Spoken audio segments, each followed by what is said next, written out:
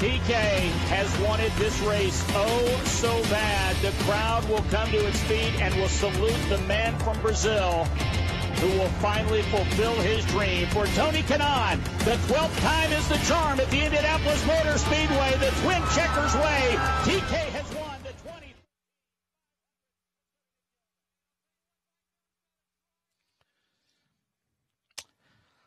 Sunshine, blue skies, the order of this day at Road America. I'm Mark James. The Battery Tender Global MX-5 Cup is presented today by B.F. Goodrich. Brought to you in part by Mazda. We make cars for people who care about driving. Mazda, driving matters. Battery Tender for all of your battery charging needs. B.F. Goodrich, are you driving enough?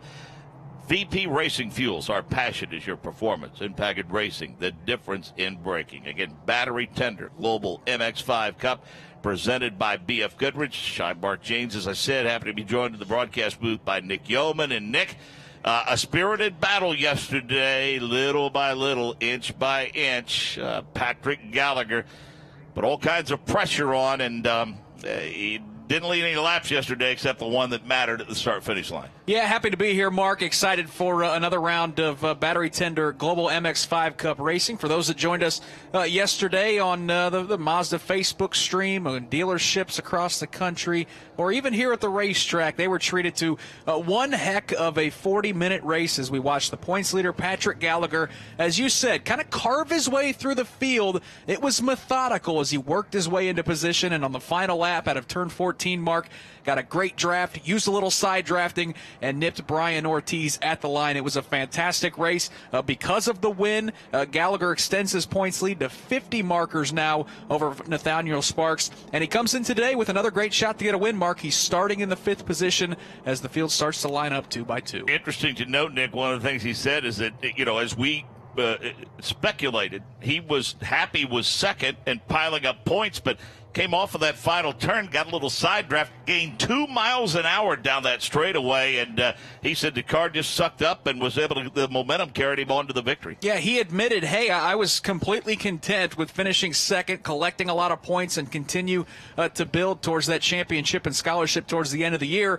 But he was there. He made a move, and all of a sudden that car found that extra horsepower using the aerodynamic advantage. It was an incredible race yesterday, Mark, and we are in store for another fantastic race as we're about to get round 6 of the 2017 Battery Tender Global MX-5 Cup started here from Road America on a beautiful Saturday morning. Todd Lamb to the right of your screen, and that McDonald's 84 machine was awfully strong yesterday. It looks as though Cresci's going to get the jump. Coming up the hill, Lamb is going to try to pull along side by side. Sparks is there along with Gallagher. They're going to try to shoehorn their way in. But, Nick, as we head to turn number 1, it's a side-by-side drag race. Of course, you want to try to get single file down through turn number 1, the right-hander. But Lamb looks like he doesn't have any help as Cresci's going to grab the point. It looks like Sparks going to slip into second. Lamb might be able to hold off the points leader, Patrick Gallagher, as he moves into the 4th position. But it is Cresci, the rookie, Mark, who's going to lead this field down into turn 3. Now, based upon qualifying, your second fastest lap in the qualifying session set the field for today. And for those of you that might be wondering, hey, where is the 11 car of Ara Malkasian? And also, where's the 06 car of Mr. Wilbon? And let's bring in Mo Murray now. Mo, we have an explanation as to why those 2 cars aren't part of the grid today. Yes, unfortunately, during the race yesterday, for those who joined us to watch that race, there was an on-track incident between Robert Stout and Ara Malkasian, and Ara's car took a fairly hard lick into the tire wall at turn 8, and it was too badly damaged to continue. So, unfortunately, for only the 3rd time since the birth of this series in 2006, Ara Malkasian is not in the field. Patrick Wilmot, we talked about that team having to do a rather hurried engine change in Indianapolis. He had a problem yesterday that may be related to that. They're a good little team, but little is the key word there. They don't have the resources of some of the bigger teams. And they had what could be best described as an installation issue that caused them a motor problem yesterday, and that was not repairable in time for this race. So, Nick, while we were explaining why we had lost the 06 and the 11 car in today's race, a battle for the lead. And we about lost a couple more cars because further back in the field we saw them going 2 and 3 wide, bouncing off of each other through turn number 5. But as you mentioned, as we turn our attention towards the front of the pack, it is Nathaniel Sparks, the defending series champion, with the lead. He's got Lamb right behind him. Good battle for third as Cresci's going to look to the inside of Dean. Dean looks to the inside of Gallagher. Mark, they go 3 wide there through Canada corner. That is awful tough as they fan out. Everything's going to settle down from about 4th on forward, but they are still slugging it out for about 6th or 7th. Found some curbing that's none too friendly. They use it by and large a lot on both sides of the racetrack, but some of it consists of pretty pronounced rumble strips that can really upset the balance of the race car. We talked about what a beautiful day we have here at Road America. The fourth member of our broadcast crew is Jake Query. He is on pit road today. Jake? As the field works their way along the straight here, which would be along pit road, essentially, they do so with a little bit of a breeze coming their way. A little bit cooler than yesterday. I know this, technically speaking, is the Kohler Grand Cup, but it's the cooler one compared to yesterday. Temperatures right now here in Elkhart Lake, Wisconsin, in the mid-60s, 64 degrees the ambient temperature. What that does is just drops that track temperature a bit. Yesterday it got upwards in the high 110s. Right now in the high 90s. Now that shouldn't be a huge issue in terms of grip. The other thing that always comes into play is when you get multiple rubber compounds laid down on a track. That would be the case for these BF Goodrich tires to just get acclimated to the different rubber compounds laid down. Didn't seem to be a problem yesterday. Obviously for Patrick Gallagher, you could see that he had the utmost trust in being able to put his car to the inside of Brian Ortiz with that late pass to win the race here. I think it just goes to speaking how comfortable and confident these drivers are in those Mazda MX-5 cars, especially late in a race, Mark, that they're able to make that move. But altogether, a gorgeous day here in Wisconsin. Yes, it is possible that some of these thousands of campers might have woken up this morning and had to keep on that Snuggie for a little bit longer than they anticipated, but it is a gorgeous summer day here at America's Dairyland. Interesting note from race control. Nick Yeoman, the 33, warned for over-aggressive driving based upon what we've watched the past couple of days. What is the determination? How could one be called as overly aggressive? I think the whole darn field is aggressive. Well, sure. I mean, we saw some warnings yesterday of guys not being necessarily respectful at the exit of the corners. If you got a car to your outside and he's alongside you through the apex of a corner, you need to at least give him half a lane so they can exit the racetrack. But, Mark, we've seen it. These guys are fighting tooth and nail. They battle wheel to wheel. And, yeah, I mean, you're going to fight for every inch on this racetrack as Nathaniel Sparks leads them down the Kettle Bottoms back straightaway. Lamb tries to make a run, use a little bit of the draft. He'll get to the inside, but now tuck right in behind him. Needs to protect that position because Dean is right there, and who is lying in wait? The 29 of Gallagher.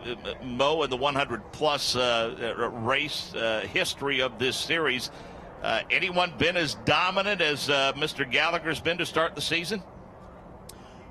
We've had drivers who had very, very strong seasons and used this to springboard their careers. Gallagher's having a fantastic season. There's no question about that. I think if he goes the whole season like this, he'll regret that second place at Indianapolis. But if you look at up front with Gallagher, the top 3 are all former series champions here. Sparks, of course, last year's champion. Todd Lamb in that McDonald's winding road car, and John Dean, champion as a team owner and a driver.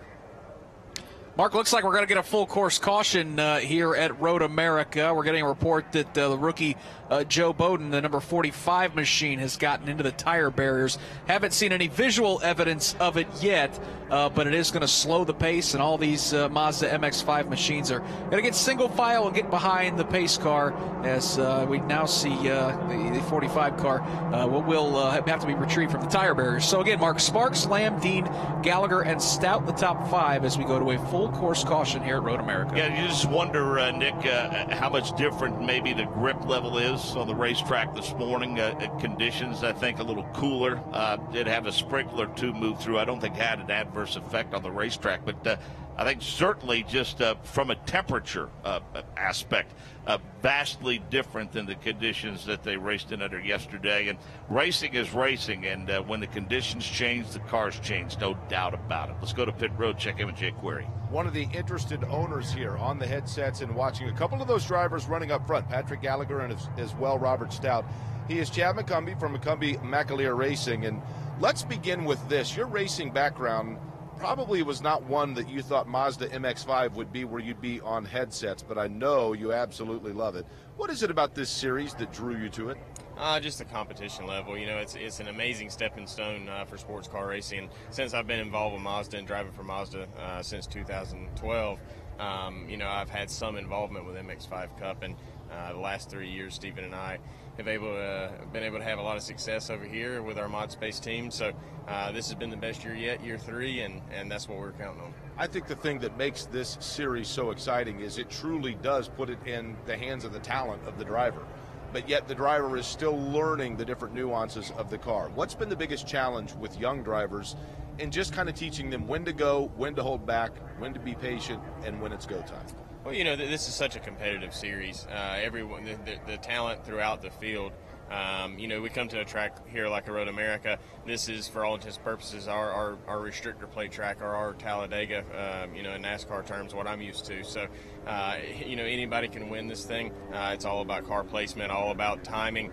You know, we were really fortunate yesterday, and we were on both ends of the spectrum. We got caught up in a big one. We also won the race. So, you know, just trying to learn after that. You know, Steven does an excellent job with all of our drivers and coaching them through the weekends and giving them pointers. And this year, everything's really paying off.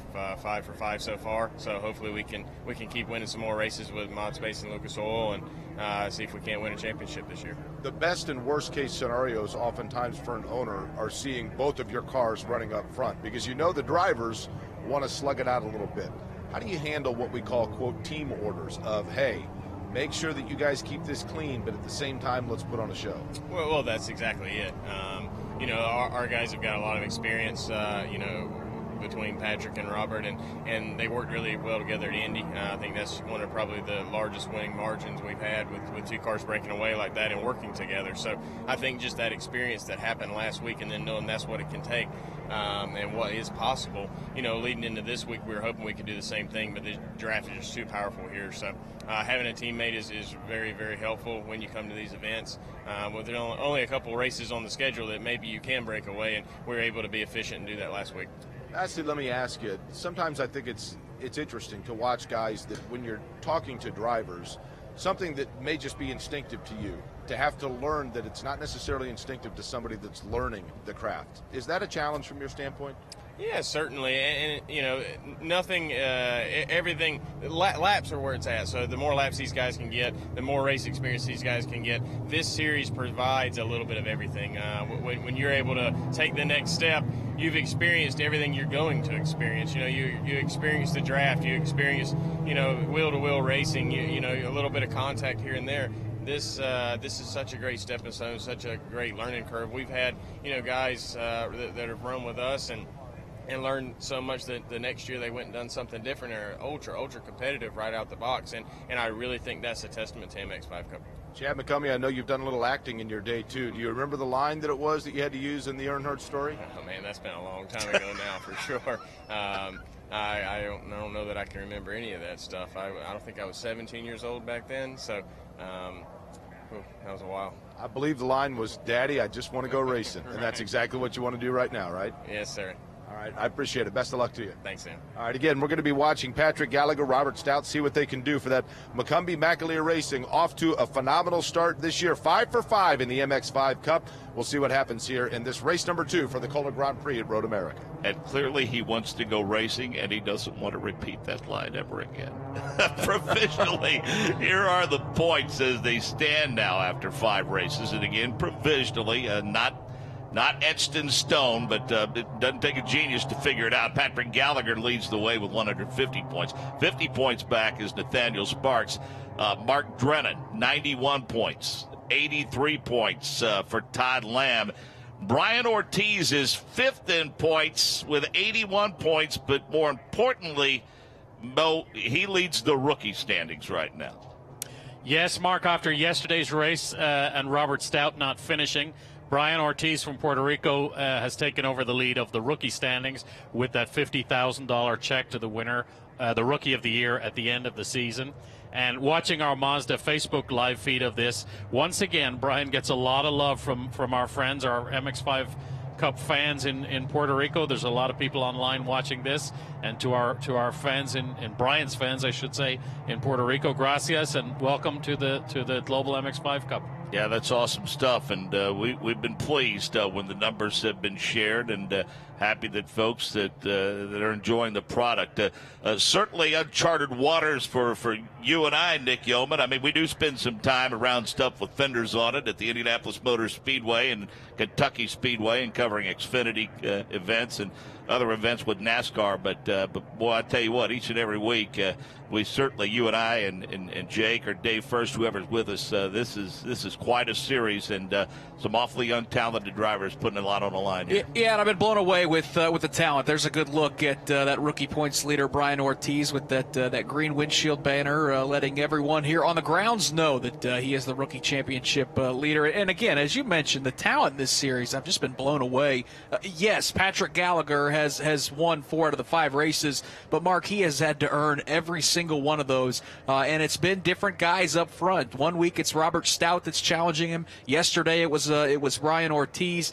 We saw early in the season Mark Drennan have some great runs. Of course, our leader Nathaniel Sparks has been knocking on the door for his first win of the 2017 season. This is a tremendously talented group of drivers piloting some really sharp-looking, fast, exciting race cars, and it has, Mark. It's been a lot of fun, as it looks like the cleanup is just about done here at Road America. Yep, about ready to go green. We'll mention Dean Copeland in the 18 machine running in the 7th position. The battery tender hard charger award yesterday, Nick. He picked up the big check for $1,000. Charged through the field yesterday. Dean Copeland coming from way back in the field, outside the top 15, and then and ended up towards the front of the race. Excuse me, at the end of the day, and pocketed $1,000 for him and $1,000 for the team. So it's a nice day all told for Dean Copeland. Well, Mo, he starts 19th today, and he's worked his way up to 7th, so he's making a bid, Mo, to sweep that hard charger award for the weekend.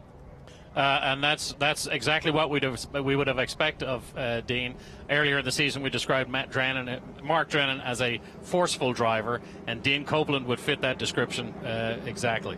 Single file through the first 7 as Tom Hansing waves the green flag. We have 25 minutes remaining in this session, and Nick, the front 2 go nose to tail with a little separation toward turn number 1. Looks like Patrick Gallagher, though, a little bit further back, is going to grab the 3rd position. Looks like he may bring Brian Ortiz with him, as John Dean's going to get strung out to about 5th.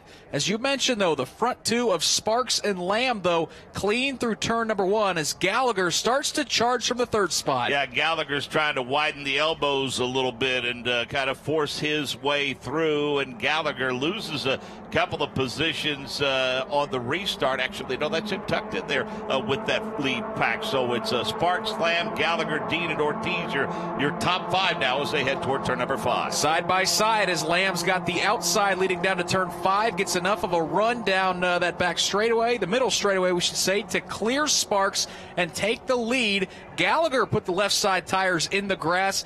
Further back, 2x2 for 5th, 2x2 for 7th. As Dean goes a little wide, Mark, John Dean's going to kick up a little dirt at the exit of turn 5. I was looking earlier at Gallagher's teammate. Oh, we've got heavy contact off the right side of the racetrack. That's the 16 car. That is John Dean. John Dean making contact with one of the advertising signs along the right side. It looked like heavy contact, but Nick, it looks like he's going to be able to continue. Yeah, things get awful tight up the hill out of turn number 5. It is hard to go 2x2, and it's a blind crest, so you never really know if you got a car beside you when they're going to arc that car into the left-hand turn. But for John Dean, he drove through a banner, continues on, but all that track position, Mark, he was running in the top 5. He'll fall to the tail of the field. Piece came off of that car. Maybe it's what's left of that sign, but anyway, Nick, it's well out of the racing groove, well off the racetrack, and so I don't think it's a threat to anybody who works their way through that corner. Yeah, that's the nice thing is there is plenty of room at the exit of these corners to keep debris off the racetrack here at Road America. Good battle for the lead. Nathaniel Sparks looks to the inside. He's going to try to muscle the Todd Lamb red and white McDonald's sponsored car to the outside as they'll go side by side, Mark, out of turn 12. They stay right there with Gallagher in tow. Ortiz is there as well. That battle for the lead continues to be a side-by-side battle, although Lamb has to settle for the second position right now as Sparks comes off of turn number 14 and leads that freight train back up the hill. We had mentioned earlier the car that mistakenly ID'd as Gallagher. That's the 28 machine of Stout. And Nick, after his day ended early, he's making a strong bid to bounce back with a top 5 finish today. Yeah, he and R. Malkasian, had a really tough accident into the tire barriers yesterday that ruined both of their days, but they are mixing it up front. Here comes Gallagher. He'll take a look to the inside of Lamb, not able to grab the lead. He'll have to slide back into second. Ortiz is going to go side by side with Sparks. Sparks to the inside. Ortiz nudges that car over. They're going to go side by side, still battling for third with Robert Stout right there in that 5th position, Mark, as they make their way down the straightaway, though. Todd Lamb, though, doing a great job of holding off our points leader, Patrick Gallagher. Copeland in the 18 car, Nick, he's ordered to pit road to do a drive-through penalty for aggressive driving. So race control kind of tightening the reins a little bit. So Dean Copeland from Copeland Motorsports will have to head to pit road. Yeah, it's a tough break for Copeland as the field makes their way through turn number 5. Nathaniel Sparks, the big loser there at the exit of the corner. He was leading just moments ago. Now, Mark, he finds himself all the way back trying to hold on to the 6th position, battling with Matt Cresci. It's interesting to me, Nick. This is just in stark contrast to what we saw at the Indianapolis Motor Speedway, and it's because of the difference in the venue, I think. But clearly these cars aren't able to gain the kind of separation that we saw at IMS. And boy, it makes just for some really, really exciting racing as Drennan's going to go door to door and bang wheels with that look like Robert Stout at the exit near the carousel. There they go side by side. Stout's got the advantage, Mark. A little damage on that machine though as he clears Drennan to take that 4th spot. And Mo, this is something that I think we're becoming very familiar with. Those corners on the rear of the car, the right and the left fender wells, they're picking them loose on a fairly regular basis each and every weekend. Well, when you're racing this close, there's nothing but a coat of paint between the cars, sometimes less. That's what happens. We saw it yesterday with Luke Oxner in the Wine Country Motorsports car, and it looks like several other cars now are having the same fun today. If you look at the cars up front, after yesterday's race, remember the margin of victory yesterday was 26 thousandths of a second. And I talked to Brian Ortiz afterwards, and I said, man, that was close. You were awfully close to getting your first win. And he had a great attitude, and he said, hey, tomorrow I'm going to go get it. So you have him who has experience of what not to do running up that hill. Gallagher knows how to get up that hill and get the win. You have Robert Stout trying to make up for yesterday's disappointment. You have Drennan, a very, very spirited driver, and Todd Lamb at the front in the McDonald's car, a former champion. So we're about halfway through this race. This is looking like it's going to be a very exciting next 20 minutes or so. Funny thing about Mark Drennan, Nick, it seemed like at the Indianapolis Motor Speedway, it never got the chance to really run up front, but we were always talking about him in the top 5 or 6. Yeah, Mark Drennan, the pilot of the WindingRoadRacing.com TFB Performance Mazda MX-5. He's in that gold and black Mazda MX-5. That car always shimmers in the sunlight here at Road America. It did at Indianapolis. It did at Barber Motorsports Park as he's been knocking on the door for a win this season. In position today, running in the 5th position. Todd Lamb, though, leads that field underneath the bridge. They go to this downhill portion of the racetrack, picking up a lot of speed, climbing to the RPMs, and then you've got to jump on the brakes, pick a spot as they kind of bounce around the racetrack here. Here it looks Brian Ortiz going to take a look to the outside of Gallagher, and Lamb's going to lead him out of turn 5, but they're side by side for second. Points leader on the inside in Gallagher, Ortiz to the outside. Mark, those two were side by side battling for the win yesterday. They're battling for second today. Quick note, the 33 of Alex Bashura, Cypress Oral Surgery, the sponsor. That 33 car has had some issues today. He's slow out of 12 and pulling off of the race course, so an early end of the day for the driver of the 33 machine. It's Lamb, Gallagher, Ortiz, Stout, and Drennan, the top 5. But as you can see, the top 10, they're all separated by just a couple car lengths, making their way through the carousel, Mark. That's that winding right-handed corner. Shout out to Luke Oxner there in that dark blue car with the orange cage. He's one that Mo talked about that had damage, also got in an accident early in the season at Barber Motorsports Park. He's bounced back nicely running in the top 10. Clearly, though, Robert Stout came into this race, Nick, with a jaw set. I mean, he was trying to stay in a battle for contention for the championship and running well with his teammate. And now all of a sudden he finds himself right where he needs to be. As a matter of fact, he is right in the thick of things, running among the top 4. Yeah, Drennan behind him, though. Yeah, he's in that blue and white Lucas Oil TV-sponsored MX-5 with, as you mentioned, Drennan just beating on the back bumper of that car. It's a good battle for 4th as Brian Ortiz has taken over the lead. But through this field, Marcus, they run single file out of turn 14, but they start to fan out, move their way down the front straightaway. It's Ortiz in that white and orange car leading the pack, but that battle for 4th is good between Stout and Drennan. Well, some bad news for the 18 car. Dean Copeland, being told that he's going to get the black flag if he doesn't do his drive-through this time. So race control very direct in their instructions for the 18 machine. In terms of heeding the drive-through penalty.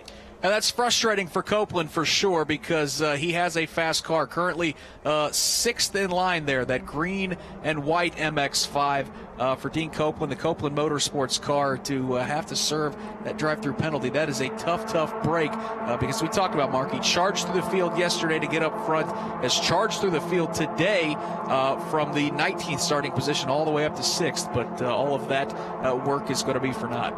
Mark Drennan, WindingRoadRacing.com, TFP Performance, all the sponsorship. Nick, someone needs to tell him he's not driving a push truck at a short track on a Friday and Saturday night. He's using that bumper plenty for sure in that 5th position. Yeah, he's been leaning on Robert Stout, and it's actually helped Stout as they both look like they may clear the points leader Patrick Gallagher. Stout's going to move into the 3rd spot. Drennan is going to grab 4th, and Copeland's going to go side by side up over the curbing. Might have touched their mark at the exit of the carousel there as Copeland and the points leader Patrick Gallagher going wheel to wheel.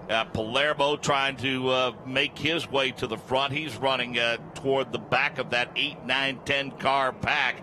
As, again, it's heating up just a little bit here, Nick, with 15 minutes left in this session. Ortiz and Lamb continue to lead the way.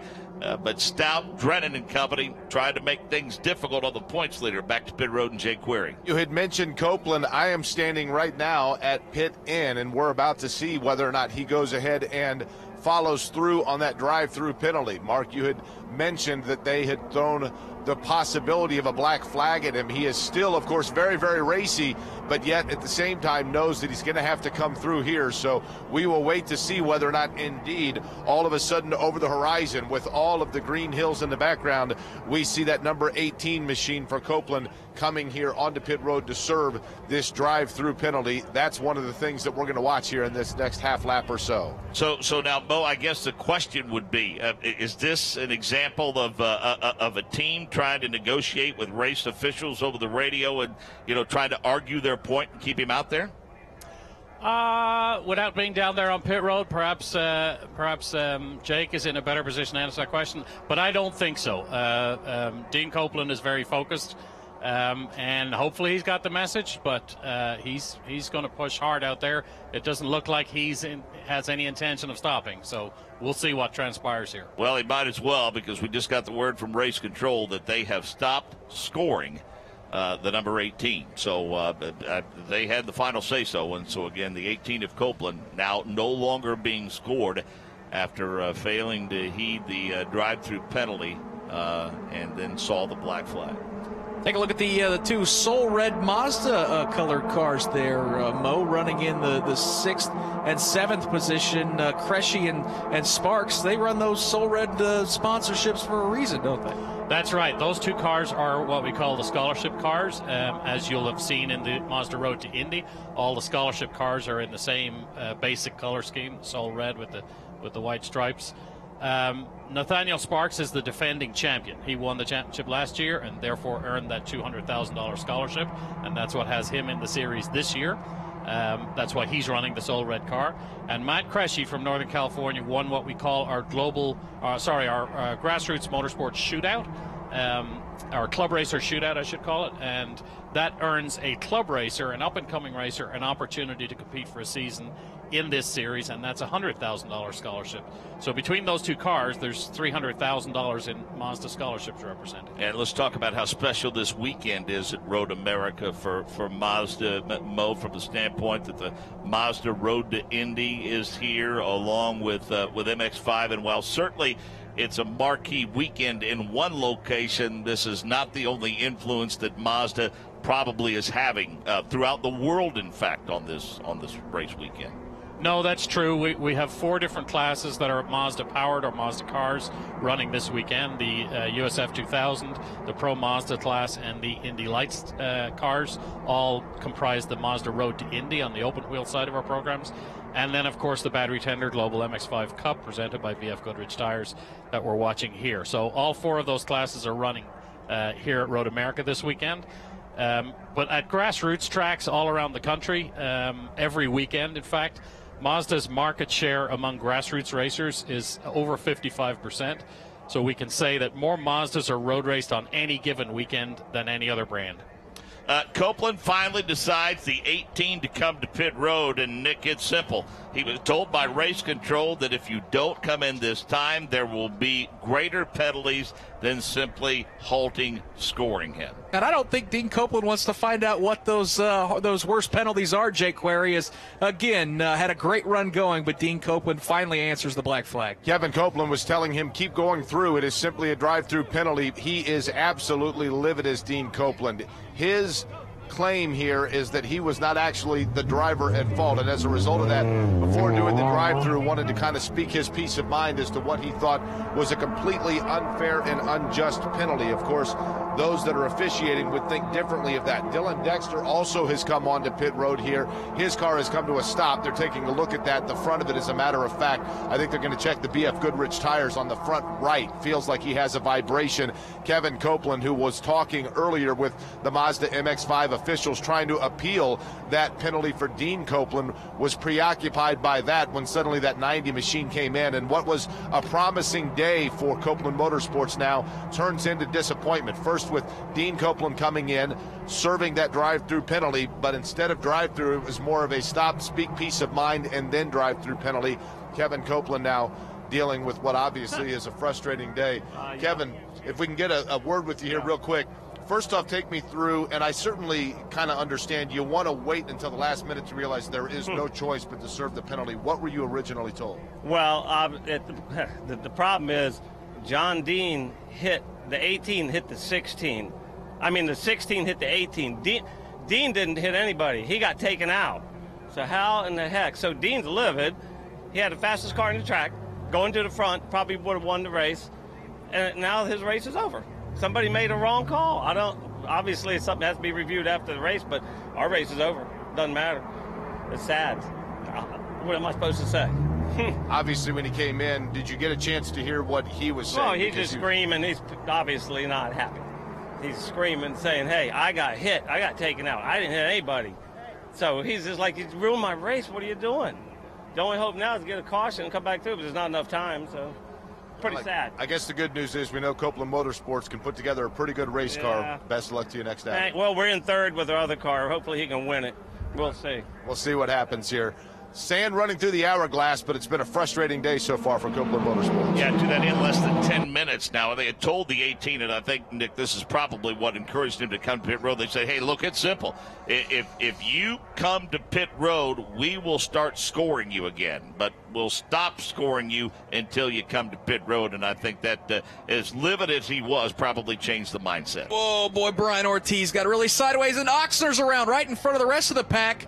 Further back, they'll go flying off into the runoff area to avoid Oxner. But, Mark, that was just about a big mess First one that caught my eyes was Brian Ortiz getting sideways, and then all of a sudden, Luke Ochsner, the rookie driver in that car number 77, the Wine Country Motorsports MX-5, got super sideways, spun out, and he is very, very fortunate, Mark, that he didn't collect anybody else. And Mo, if we go back to the comments of Kevin Copeland, you can't convince anybody this is simply a spec series, that guys are doing this just for the fun of it. You can tell just by the tone of their voice with that exchange in his interview with Jay Query. There's a heck of a lot on the line for these drivers and teams. Oh, absolutely. They recognize the opportunity that the scholarship at the end of the season presents.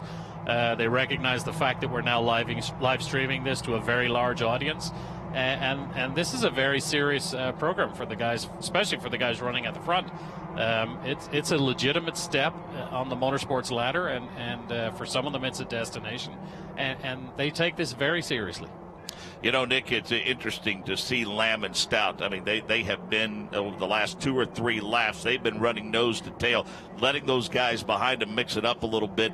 That little issue with Ochsner kind of spread guys out a little bit, caused some of them to lift, and because of that, they've gotten a little separation. Look a little further back. I don't think anybody's covered more of the racetrack over the last 3 laps than the 5 machine of Drennan. I mean, my gosh, he is using up the curbing on both sides of the racetrack. Quite a bit of it, and I've been impressed with Stout. Hasn't allowed that damage to the rear bumper to really slow him down. That tells you just how fast those McCumbee-McAleer cars are, as Gallagher has crept right back into that battle for the lead, running in the 3rd position as they both try to run down Lamb. And right on cue, that golden black car of Drennan, Mark, is going to use up every inch of the racetrack, kicking up some dirt at the exit of Canada Corner. Drennan doing all he can to hold off the car of Martin III, Palermo, Jensen and company that run behind him. There you see the gold car with the number 5. It's gold and black, a wide exit off of turn number 14. Meanwhile, those front 3 have hooked up. Lamb, Stout, and Gallagher. And Nick, let's face it, they're starting to pull away. And it's go time for the teammates, as Stout and Gallagher are going to do a little drafting down the front straightaway. And with a little over 7 minutes to go, you saw Stout put that right hand up into the air to kind of thank his teammate. We saw them work together at Indy. Mark, it has worked as those teammates have moved into the lead around Todd Lamb. Yep, that's using the draft running nose to tail, Mo. And that may have been the dress rehearsal. Remember, these are the 2 guys or Patrick Gallagher is one of the guys who used that draft to win the race yesterday, and Stout was watching their teammates. So that may have been the dress rehearsal to see if 2 cars can drag one up the hill. For his role in that incident involving Ochsner in turn number 1, the 29 of Gallagher, we've been told by race controller, that he's been given a warning about that incident in turn number 1. So going to encourage him to play nice. Meanwhile, Nick, a battle for second. Boy, Todd Lamb's not going away, as he's going to take that McDonald's MX-5 to the outside. Had to jump on the brakes late, trying to get around the points leader, Patrick Gallagher, and lost a couple car lengths back up the hill, as you've got about 2 car lengths separating first to second, second to third, and then about another 4 or 5 back to Mark Drennan, who is certainly pedaling to try to catch these front 3, Mark, with just 6 minutes to go here at Road America. Well, Mo, it looks like Drennan has encouraged those behind him to get in line, and hopefully Ortiz, Sparks, Cressy, and Drennan can chase down that lead pack. They're starting to pull up on him a little bit. Yes, and they all recognize we're now 5-6 minutes away from the end of the race. Good day for WindingRoadRacing.com. They're involved with Todd Lamb's car running in 3rd place. Obviously, Mark Drennan's car and their teammate Tom Martin in 10th place. A good day for him. Incidentally, Tom Martin is an engineer on the SpaceX program, so we have real rocket scientists in this race. None in this booth, though. No offense. No one's ever confused me for that. That's for sure. That may be a good thing. So the top 3 continue to try to check out, and here he comes. Gallagher trying to go side by side. We'll have to tuck in behind him, Nick. Gallagher's in a tough spot, Mark. Of course, he would love to continue to push Robert Stout, and those 2 maybe get away so they can conserve and lock up that 1-2 finish. But Todd Lamb's not making it easy. Lamb in that 84 car all over the rear bumper. And as we see, Mark, those 4 cars behind starting to creep up. We saw this yesterday. All of a sudden, it's a 7-car battle for the win with 5 minutes to go. The top three have a little bit of separation over Drennan, but not much, and he may, in fact, pull up on them by the time they get to turn number 1. Will Gallagher make the move earlier than he did yesterday in getting the win? Nick, you can't get any closer than those front three, and sure enough, Gallagher jumps out of line to the high side.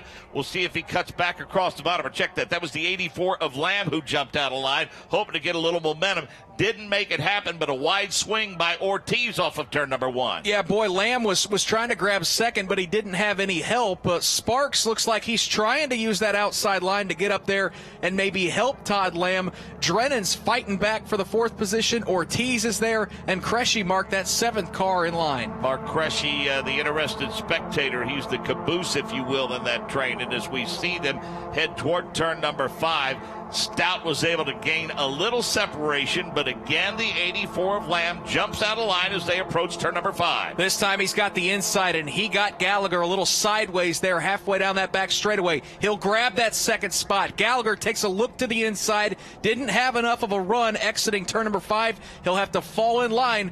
Todd Lamb has broken up those 2 teammates. And Drennan is right there. He's all over the rear of Gallagher. So the front 6, in fact, are running nose to tail now as they work their way up around the carousel. Lamb appears to have a very fast race car. He is working all over the rear of the 28 car Stout. Leader Robert Stout has been to victory lane already this season at the Indianapolis Motor Speedway. The driver in 3rd has been to victory lane 4 times already. The driver in 2nd, Todd Lamb, is a former champion. 3 of the best in the Global MX5 Cup Series presented by BF Goodrich. Battling it out, Mark, as they exit turn number 12 and back up the hill, heading to complete another lap, the 11th lap here at Road America.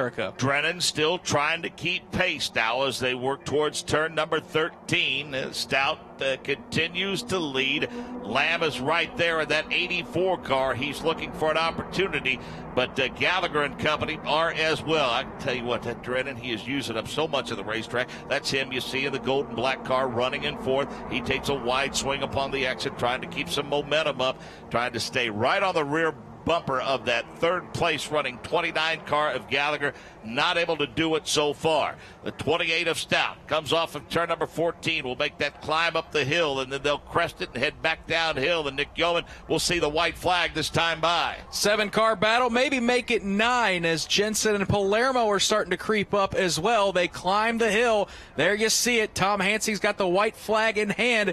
He will throw it to Robert Stout first here on the final lap at Road America to decide round number 6 of the Battery Tender Global MX5 Cup. Gallagher's going to take a look to the outside. Ducks back, trying to get to the inside of Lamb. Mark, they're going to play nice, single file through turn 1. Lamb shut the door on him when he saw he made that move to the inside of the racetrack, trying to protect the bottom of it. He gets a great run down the hill towards turn number 2, but he's not able to take advantage of it. We thought yesterday when he was running 2nd, he would be content there. We'll see if he's content to finish 3rd and again grab the points, since he has such a hefty championship lead. However, he'll take the opportunity, Nick, like he did yesterday if it comes to it. Here comes Todd Lamb. He'll move to the inside of Robert Stout, and he's going to get some help. Gallagher's going to push Stout to the lead, he'll push Lamb to the lead, so a change up front. Todd Lamb to the point. Now the teammates are going to go side by side. Gallagher's got 2nd. Stout may lose the 3rd spot to Sparks. Brennan's got to be thinking, keep mixing it up, boys, but as we say that, he's lost a couple of positions now, but what must Stout must be thinking after Gallagher shoves Lambs to the lead? That's got to be frustrating, but on the final lap, you kind of throw those teammate labels out the window because everyone's going for the win. Todd Lamb trying to hold off Patrick Gallagher, who's won 4 of the first 5 races. Mark, the thing that's so amazing about Patrick Gallagher, he puts himself in position every single race. The one race that he didn't win, he was 2nd by inches. Here we go again on the final lap, and the points leader has a chance to win another race. And that one move took the 28 of Stout, Nick, from 1st all the way back to 5th. Yeah, we saw the defending champion of this series, Sparks, get around him to grab the 3rd spot. Brian Ortiz, another one of those talented rookies, has jumped into the 4th spot. Here they go down the Kettle Bottoms back straightaway leading to Canada Corner. Going to start to see cars fan out a little bit, Mark, as they take a look side by side for 2nd. Here comes Sparks to the inside of Gallagher. Lamb is trying to make that car plenty wide. And again, Gallagher, as you mentioned, gets some attention from the 8 car of Sparks. They'll continue side by side well into the runoff area. Then they gather it back in about 8 cars back.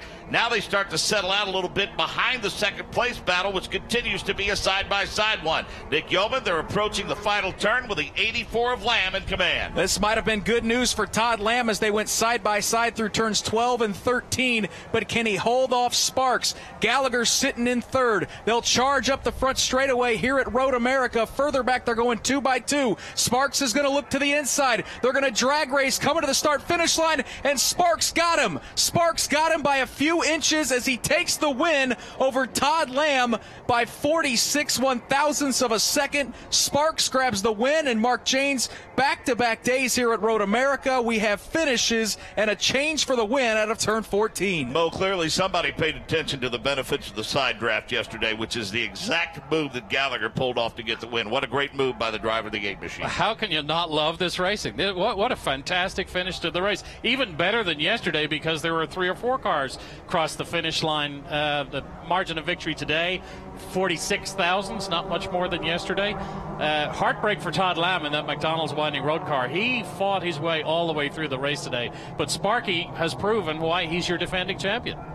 Yeah, I mean, he had a great weekend at the Indianapolis Motor Speedway, Nick. He was a guy that made up a lot of positions in both races, started well back in the field in both of the races at IMS, and so this is certainly not a surprise. I mean, this kid showed some mettle at IMS for sure, and he's had a competitive weekend here. He's been knocking on the door here in 2017. Oh, so close. As we talked about, he's the defending series champion.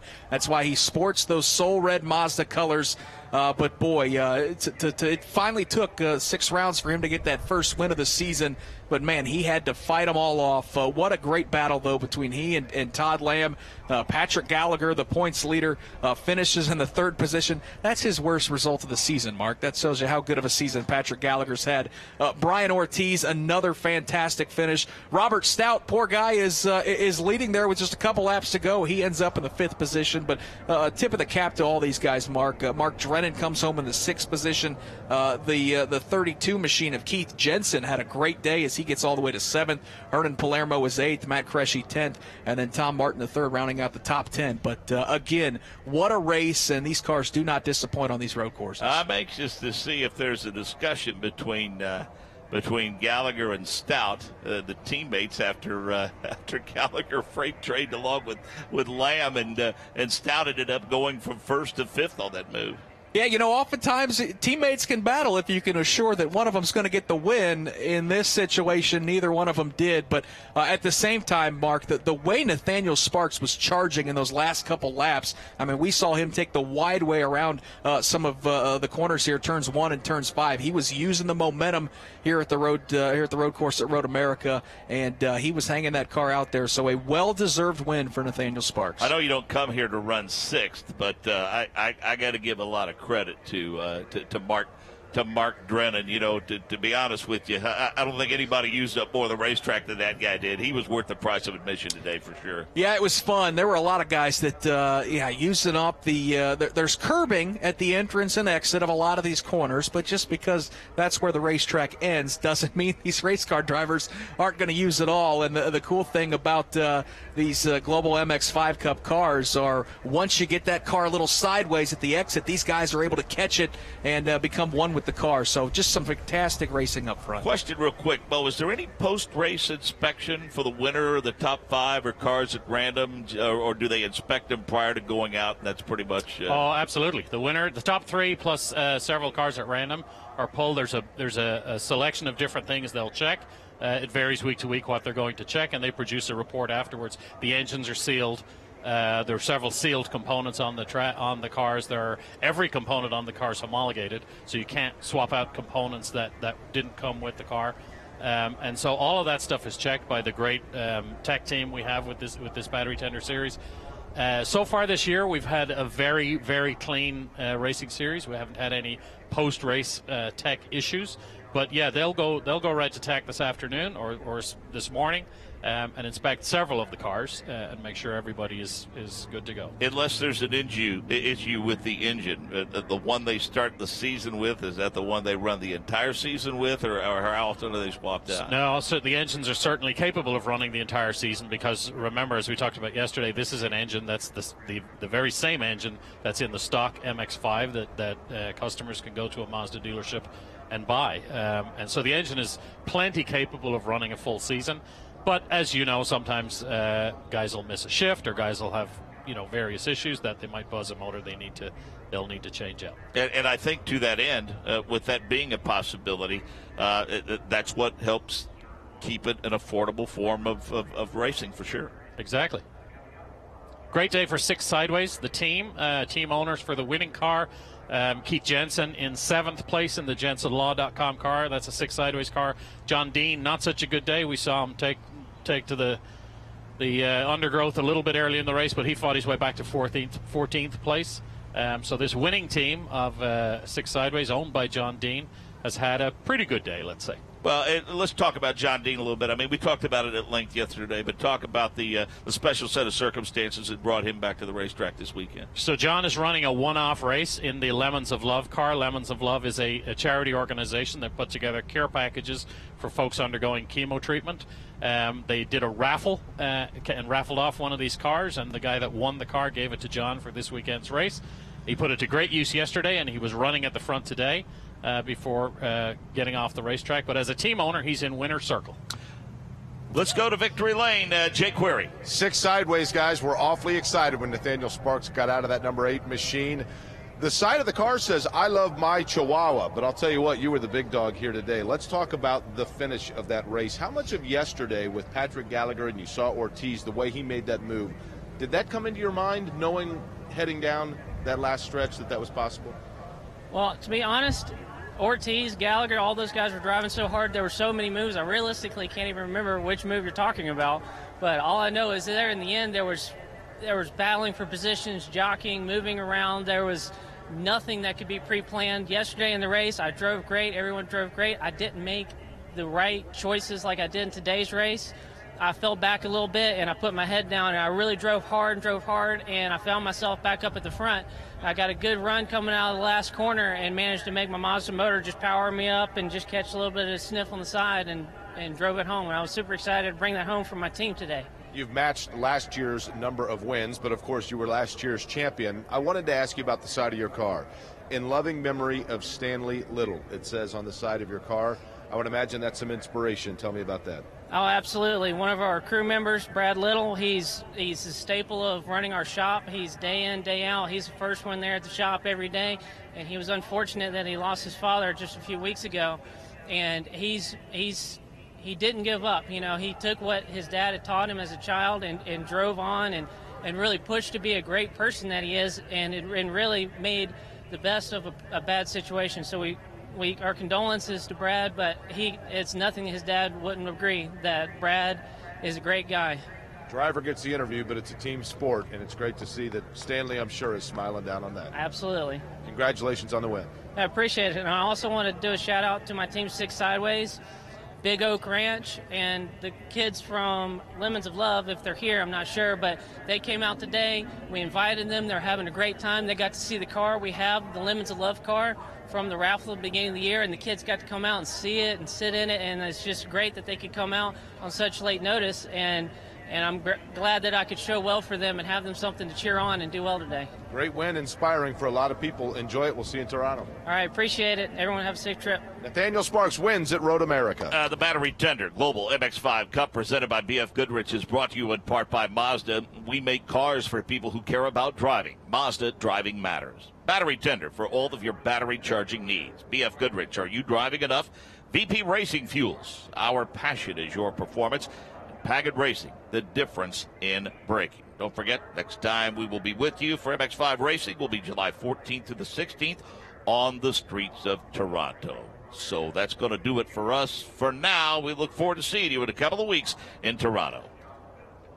This is IndyCar Radio on the IMS Radio Network.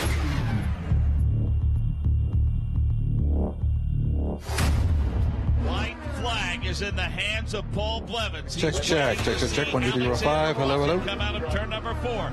Tom Hansing is in the stand with him. Checking in on program. He's out of fuel. Frankie very slow in turn 1. He is indeed. It doesn't sound like he's under power. Left side wheels below the white line. Now with the short 2. Now in turn 2.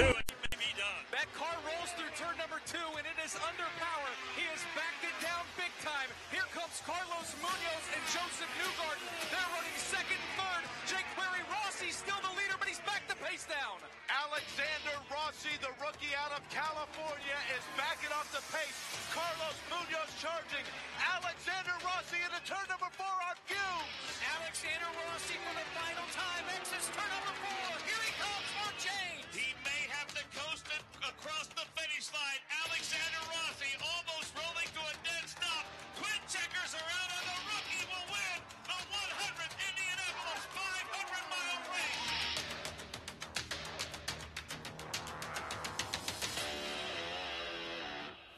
Stay tuned for more on IndyCar Radio.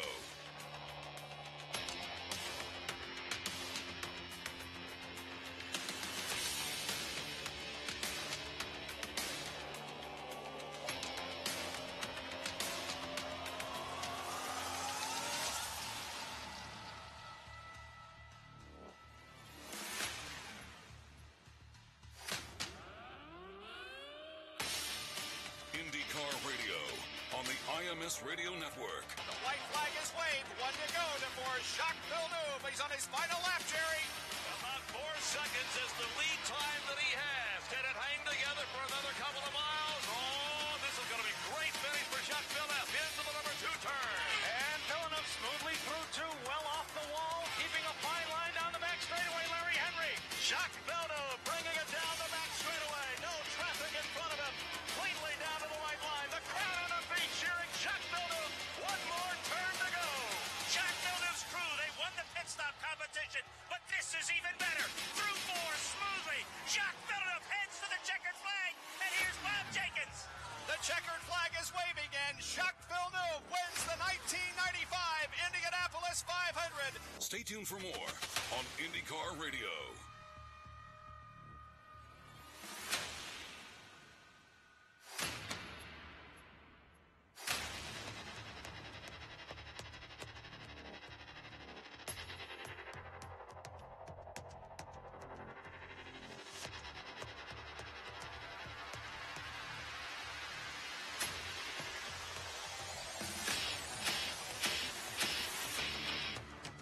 IndyCar Radio on the IMS Radio Network. It will be, Jake Query, one of the most popular wins that we have seen in many years here at the Indianapolis Motor Speedway. Tony Kanaan is going to win the 500-mile race. Dario Franchitti has gotten out of his car. Dario Franchitti, if you were to ask him, would tell you that his greatest friend in this race, without question, is the man who right now sits behind the pace car negotiating turn number 2. Both hands still on the wheel on that hydroxy-cut machine, but the hands of everyone inside this oval and on the outside of it in the air right now.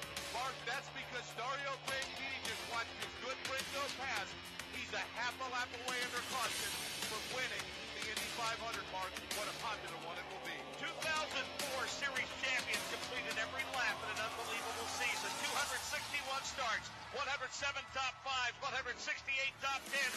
He's led over 3,200 laps, including over 200 in Indianapolis. Chris Denari, he's going to build that glaring hole in his resume. His countryman and friend Elio Castroneves has won this race 3 times. The first one is always the sweetest. He's behind the pace car in turn 4 by King. Here comes Tony Kanaan. TK has wanted this race oh so bad. The crowd will come to its feet and will salute the man from Brazil who will finally fulfill his dream. For Tony Kanaan, the 12th time.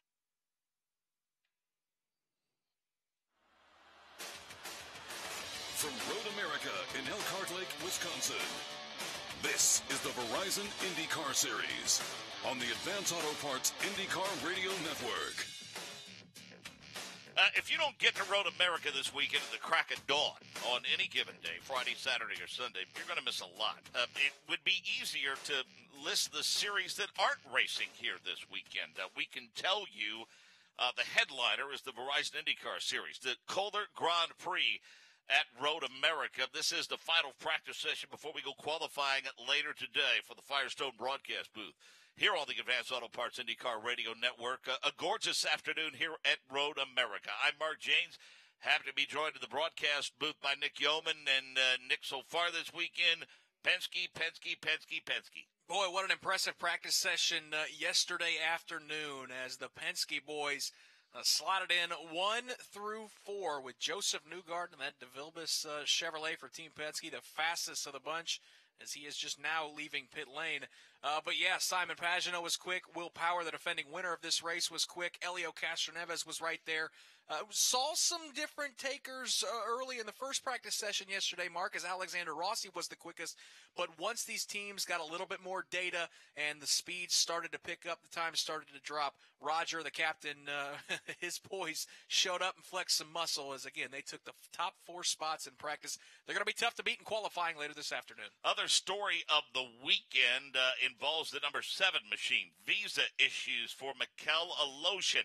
It was announced before we got here that he would not be running this weekend. Robert Wickens was named to replace him.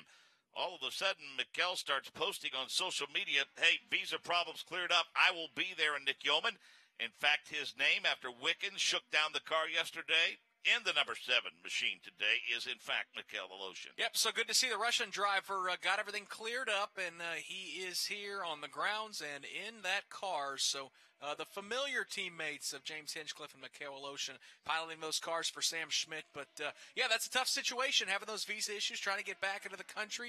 Of course, Mikel was over in France racing in the 24 Hours of Le Mans.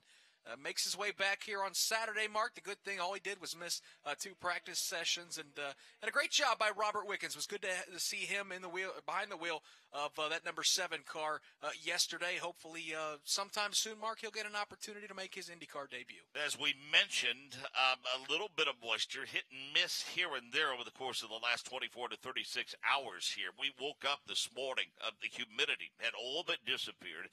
And we see sunshine, blue skies, some white puffy clouds, the order of the day. Among those on pit road for us today is Dave First. Dave, a more accurate gauge of the conditions on this gorgeous Saturday afternoon, please. It is gorgeous, isn't it?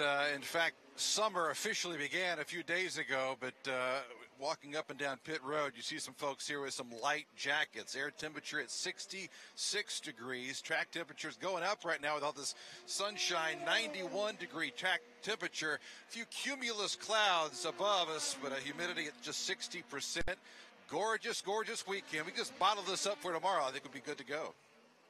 Yeah, and I think about a 20% chance as the day progresses, the later in the afternoon is when we expect that 20% chance. But we have every reason to believe that most of this day will be dry, and we hope for the same fate tomorrow. Earlier this week, that certainly was not the case. So as we mentioned, Nick, the Penske cars flexing plenty of muscle yesterday, but other guys with good runs include Alexander Rossi, except for the off that he had. Hinch, Ed Jones continues to have a good weekend. Scott Dixon, Graham Rahal, even Ryan Hunter-Ray in the top 10. You mentioned Scott Dixon as he makes his way down the hill here at Road America, heading towards turn number 5. That's where his day ended at the Kohler Grand Prix 1 year ago, as Scott Dixon had engine problems early in that race. Only got to complete about 4 or 5 laps before his day ended. So for Scott Dixon, still looking for that first win of the 2017 season. But as you mentioned, he's shown up with a pretty fast race car ready to go here at Road America. So busy weekend, as we mentioned. The entire Mazda Road to Indy Series is here, and other forms of racing include the Mazda MX-5 Cup. We're happy to be a part of that. We've seen a couple of good races out of those folks this weekend. And, Nick, you're getting ready to call the first of a doubleheader weekend for the Indy Lights presented by Cooper Tires. Yeah, a pair of qualifying sessions already in the books for the Indy Lights Series presented by Cooper Tires. It was the Freedom 100 winner, Matthias Leist, who scored the pole for race number 1. That'll come your way in about an hour. And then this morning, Mark, bright and early, 7:50 a.m. local time qualifying session. It was the second-generation driver, Colton Herta, who shook off some issues that he had yesterday. He grabbed the pole for race number 2. But really looking forward to watching the 14 drivers, 7 rookies, 7 veterans in the Indy Lights Series battle it out here at Road America. Yeah, we're looking forward to what promises to be a spirited points championship coming up throughout the middle portions of the season. And we'll talk more about that battle for the championship in just a few minutes. Want to welcome in the other member of our broadcast crew working pit road. Good afternoon to Ryan Marine. Yeah, down in the Ed Jones pit, because you mentioned his name earlier, guys, is one of the ones who had an impressive start to the weekend yesterday. P7 on the combined time charts between the 2 practices yesterday, and that's really been par for the course for this impressive young rookie so far this season. He's been the revelation of the Verizon IndyCar Series. And a big reason why, guys, has been consistency. To this point, he's completed the 5th most laps of any driver in the IndyCar Series at this juncture, and I think that has a lot to do with why he's where he is in the point standings right now. In 12th, probably could be a little bit higher if it weren't for some bad luck in some recent rounds, most notably at Texas. But the impressive performance from the young rookie continues. Ed Jones trying to find a little bit more speed as he continues to lead this team. He's got a teammate that's relying on him now as the veteran of the bunch, Esteban Gutierrez, in the other Dale Coyne Racing car. Esteban Gutierrez yesterday was 17th quick after the combined speeds were posted for the 2 practice sessions. And Dale Coyne announcing, Nick, good news is, in the quest for continuity, that Gutierrez will be piloting that machine the rest of the season. We talked about the quick recuperation of Sebastian Bourdais, injured during the month of May at the Indianapolis Motor Speedway. And what it boils down to is this. Dale says when the doctors clear him, that car belongs to him. But until then, they're comfortable with Gutierrez moving forward. Yeah, certainly Sebastian Bourdais has earned that luxury by piloting that car to a victory to start the season at St. Petersburg. And again, one of the most respected and well-liked drivers in the entire field. Hated to see him go down, but Esteban Gutierrez, a more than capable pilot. I was super impressed, Mark, with how he started the season, started his IndyCar career at the bumpy road course in Detroit. Did a good job taking care of that car, and as we said, going to get plenty of more opportunities for the rest of this season. Max Chilton has yet to turn any laps in that number 8 Gallagher machine. Dave First will find out why. Yeah, walking up and down pit row, and usually we see all the drivers in cars right now, and Max is not in his car yet. And you joked earlier, you lost the car? Is that what happened? Yeah, we went walkabouts overnight, so we're just sat here hoping it will arrive. No, the team are back there working flat out. Unfortunately, we're making a fairly simple change to the rear brakes, but it's just taking longer than expected. They're having a few issues doing it, which is it is a shame, because this is a track which really suits me, and missing out on FP3 is always the worst session to miss out on during a weekend. But hopefully, if the other 3 cars at Ganassi can improve from where we were yesterday, I can go out and qualify and give it my all, and hopefully it'll be enough to get back through to the Fast 6. You know, these sessions are so quick nowadays, only 45 minutes long. Do you expect to be out there before it's all over here? We only need probably 6 minutes to get a couple of laps in, which would, is better than nothing. So we've still got time, but hopefully the car will appear sooner rather than later. Tell me about practice yesterday. What did you learn out here, Max? I think we learned that everyone's struggling, regardless if you're quick or slow. It's a difficult lap round here. This is a track and a circuit which really suits me. I qualified 7th here last year. It's similar to Watkins Glen. Again, I qualified well there in the Fast 6. So, it's disappointing to miss out on FP3 at the moment, but, the race is what counts, so we'll just have to give it all in the race. Something about those natural terrain road courses that really fit your driving style? Yeah, it suits, or it's very similar to my favourite track in the world, which is Spa in Belgium. It's fast, it's flowing, it's undulating, it's got lots of overtaking points, and I think it's a great track for the fans. So for me, it's one of the best tracks in North America, so it's a pleasure to be here. All right, well, wait it out. Hopefully get out here before this is over. Thank you. Max Chilton, he was 13th quick in the combined practice sessions yesterday. Again, all he's looking for is 5 or 6 minutes. That's all he needs, but that time is ticking, guys. Led 50 laps at the Indianapolis Motor Speedway during the 500, and Nick, at 4 of his last 5 finishes have been in the top 11, and that has allowed him, I think, to kind of keep championship contention within striking distance. Max Chilton 11th in points, but just 97 points back. He's one of the guys, Mark, that I think is trending upward, as we get to the halfway point of this season. Some guys have had great years. Other guys have had disappointing seasons. But Max is a guy that is just slowly and surely starting to figure it out. Didn't have a lot that he could, hang on that mantle from his rookie season driving for Chip Ganassi. But I think that, Mark, is a testament to the competition level in this series, that you just can't come in as a rookie and think you're going to start picking up podiums and winning races.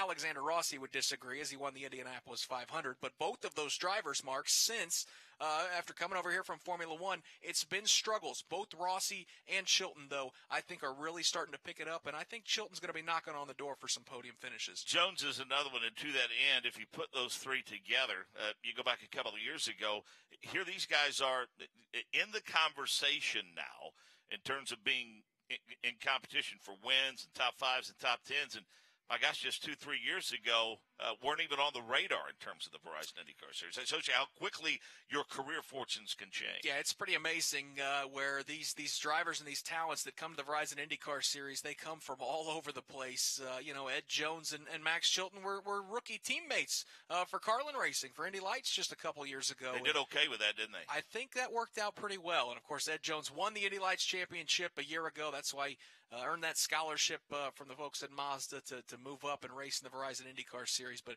it is, Mark, top to bottom. Doesn't matter if you're a 42-year-old veteran or a 22, 23-year-old rookie. We've got a lot of talented drivers in this field. And week in, week out, we've seen it so far this season with so many different winners.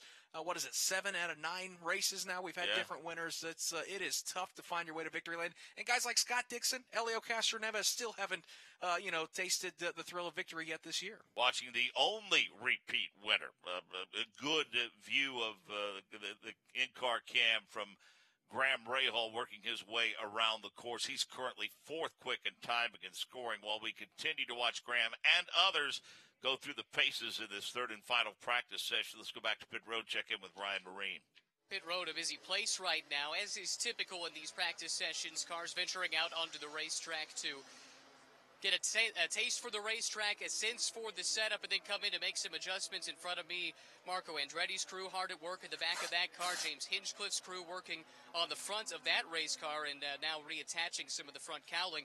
But further up pit lane and at pit in is an interested spectator and a member of racing royalty, A.J. Foyt, here on site, of note because he was over in France last week for the 24 Hours of Le Mans, celebrating his 50th anniversary of his win at that historic race, co-driving with Dan Gurney. And a rare trip overseas for Supertex, took in the race over in France, and really an impressive performance going back historically for A.J., and a chance for him to revel in a bit of history back to the booth. Don't want to do anything to slight Will Power. Of course, he was the winner of the Grand Prix of Indianapolis and then won at Texas Motor Speedway. So we've had a couple of repeat winners, but the point is still a fair amount of parity here, and that explains how tight this championship battle is. Back to pit road and Dave first. Yeah, Ryan brought up a good point. Usually in these practice sessions, you don't see too many wholesale changes towards the rear of these machines, but that's exactly what's going on. In my end of pit road, we see the 83 of Charlie Kimball. Those guys made some spring adjustments towards the rear of those machines, and as did the 98 of Alexander Rossi, Tony Kanaan, Esteban Gutierrez. Busy time up here on pit road, but again, with that time ticking. By the way, still no sign of the Max Chilton machine yet. And interesting to note, if we can follow up on that conversation that Dave had with Max Chilton, he expressed some concern about missing this session. Now, it's funny, he said he only needed about 6 minutes to get done really what he needs to get done, which is good. But I thought those comments were very interesting. You know that there's a checklist, as we've talked about before, a process they want to go through over the course of this weekend. But it makes sense, quite frankly, that they would look at this session as the most important session, considering you're getting ready to go qualifying and how important that is in a place like Road America. I think the 21st century millennial term for that, Mark, is FOMO, F-O-M-O, fear of missing out. And that's what Max Chilton's experienced, because you hate to be sitting there on pit lane watching your 20 other competitors out there turning laps. The good news, though, Mark, he's got Tony Kanaan, he's got Scott Dixon, he's got Charlie Kimball. We're all veterans of this sport. They can use some of that data to try to help Max Chilton, but certainly I'm sure Max does not enjoy watching the rest of these drivers turn laps here. Yeah, Takuma Sato didn't have a very good day yesterday. The Indianapolis 500 winner, 17th quick. After the combined results were posted, but he's finding a bit of pace today, Nick. He's got that 26 car up into the top 10 today. It's been a pretty amazing since that win at the Indianapolis 500, just how strong Takuma Sato has been as the results have just started coming in bunches, as he has really had some strong runs. Of course, was near the front, has scored a pole position at Detroit, looked like he was going to get a podium finish at Texas before an untimely mistake costed him and Scott Dixon and others, where he ended up 10th. But Takuma Sato, here we are, Mark. He's sitting still in the top 5 in points, just 14 markers back of Scott Dixon. So if he can find consistency, and that's been the issue for that entire Andretti Autosport camp this year, is the consistency. We know the pace is there. If Taku can consistently string a few more races together, Mark, I think it's very likely he goes to Sonoma and has at least a chance to win a title. And I know we haven't had a chance to talk to him yet. Hopefully we will before the weekend is out. But was able to spend some time with the off weekend in Tokyo. And but to no one's surprise, was warmly received for sure. Yeah, it's always pretty cool. We got to see some of the video features that the great folks at IMS Productions and IndyCar put together about his trip overseas, and not just overseas, but the victory tour of being the Indianapolis 500 champion.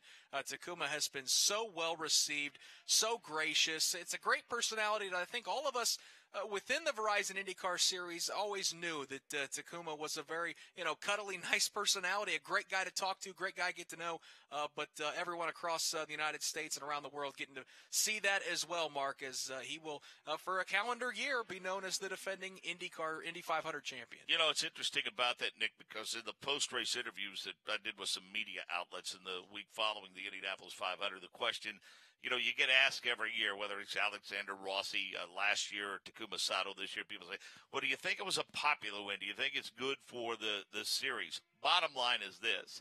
I think it's a good story anytime anybody wins the Indianapolis 500, because it is a life-changing experience. It's the greatest race in the world.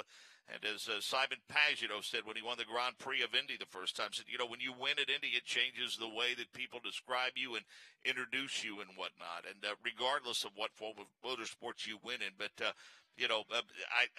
Tony Kanaan even said there's nothing quite like seeing somebody win it for the first time. TK knows exactly how that feels. And so was it good for the Verizon IndyCar Series and the Indianapolis Motor Speedway? Absolutely, because it's the Indy 500. We're getting to watch, for those joining us online, Mark, probably the two biggest stories from the Indy 500 right there. One, of course, was Takuma Sato. The second one being Scott Dixon, who experienced that horrifying accident. And what a cool story this past week, and it's got a little IndyCar radio tie with our partner Jake Query. There was a video feature that IndyCar.com posted of Scott Dixon received a letter from a second grader from Indianapolis who started crying. She got so scared when she saw that accident, decided, I'm going to write a letter, mail it to IndyCar with help from her parents. And sure enough, earlier this week, Scott Dixon showed up, paid that girl a visit, brought her some gifts, and I think it made her day. So two pretty cool stories right there, Sato and Dixon. Yeah, and those are the great stories that you can find, and that's a little outside of the box. It's the more human element that's involved in this, and I think any time that we can connect the drivers to the fans, I think it's a win-win for sure. And I know there are many forms of motorsports out there that tout themselves as fan-friendly. But this series, quite frankly, more than any other, I think puts its proverbial money where its mouth is in that regard. It's some of the cool fan interaction as we see one of the guys who is always very friendly with the fans. Joseph Newgarden has that's in turn 14, Mark. That's where we saw Ryan Hunter-Reay have problems yesterday. Alexander Rossi had problems yesterday. That right-hander, the transition back uphill through turn 14, it has caught drivers out all weekend. And the guy fastest in practice yesterday has found his way into the gravel. I think there's a bump before you get to it. And I think that upsets the balance of the race cars. We see a replay of James Hinchcliffe losing a little rear grip on his number 5 machine. And Interesting if we can hear from Joseph Newgarden at some point today, or maybe even Rossi or others that have encountered trouble over there, Ryan Hunter-Ray, to ask them maybe if there is indeed a bump there that causes them to lose that rear grip. So we have a red flag condition. We're about halfway through this final 45-minute practice session before we go qualifying later today. Simon Pagenaud, Scott Dixon, Joseph Newgarden, Graham Rahal, Ryan Hunter-Ray, your top 5. Power, Jones, Rossi, Castro, Evans, and Hildebrand, the top 10. Sato, Kimball, Munoz, Andretti, and Daly, the top 15. Gutierrez, Piggott, Hinch, Kanaan, Aloshin, and Chilton. That's where they stand in terms of timing and scoring here at Road America. During the 1969 Indy 500, Mario Andretti's crew couldn't get his tire to come off, so he had no choice but to keep driving on it. That tire held up the whole race and took Mario to the winner's circle. Right, Mario? That's right. If it wasn't for the dependability of Firestone tires, I wouldn't be an Indy 500 champion. Here's to making more champions with the official tire of the Verizon IndyCar Series. Whatever you drive, drive a Firestone. IndyCarRadio.com, your source for info on the radio network and the Verizon IndyCar Series. This is Jake Query. You want to get to know your favorite IndyCar driver? Now it's easy. Just go to IndyCarRadio.com. I'll ask them 6 fast questions to help you find out what they're like when they're not in the race car. Search for it under the fans tab at IndyCarRadio.com. Plus, listen live to every practice, qualifying session, and race for Indy Lights and IndyCar. IndyCarRadio.com. Log on and get up to speed.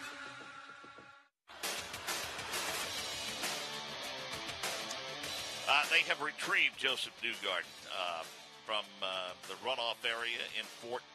Quick work by the Hamatro safety team. They'll get him restarted, get him back underway. He'll head to pit road for a look-see. Meanwhile, let's head to pit road where Dave First is standing by. An opportunity to catch up here with Sam Schmidt, of course, with Schmidt-Peterson Motorsports. A crazy 48 hours for you, just trying to find a driver for the 7 car. But Mikhail shows up this morning. How was he? Awake. I think he got plenty of rest in Paris while we were waiting for the visa to be cleaned up, but all good. Good spirits. Shame we lost the track time yesterday like we did, but it's okay. We worked through some stuff with Robert, and I think another half a session we'll hopefully be ready for qualifying. It seemed to be a very popular decision to put Robert in the car. I didn't realize how many Robert Wickens fans there were up and down pit road, but everyone was happy to see him inside a car, at least for a day. What did you think of his day yesterday here? Well, it's kind of the perfect storm. I mean, we had a seat from the DTM thing we did earlier in the year, and he was close, and we had, he was one of the guys we had in the car not too long ago. So he and James were actually teammates back in Atlantics 10 years ago. He hadn't been here for 10 years, but it was a plug-and-play deal. And, a very professional guy, working for AMG Mercedes for so many years. So it was good. So many times when you get a driver of his quality out of sight, sometimes it's also out of mind. Do you think spending a day here in the IndyCar Series may have awoken some people up to, hey, you know what, maybe we should give this guy a chance? Yeah, I mean, maybe. I mean, he's one of those classic examples of really fast, super talent. No money and wrong place, wrong time. Because as he should have been in IndyCar, was exactly the time the merger came back together, 2008, and there was a lot of guys out of jobs because there was just not enough seats available. So he deserves to be here, and I know he'd like to be here. We'll see. All right, we'll let you get back to work as we've once again gone green here at Road America. Have a great weekend. Good luck this time. Thank you. Yep. That's Sam Schmidt down here. Mikhail Aloshin, got to wonder probably what time zone he's in, but he's awake and alert and ready to tackle this road course here at Road America. We're back to green flag conditions now, and we ask Jake Query to join us here for a few moments before he heads out to the course to call the lights race in IndyCar qualifying. And Jake, before you got here, we touched upon the story you were heavily involved with, along with the folks at IndyCar.com. Let's retrace the steps and revisit the meeting that Scott Dixon had that I think is getting a lot of play on social media and IndyCar.com. It was great, and I think Scott Dixon and IndyCar get a lot of credit for that, Mark. I happen to be I actually film along with Derek Schultz, who I do an afternoon show with in Indianapolis Radio. We do a weekly segment on the Verizon app for the Firestone Fantasy Challenge, or the Fantasy Challenge driven by Firestone, where we give people just advice on who to pick each week for the fantasy lineup. And so in that role, I was in the IndyCar offices. They had a stack of mail there, and it was already opened. And I just said, hey, can I go through your mail? Because that's what people do typically when you walk into someone's house, is asked to go through their mail. And they said, sure. So I was going through it, and that's where I saw the letter from a young girl named Lucy Heslin, who I later found out from her folks. It was a fascinating story, Mark. When she was a very little girl, she would wake up early in the morning and was just restless. So they started watching Formula One races because it would be on around the time that she was up. And it's really funny because she said, there just wasn't a lot of action. This was a 9-year-old girl saying this to me. And so they said, well, there's an American racing series that you should watch. And this was 5 or 6 years ago when she would have been 3 or 4 years old. So she started watching IndyCar. And she and her mom went shopping at Target. And that's how she picked Scott Dixon as her favorite driver some 5 or 6 years ago. And she was concerned after his accident at Indianapolis. She sent a letter to IndyCar thanking IndyCar for keeping him safe, I guess technically to the Hamatro safety crew. And I just happened to see the letter there and thought it was neat, so I sent a tweet out of it, and then kind of the rest is history. And IndyCar put it together for us to go over to her house and surprise her, and Scott Dixon was there. And Scott Dixon was great with her. You can tell that he's a guy that has 2 young girls himself. And it was really a neat meeting. They actually ended up, what you didn't see on camera, they probably sat in the driveway and talked for 20 or 25 minutes about Harry Potter, notably, because Scott Dixon's daughters both have read the Harry Potter books, and Lucy is starting to read Harry Potter, I guess. And so they just talked about that, about a lot of the things that his daughters have in common with Lucy. And wouldn't surprise me at all if maybe a couple of play dates came out of that. It was a pretty neat deal. One other thing I want to talk about in terms of IndyCar.com, while we that know you and love you and work with you on a regular basis still question how good of a move it is to essentially give you a free forum to express whatever pops into that head of yours. It's become relatively popular for sure, talking about Tuesdays with Jake. What's the inspiration? Let me say this. When I read it, I can hear it. You know what I mean? I know you well enough that I can hear it, and it's got to be something you're having a lot of fun with. It is fun. I think the key word here is relatively, right? People relatively like it. But Kurt Cavan actually and the folks over at IndyCar just said, when we do these trips, a lot of times you go and sightsee a little bit, or you do fun things that are a little off the beaten path, and people seem to like to hear about the different odd trips that we do or historical places I visit. And so therefore they asked me to just start doing a column every other Tuesday that goes on IndyCar.com. Anything from observations in the world of sports to observations about the racing itself, or just about the markets where we go, whether it be restaurants, historical sites, traveling tips. I never really have a game plan on it. I typically forget until at about 1 o'clock in the morning Monday night that it's Tuesday the next day.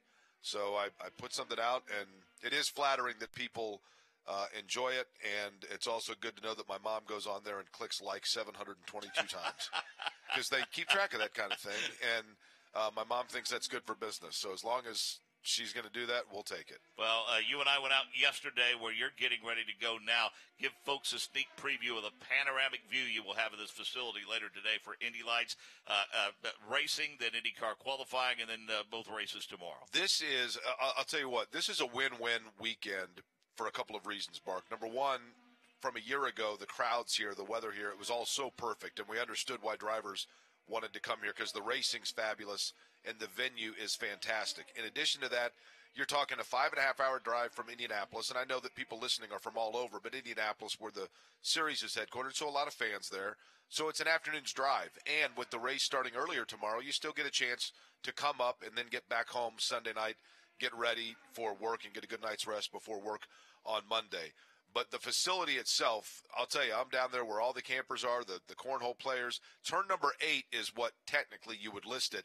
But I get to see all the way that sweeping right-hander, the carousel that's 8, 9, and 10, the long straight that leads up to it. It seemingly feels like I can see half the track. But when you're talking about a 4-mile venue, that's not the case. But it sure feels that way. And you can just see the rolling green hills in the background. The sky here is just perfect. It really is. I tell people that the entire area around here looks like the back of a Bed Bath & Beyond bottle. That little farming scene they have with the rolling hills, it's gorgeous up here. So it's going to be cool to be able to see that entire track and a place where you're going to have control of your car because there's a lot of energy and inertia pushing you through that long, winding sweeping right-hander. One request as you head out: if you make a stop with your friends out there, cornhole underhanded you. No, I underhanded. Yeah. Well, the way I shoot the rock, I can understand why you'd have that concern. I understand. Because, there's no competition if I'm just shooting at three-point style. Safe travels to turn number 8, Jake. We'll talk to you soon. I've got to figure out how to get there. Just keep driving that way. We'll hear from you. I know this. You know you're in Wisconsin when part of the directions are across the Johnsonville Bridge. That's right. No question. Thank you, Jake Query. All right, guys. Power, Pagano, Dixon, Castro Neves, and Hinchcliffe, the top 5. Newgarden, Ray Hall, Hunter Ray, Andretti, and Kimball works his way into the top 10. Canan, Jones, Rossi, Pickett, Hildebrand, the top 15. Sato, Gutierrez, Munoz, Daly, Aloshin, Max Chilton has yet to turn a lap of those brake issues. Back to pit road to Ryan Marine. Standing by in the Joseph Newgarden pit stall and watching as the team goes to work, working pretty much all over that race car, specifically at the left rear of the orange number 2 DeVilbiss machine for Team Penske. Now, appears that a lot of the work is around the brakes and the brake ducting. I'm not sure if that is cause or effect, considering the runoff in turn 14 just a little while ago, but since the car has been brought back to pit lane, he has not been able to emerge back out onto the racetrack. Still a great deal of work going on all over the number 2 machine. So it remains to be seen whether or not Joseph Newgarden will be back out on the racetrack here in this practice session. Up pit road now to Dave First. And a quick update on Max Chilton. He is geared up and ready to go. The balaclava's on, the helmet's on, his racing gloves are on, but still no car. And here we are, about 12 minutes remaining in this practice session after that rear brake change that the guys did on that Gallagher Honda. Still no car, but Max is ready to go whenever it does show up. We'll spend a few minutes with a special guest visiting us in the booth for the final few minutes of this session. About 13, in fact, remaining. Will power is P1 here at Road America.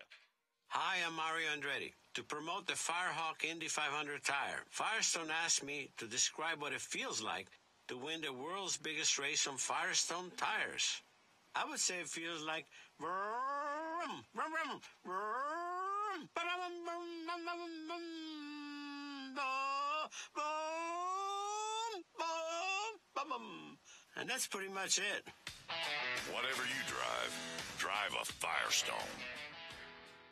IndyCarRadio.com, your source for info on the radio network and the Verizon IndyCar Series. Weekend schedules, podcasts. Hey, race fans, this is Nick Yeoman. Check out IndyCarRadio.com for my IndyCar Radio Weekend Rewind. We'll take an in-depth look at the previous race weekend with driver interviews and race highlights. Search for it under the Fans tab. Plus, listen live to every practice, qualifying session, and race for Indy Lights and IndyCar. IndyCarRadio.com. Log on and get up to speed. From the Firestone broadcast booth at Road America, this is the Verizon IndyCar Series. Under 12 minutes remaining in this final practice session before we go qualifying later today here at Road America. Vice President of Communications for the Verizon IndyCar Series, Kurt Cavett, is our guest in the booth. Have you gotten used to that title now, and now that you've been on the job for a few months? Absolutely not. It's I feel like just one of the guys, one of the teammates, and it's a difficult transition from what you're describing because I've been in this sport really for 30 years, and so you just don't change your title or your habits overnight. Well, Max Chilton is climbing into the cockpit of that race car. Looks like he's going to be able to get his session underway. And like we said, you heard him say, in fact, he only needs about 6 minutes or so. Anything surprise you? I think we asked you that question maybe earlier this year when we had you on. Or did you have any expectation level at all when you assumed that position? Are there things that surprise me? Yeah, the amount of planning that goes into making a decision, the amount of people who are involved, the ramifications if you change even a weekend in somebody's schedule. Tracks such as Road America they've got such a tight window, for example, in when they can host IndyCar. You expect that you can just make a decision in a vacuum and say we'd like to come this particular weekend in a calendar, and yet there are many reasons why that can or cannot work. So there's a lot of variables that go into this, and it's a lot of good people making decisions. We talked over the years about the Homatro safety team, and when they arrive at a racetrack, every track has their own safety crew, and they work in unison with them. I would say the same is true of your department. Every track has a PR, media, marketing department, and I think it's very, very important for you folks to work in unison. Well, absolutely, because they know their local market. They know what works here, and what works at Road America is different than what works at Long Beach. They've got and the same for Indianapolis.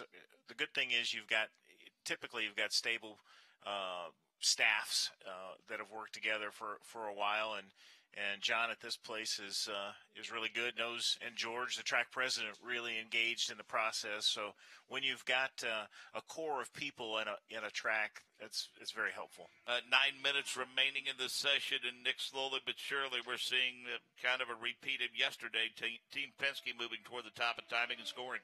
Yeah, Will Power has turned the fastest lap so far in this session, a minute 42.304. That was on his 10th lap, and then brought that Verizon Chevrolet back to pit lane. His Penske teammates showing some strength as well. Simon Pagenaud has moved into second. Elio Castroneves is fourth fastest, and that fourth Team Penske car, Joseph Newgarden, who had the off in turn 14, still pretty strong. Sixth fastest so far in this practice session. The Honda outlier, Scott Dixon's having a good day so far as he's third quick at a minute 42.93. James Hinchcliffe is in the top five. And, Mark, we just got word that Dixon's teammate Max Chilton is down and away, going to turn his first laps of practice here on Saturday. Kurt Cavan taking some time out of the busy weekend here to join us in the booth. And, Kurt, we talked a little bit to Jake Query about Tuesdays with Jake, his feature. But we've contributed things from time to time, some of the other members of our staff. And, you log on to IndyCar.com. You can see kind of what we're seeing on the monitor now. You can take a lap around a racetrack courtesy of an in-car camera, a driver cam, if you will. And it just seems to me like continuing to move forward with entertaining and informative content, and the media platform for the Verizon IndyCar Series continues to expand. You've got a great staff in place right now doing just that. Well, I think the thing that's really changing the game for us is the live streaming. Just being able to watch what's happening as you guys describe it, largely in these practices and qualifying sessions that aren't live on NBCSN or ABC.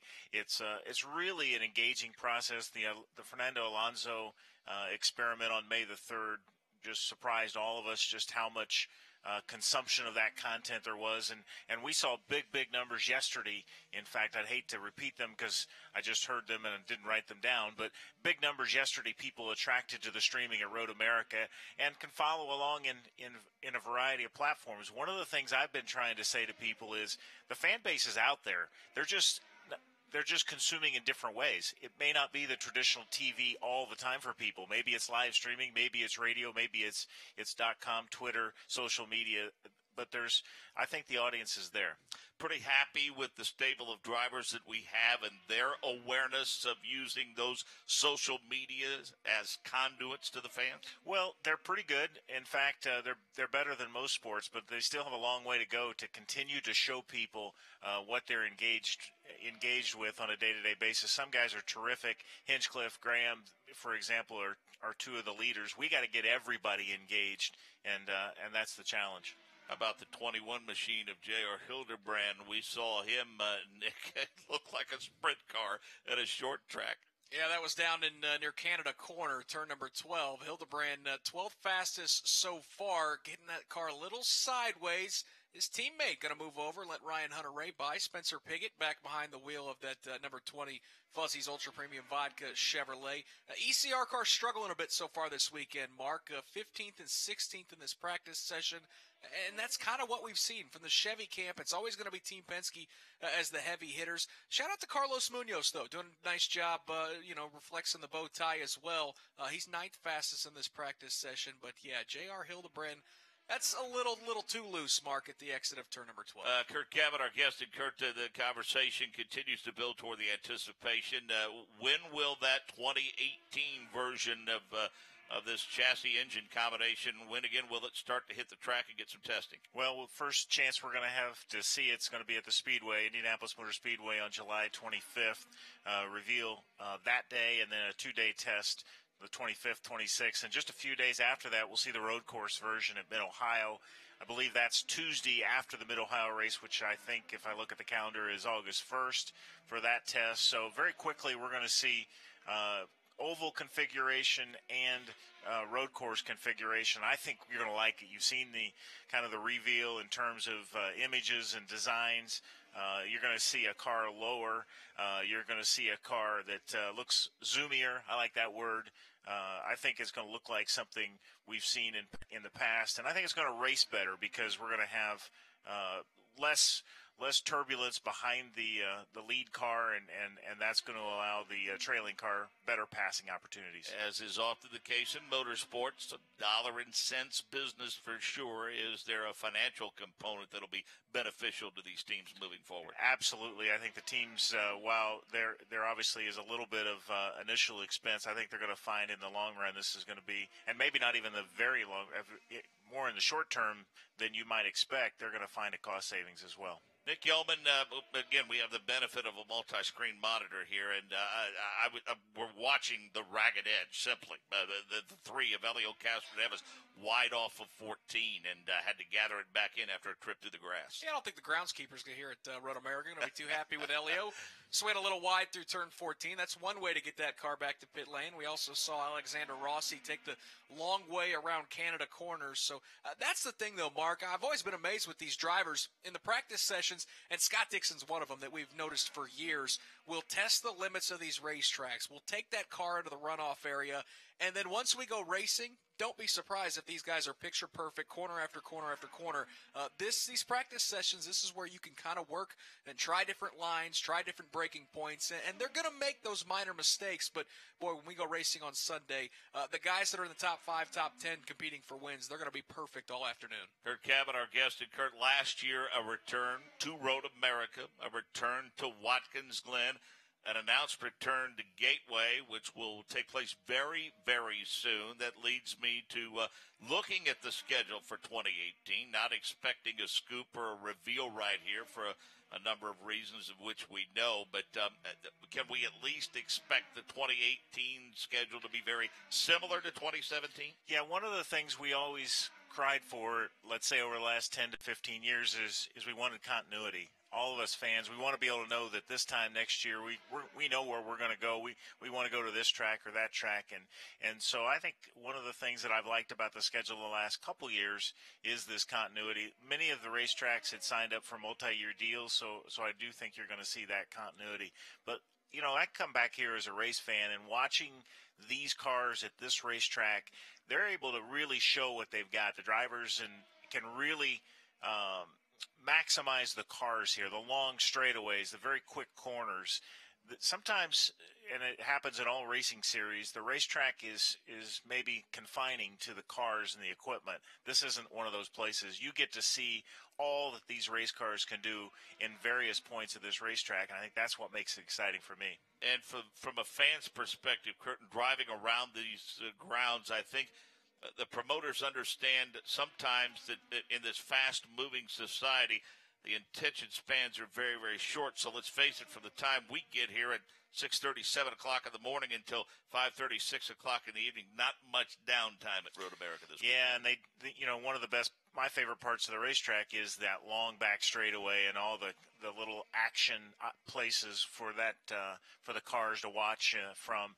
And they've built a path, a walkway back there that you can stand back there and really see the cars flex the muscles. And so it's this is a really good place, and a lot of flat camping ground spaces. So you've got good places to have have your family outing, and it's just it really has all the components. And you know what? The facilities are they're just up to date. They look good. They look like a postcard that you would have picked out on a shelf. Well, we want to thank you and your staff. The relationship that we have continues to grow and prosper and expand, and we can help one another mightily for sure, and we continue to do just that. We know your schedule's very busy over the course of the weekend. We appreciate you stopping by, spending some time with us. Well, we're all in this together. We've been friends a long time, so whatever we can do for each other is good for all of us. Kurt Cabot joins us, Vice President of Communications for the Verizon IndyCar Series. We appreciate again having him into the booth. Nick, we're under a minute to go in this session now, and but looky there, the only one that's not cracked the top four is Joseph Newgarden. Of course, he had that off, but the top three: Penske, Power, Pagenaud, Power, and then Castro Neves. Yeah, and it looked like it was going to be Will Power who ended this practice session at P1. Moments ago, Simon Pagenaud took the top spot at a minute 42.2. And then seconds later, or a lap later, he throws down an even faster lap mark at a minute 42.043. That's 26/100ths of a second faster than Will Power. But as you mentioned, it has been the Team Penske show this weekend. That doesn't mean they're going to flat out dominate on Sunday, because when strategy comes into play, we've seen a lot of different teams creep up and win races. But no doubt about, in terms of the favorite for qualifying later this afternoon, it's going to be tough to stop Pagenaud, Power, Castro Neves, and Newgarden from grabbing a Verizon P1 award. Big question. Marco, we see it many, many times. I Good know. practice runs. Can he finally back it up and qualify? I know exactly where you're going with that. He has had a lot of pace, Mark, throughout the practice sessions. Hopefully for all the Marco Andretti fans, that does carry over this afternoon. And Spencer Pigot with a nice run in that number 20 machine. And then Ray Hall, Hinch, Hunter Ray, and Newgarden in the top 10. Coming up next at 1 Eastern, top of the hour, noon Central, Indy Lights race number 1 with Nick, Davey Hamilton in the booth, Michael Young, Dave First, Jake Query. Out on the course, Rob Howden and Ryan Marine on pit road. We'll all be back at 2:55 Central, 3:55 Eastern, as we go qualifying in preparation for the Kohler Grand Prix. I'm Mark Janes. So long for now from Road America. The Verizon IndyCar Series on IndyCar Radio. It looks as though Jim Rathman from Miami, Florida, if he can hold out for the rest of this lap. Let's pick him up, boys, in the back stretch. Bernie Herman, you should be seeing him about now. We're waiting for the quite unassuming Jim Rathman.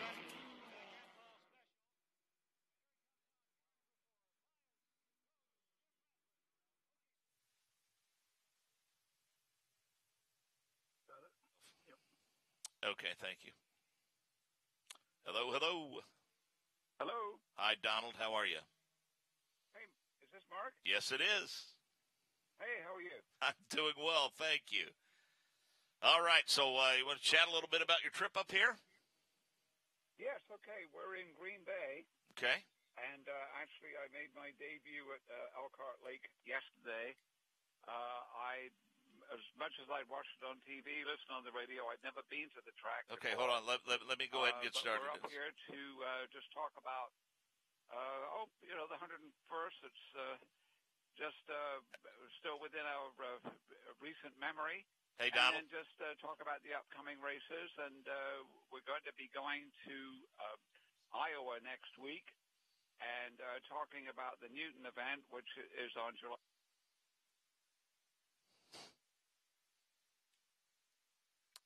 Okay. Event there on Sunday. Hey, Donald. Yes. We hadn't technically started the interview yet. I'm sorry, so we need to start over if you don't mind. Okay. Is that all right? So yeah, Chris is recording now. So this version will be better. My part will be better anyway, Donald. Yours was fine. So all right. Okay. All right. Happy to have the historian of the Indianapolis Motor Speedway, Donald Davidson, with us. And Donald, you, like us, actually spending some time in the great state of Wisconsin this weekend. Well, indeed, Mark, and thank you.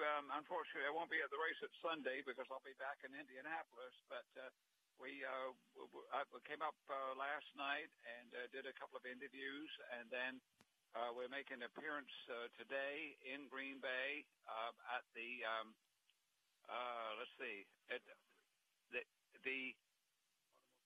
the Automobile Gallery, and so we'll be doing an event there, and just talking about the 101st running just gone, and then about the race on Sunday at Elkhart Lake, and then we'll be taking questions and answers from the audience, and as usual, hopefully there's plenty of nostalgic questions, and as I always tell them, the further back you want to go, the happier I am. Well, yeah, and you talk about going further back. I mean, this place, Road America here at Elkhart Lake, Donald, Some of the great names over the years have won here, the Andrettis and others, of course. Emerson Fittipaldi comes to mind. Not far from here, the Milwaukee Mile, that, of course, a legendary facility. So there's no question Wisconsin has a steep and rich history in terms of open-wheel racing.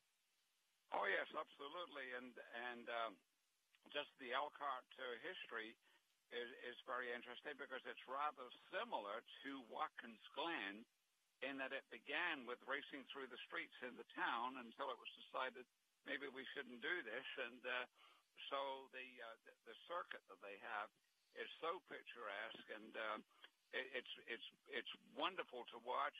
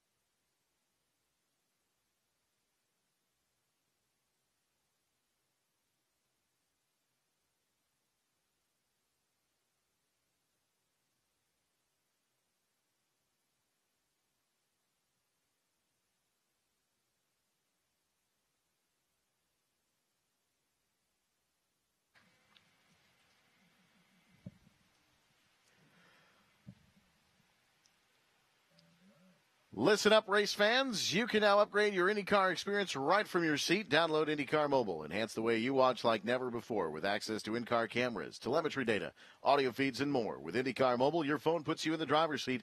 Brought to you by Verizon.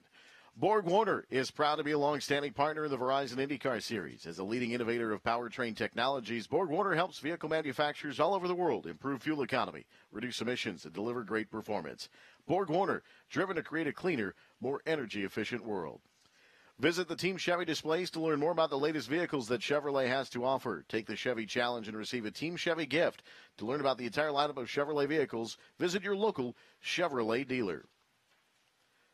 Featherlight is a proud sponsor of IndyCar. Featherlight's all-aluminum trailers give you more value for the long haul with new innovations designed into every trailer.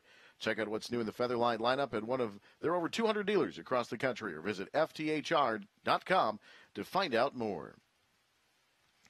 Handcrafted, it's all the rage. From flour-pressed soap to homemade hot sauce to artisanal pickles, whatever those are.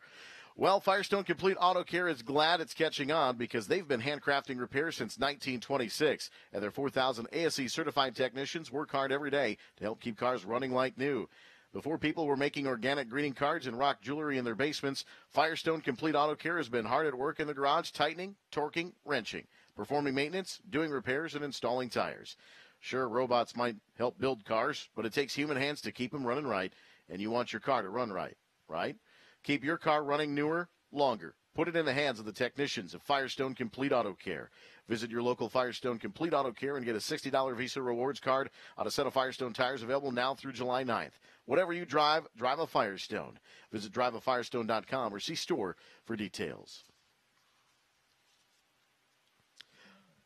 The Haumatra Safety Team is the longest-running and most celebrated quick-response safety team in all of motorsports. The team is made up of dedicated rescue personnel utilizing Haumatra rescue tools.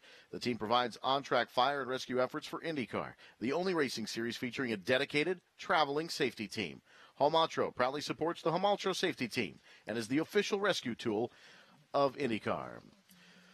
For our Indy Lights, the Mazda Indy Lights Grand Prix Road America presented by Allied Building Products. Here is Tony Laporta.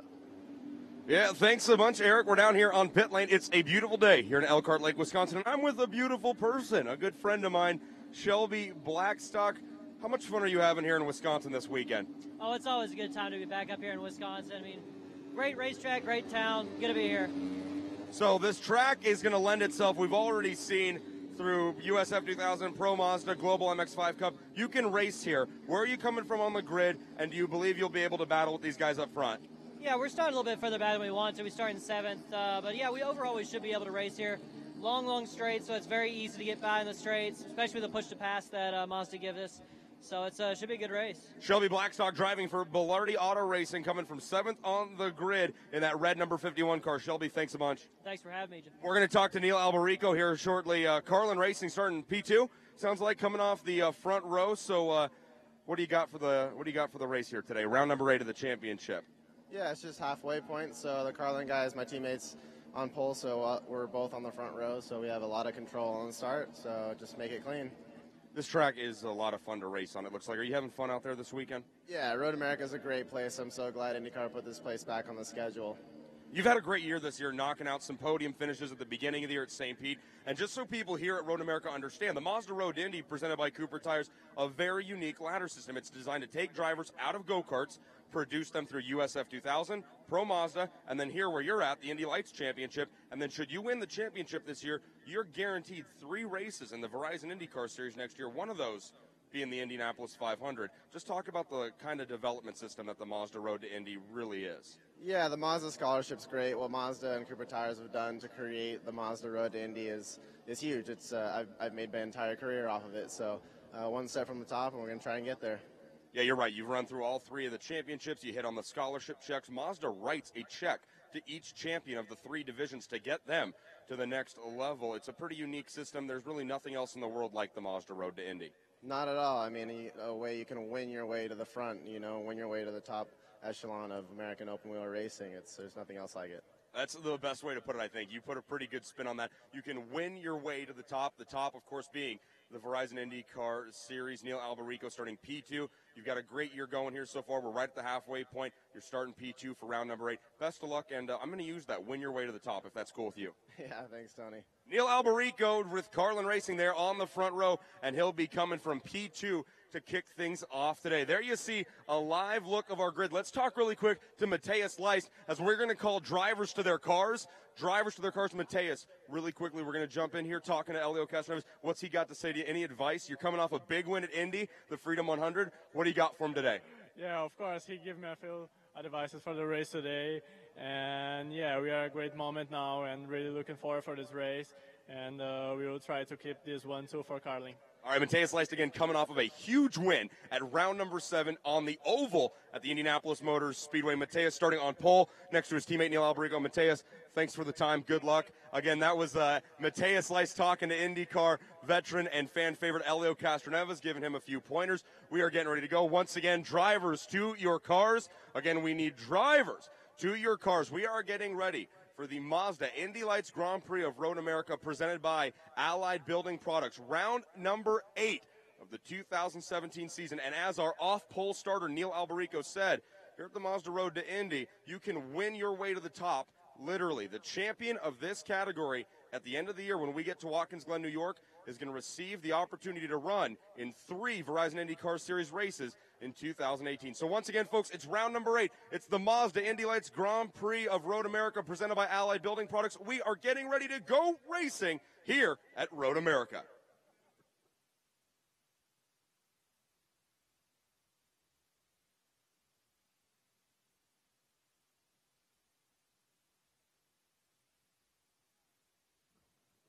I heard you. You don't hear you? No, I can't hear you. You are live. So, ladies and gentlemen, we are set to go here with the drivers in the Indy Lights presented by Cooper Tires. Their first of 2 races here this weekend, the opening round of this doubleheader. And, of course, a very important event for these drivers as we are midway through the 2017 season. And as Tony Laporta did let you know, the champion of this category will find themselves in the Verizon IndyCar Series for at least 3 races, including the Indianapolis 500 in 2018. We have had numerous winners as part of the on the Advance Auto Parts IndyCar Radio Network. Live from Elkhart Lake, Wisconsin, it is time to go racing in the Indy Lights Series presented by Cooper Tires. My name is Nick Yeoman, happy to guide you through race number 1 of a doubleheader weekend. You're going to hear a cast of characters, lots of talented broadcasters, all scattered across this massive 14-turn, 4-mile course here in Wisconsin as we are set to go racing. 20 laps or 40 minutes for the Indy Lights Series presented by Cooper Tires. We'll start from hearing from the pole sitter, Matthias Laced. He picked up the win in the Freedom 100 about a month ago, waited around, got back in the car, and sure enough, he's the pole sitter for race number 1 here at Road America. Matthias, it's all about momentum right now. You scored the fast lap of the race in race 1 in the GP, podium in the race 2, you win the Freedom 100. Momentum's all there, confidence is there. Give me a little overview on your day and how things have gone for you. Yeah, definitely. I think this is our moment now. The team are working very hard, and I'm getting used to the car, to the team, to the track, and everything is coming together, So I'm very happy. We had a very great month in Indy, and now we tested very well here as well. Now we are on pole for the first race, so yeah, pretty excited. The series has thrown some different things at you, of course, this year on oval for the first time. You run the street course at St. Petersburg. This racetrack kind of more sets up for a track that you would know, Road America, kind of more of a European circuit. Discuss that a little bit. Yeah, definitely. This is like Spa, so this is an amazing track, and this is what I'm used to doing, because the ovals, like I said already, in Indy was my first time ever, and this is the thing that I'm doing for like 11 years, so this is what I know how to do. Those 14 drivers, along with Matthias Laced, are strapped into those Mazdas here for the Indy Lights Series presented by Cooper Tires. Davey Hamilton joins me in the booth. Davey, we've seen all these drivers on track twice already, 3 times if you count practice, 2 times for qualifying sessions. Finally, though, there's points and money on the line. It's time to go racing here. You excited? This is the part that counts, and absolutely. Yeah. I'm excited to see how these guys, how close they can run together, the speeds that they're going to be running, and passing zones are going to be just very interesting here. So I think there's a lot of it, but I think it comes from the draft, so we're soon to find out. Again, it is a massive 4-mile, 14-turn road course here at Elkhart Lake, Wisconsin. And we asked the rookie driver, Ryan Norman, who's having a pretty good weekend, is going to start 3rd today, to guide us around a lap here at Road America. So coming down the front straightaway in 6th gear, going super fast, going into turn 1, it's a quick jab of the brake and down 2 gears, and then slowly squeezing on the throttle, and then going down the hill into turn 3, another quick jab of the brakes, down 2 more gears. And that one's really important to get a good exit out because you're going down that long straightaway. So there's a lot of time to be gained there. And then the big brake zone into turn 5, hard on the brakes, down 4 gears, quickly getting it turned, going up the hill, underneath the bridge, and then 1 downshift there and blind corner, and then slowly squeezing on the throttle, and then you got that fast right-hander, slow lift, squeeze back on, and then going back down the hill, down into turn 8, and another quick jab, down 3 gears, and then my favorite turn, going through the carousel, turn in flat, keep it flat as long as you can, and then when you start to feel the car go away, slowly lift off a little bit, and then squeeze back on, and then going through the kink, another really fast corner, really fun corner. And then going down into turn 12, one of the most difficult corners actually.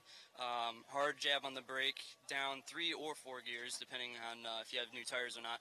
And then it's kind of hard playing the power there, so you got to squeeze on really slowly there. And then the blind left-hander going through 13, and then another quick jab down 1 gear, and then squeeze on for the front straightaway, which is really important to get a good exit there. Our thanks to Ryan Norman, the rookie driver for Andretti Autosport, for giving us an inside look at a lap around this 14-turn, 4-mile road course here at Road America. Here's a look at the starting lineup. It is the Carlin Racing teammates, Matthias Laced and Neil Alberico on the front row. Starting 3rd is that aforementioned rookie Ryan Norman. Kyle Kaiser, the points leader, starts to his outside. Nico Jamin and Dalton Kellett in row number 3. Shelby Blackstock and Juan Pedrohita. Those are pretty couple veteran drivers there in row number 4. Nico DePero and Santi Urrutia in row 5. The rookie Aaron Telitz, hometown kid, starts 11th. Garth Rickards starts to his outside in 12th. And in the final row, Colton Herta, who won the pole for the race yesterday, starts 13th in this race. Zachary Claymont-DeMello, who's been awful racy, starts 14th. Going to have a pair of pit reporters. We're going to hear from Rob Howden a little bit. But Ryan Marine is down on pit lane. And Ryan, I think I heard those engines fire. Who's a driver you're keeping an eye on today here at Road America? Tell you what, Nick, it's not every day you get a back row as intriguing as the one we have for this race today. Colton Herta starting second to last, and shotgun on the field, Zachary Claymont-DeMello, two cars that have suffered through some mechanical issues so far over the course of the weekend. Really limited Colton Herta's running yesterday. Claymont-DeMello had his problem in qualifying for this race and was only able to turn one lap. But these are two cars, guys, that should figure prominently in this race as well as race 2. They qualified for race 2 earlier today. Both of those cars were in the top 4. Colton Herta actually won the pole for that race, so expect to see those two cars using the ample passing opportunities around this 4-mile circuit here at Road America to make their way to the front.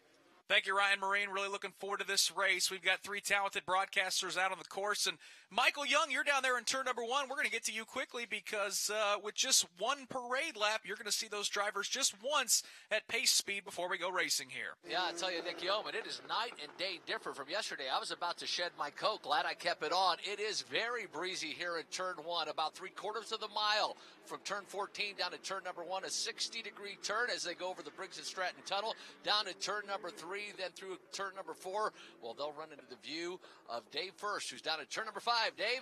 Michael, good afternoon. They call Road America America's National Park of Speed, and nothing illustrates that more than this tree-lined area of the infield portion. After ripping through the gears on the track's third longest stretch, this 0.2 of a mile stretch takes them under the Sargento Bridge, followed by an elevation change of about 55 feet coming up to an area known as Moraine Sweep.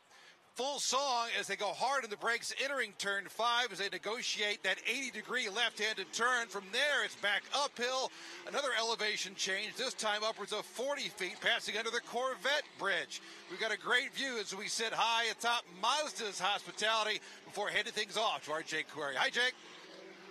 Dave, thank you so much. I'll tell you what, down here in the carousel area, it is actually at the bottom of an elevation change. Field starting to come into view behind the pace car right now. They move their way downhill. Then it's a left-hander that leads to that carousel. Technically, it is turn number 8. It is a long, sweeping right-hander, as a matter of fact. Very difficult to tell, even though technically speaking, it's like an 8, 9, 10 combo. It essentially is just one long circular sweep. The field works their way to the bottom of it right now. Looks a little bit like the keyhole that we see, for example, at the Mid-Ohio Sports Car Course.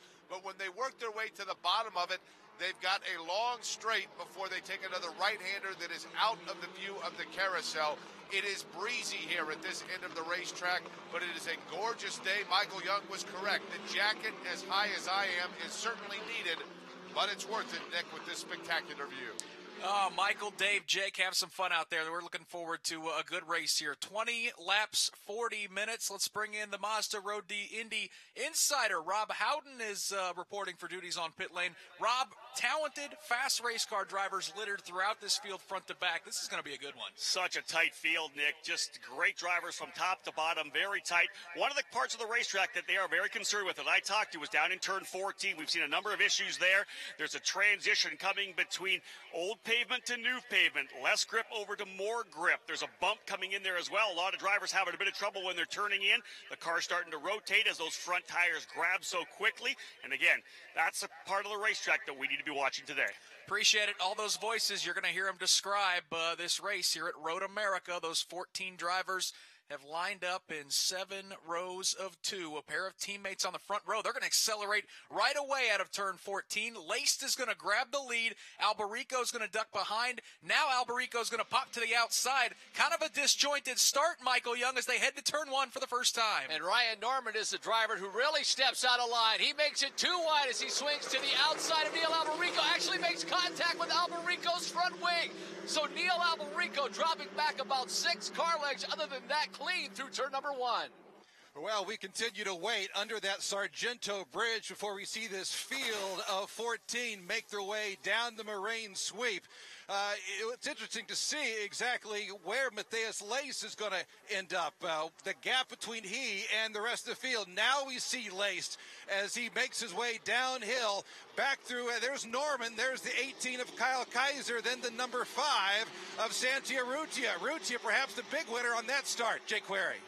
So it appears as though Laced the winner at the outset because the trouble was behind him. It was Alberico, of course, who is the loser in that start. Matthias Lace now works his way into the carousel. Norman is about 2 car lengths behind him, and then Kyle Kaiser. Everybody essentially single file as they work their way through. Just as I say that, 1 car on the move, that's Juan Pedrahita taking up a spot. He will lock himself into the 6th position. But Matthias Lace now leaving the carousel starts to extend over Ryan Norman. Davey Hamilton opening lap, and you can tell how much these drivers know that they have to get positions on the opening lap because they were running wheel to wheel, lots of contact throughout the field. Yeah, a little bit of a mistake, obviously, on that start for Alberico. He just tried to defend a little bit too much, shot in, but Norman did the right thing. They left that outside lane open. He took it, had momentum. That draft helped him. He pulled out, finds himself in that 2nd position. Unfortunately, Alberico finds himself in that 5th or 6th position, either farther back. Then we see some fighting with Pedrahita and Blackstock. They're getting after it pretty close as well. Great run for Ryan Norman after a disappointing run in the Indianapolis, the Freedom 100. He's got his hands full, though, Michael Young. Good battle for 2nd. Wind very gusty down here in turn number 1. A tree line will keep these drivers from feeling that wind until they get to turn number 1. Nice passes. Kyle Kaiser swings to the outside of Ryan Norman. Santi Urrutia in that 4th position. So a good run for Santi Urrutia. That young man starting in the back of the field for race number 2. But for Urrutia in this race number 1, a good start thus far as he moving himself up through the top of this top 5 thus far. So they're down through turn number 3. They now work through turn number 4 to the eyes of Dave First. Yeah, Santi Urrutia started 10th but is on the move. How about 3 wide now through turn 5? Urrutia takes 2nd position here at Road America. Santi Urrutia is on a charge here at Elkhart Lake. Jake Query. Santi Urrutia now will have to set his sights on the leader. That is Matthias Laced. As Laced gets ready to work his way here into the carousel, he has a comfortable advantage. As a matter of fact, it's about 8 car lengths. Laced keeps the car fairly low as he enters his way through turn number 8. Then it's Urrutia, Kaiser, and Norman. Laced, though, really starting to extend that elevation change, that long rolling sweep. It's as if he's going downhill. That breeze he's running into not affecting Matthias Laced at this point. Davey Hamilton, go ahead and shut the competition down for Pass of the Year. I don't know if you're going to top what we just saw from Santi Urrutia. You know, I know that Royal Purple does the slickest move of the race, and I think that he may get that. He went from 4th to 2nd in that one corner. Them guys were fighting on the outside, that saying that was Norman and Kaiser. And while Urrutia, he went by them both. Said, see you later. What a pass for Santi Urrutia to move into the 2nd position, as Dave First called it, taking 2 spots in one corner down there in turn number 5 as they went 3 wide. What that has allowed, though, for the leader, Michael Young, Matthias Lace, he stretched the gap out as we complete lap number 2. The gap back to Santi Urrutia is 1.8 seconds. And Matthias Lace is going to be good all day long. Santi Urrutia will have his hands full now of Kyle Kaiser. Only 2 car lengths separate them, and it's Ryan Norman, Nico Jamin, Dalton Kellett. They are your top 6. We saw in qualification Santi Urrutia changing the ride height of that car. Hopefully that's what's making him so quick thus far in the early portion of this race. Whatever they did, they made the right call. Let's go to pit lane and check in with Rob Howden. Just a couple of quick notes here, guys, listening on the radio from Carlin Racing. They've told Matthias Lace, just stay focused, do what you're doing. They have now enabled the push to pass as we're past the first couple of laps, but he is outside the push to pass window. So Matthias has done exactly what he needs to do, and that's get out away from everyone. Push to pass no longer in effect. He can just run away. Boy, we got cars darting left and right trying to make their way through turn 5 and back up the hill to turn 6. It looks like Juan Pedrahita got a little sideways. Jake, the leader, is checked out from about 6th or 7th on back. They are nose to tail fighting for spots. Pedrahita is running in the 8th position, and he sees cars fanning all over the place behind him. But again, nobody able to make the move because it essentially goes into a single groove when you enter turn number 8. Now, you can try to swing it to the outside but once you get into that carousel, that inertia just starts to push you up just a little bit. Everybody now single file this time through. David, we saw Nico Jamin in that 27 car try to jump to the outside of Ryan Norman. That's tough to do in turn 5. Yeah, you know what? It's kind of open there. I mean, he gives it a try. Tries to get that track position and get a solid run through there. Just not quite enough. We see Colton Herta on the outside right now trying to make a move. Just goes out too wide, doesn't get it done. Yeah, went to the outside of Nico DePero, the driver for Juncos Racing, trying to get to the outside of Canada Corner. That's another spot where, yeah, there's racetrack to the outside, but boy, it certainly funnels down into the corner at the exit of the corner. And for Herta, we know he's got a fast car, but certainly for him to pick his way through the field, that is a whole other task for the pole sitter for tomorrow's race. A lot of dirty air out there behind, in front of him. So how about that for the lead? Is that for the lead or second place? That's for second. Michael Young. Kyle Kaiser looking pretty strong here. Indeed, Kyle Kaiser got the move to the inside. He and Santiarrutia battled to about the 100-foot spot. Now Santiarrutia able to battle back. He goes back to the second spot. Dave first. Mateus Lace with the big lead. He maintains that, probably getting a good eye of what's going on behind him as Urrutia and Kaiser battle for second position. Right now it belongs to Urrutia. Kaiser falling well back. Norman picks up third place. Now it's Kaiser in fourth. It is very picturesque in this area where Laced is about to approach. Again, it's the carousel area. When he comes into it, he takes a left-hander and goes underneath the Speedville Bridge. If you were a pedestrian and were to walk over it, it would take you to the paddock area. But rather to the right, it is a large camping area. That large camping area, essentially the infield of this large half moon. Mateus Laced works it absolutely perfectly. He starts to extend his lead now over Urrutia as they leave the carousel. David, we just saw a replay of that pass by Kaiser and then the pass back by Santiarrutia. That's great racing for second. Great racing, and I'll tell you what, Kaiser was being kind to him. He got by him going down the front straightaway into turn 1, but left that outside lane open, didn't move out there to get a better angle of the corner. But what happened to him, it left Urrutia with a momentum coming off and got back by him, but great racing. Mateus Lace is the leader. How about an update on second place running Santiarrutia from Ryan Marine? Well, he's driving with some desperation, guys, because last year's runner-up in the series has really not had the start to this 2017 campaign that he would have hoped for. A 13th in the first race at St. Pete, follow that up with the second, and the second race at St. Pete, but only has been on the podium once since then. So without a doubt, he's a guy who's poised to try and have a good, solid finish to the season and replicate the success he had a year ago. Keep in mind, he did win one of these races here at Road America last year, so Santiarrutia, expect him to be in the mix both today and also in the second race of the weekend tomorrow. Fastest lap of the race just turned by the 11th place running Nico DePero.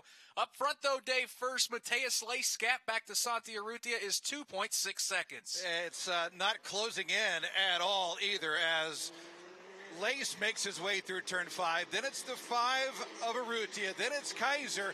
Further back, Juan Piedrahita. A good battle between DePero and the number 9 as well. Still, it's amazing. Colton Herta, who will start from pole tomorrow. He's having a hard time making his way through the field here this afternoon. Colton Herta started 13th. He's now in 10th.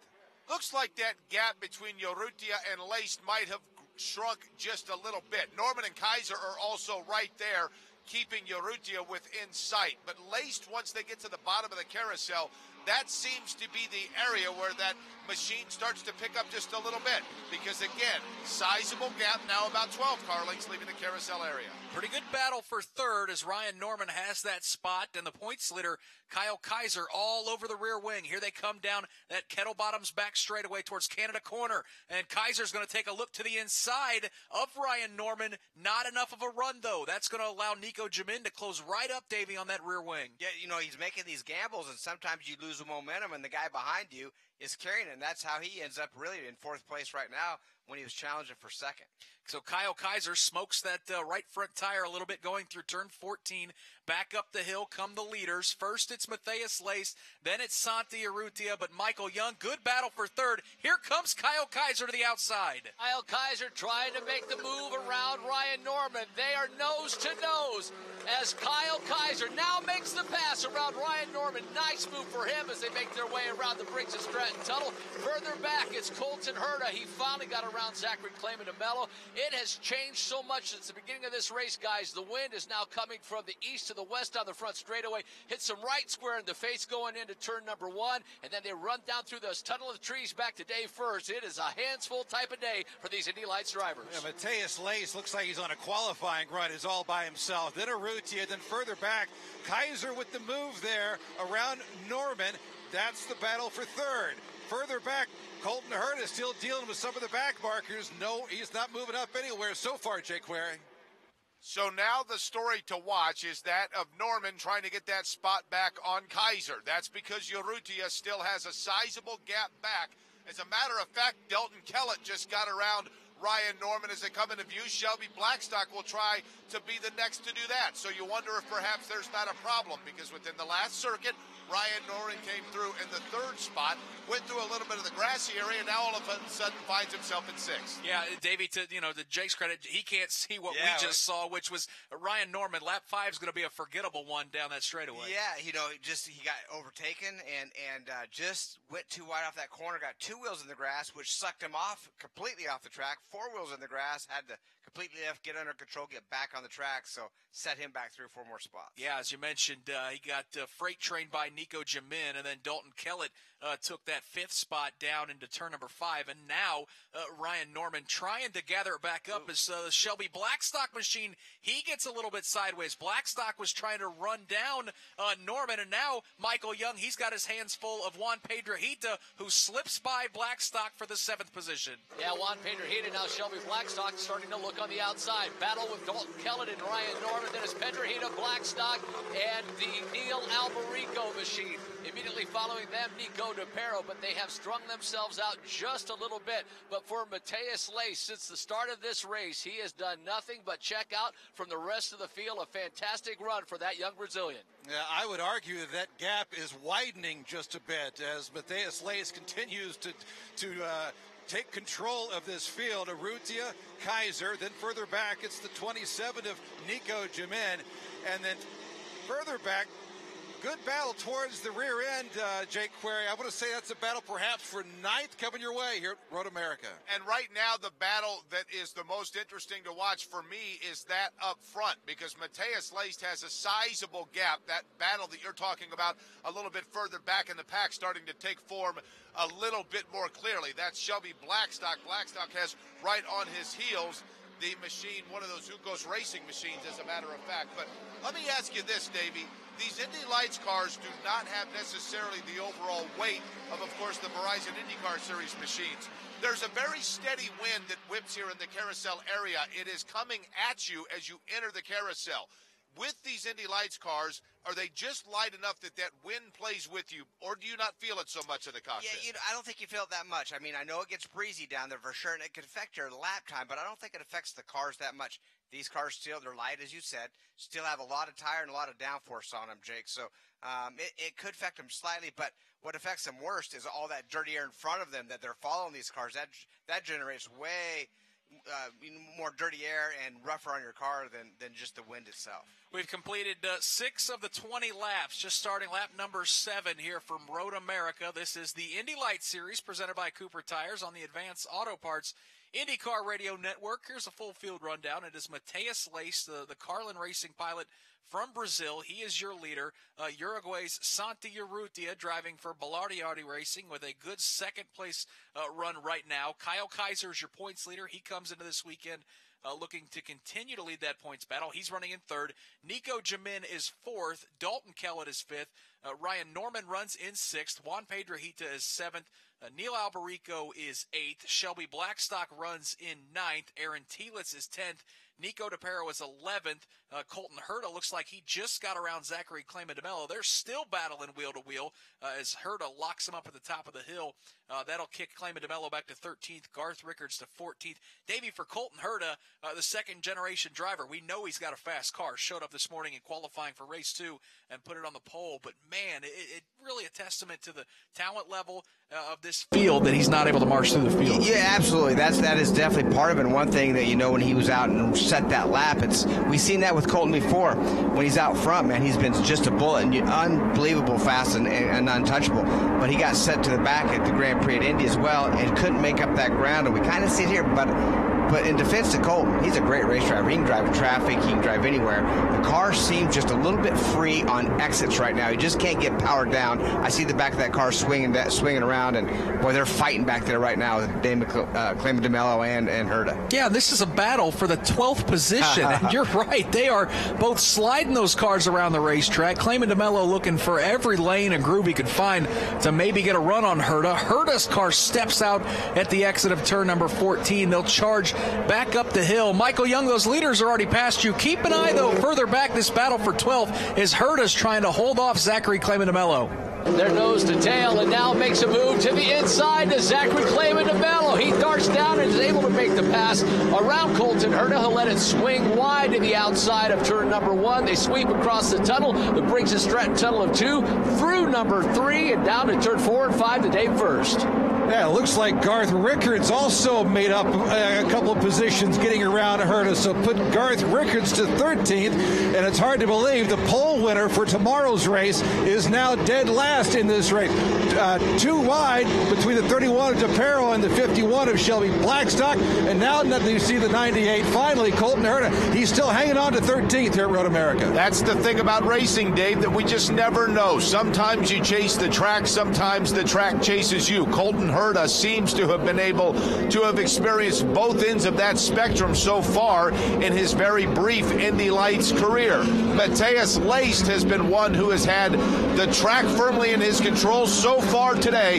He now has about an 18-car length lead out of the carousel. Davey, this is a lot of fun for those joining us online with the streaming video, watching the tail end of these race cars kick out at the exit of the corners. It looks like everybody's hanging on for dear life. You know, that's one thing. This course is so fast in these corners as well. Not heavy braking, high momentum corners, and that happens. The cars, to get the balance right, sometimes you lose a little grip coming off, and it's impressive to watch for sure. And you look at the field from second all the way back to 14th, it's very tight. I mean, they're not nose to tail, but there's only a couple car lengths in between them.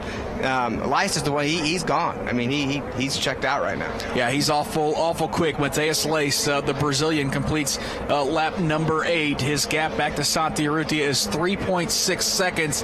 A pretty good battle shaping up, though, for second as Santi Urrutia's got that spot.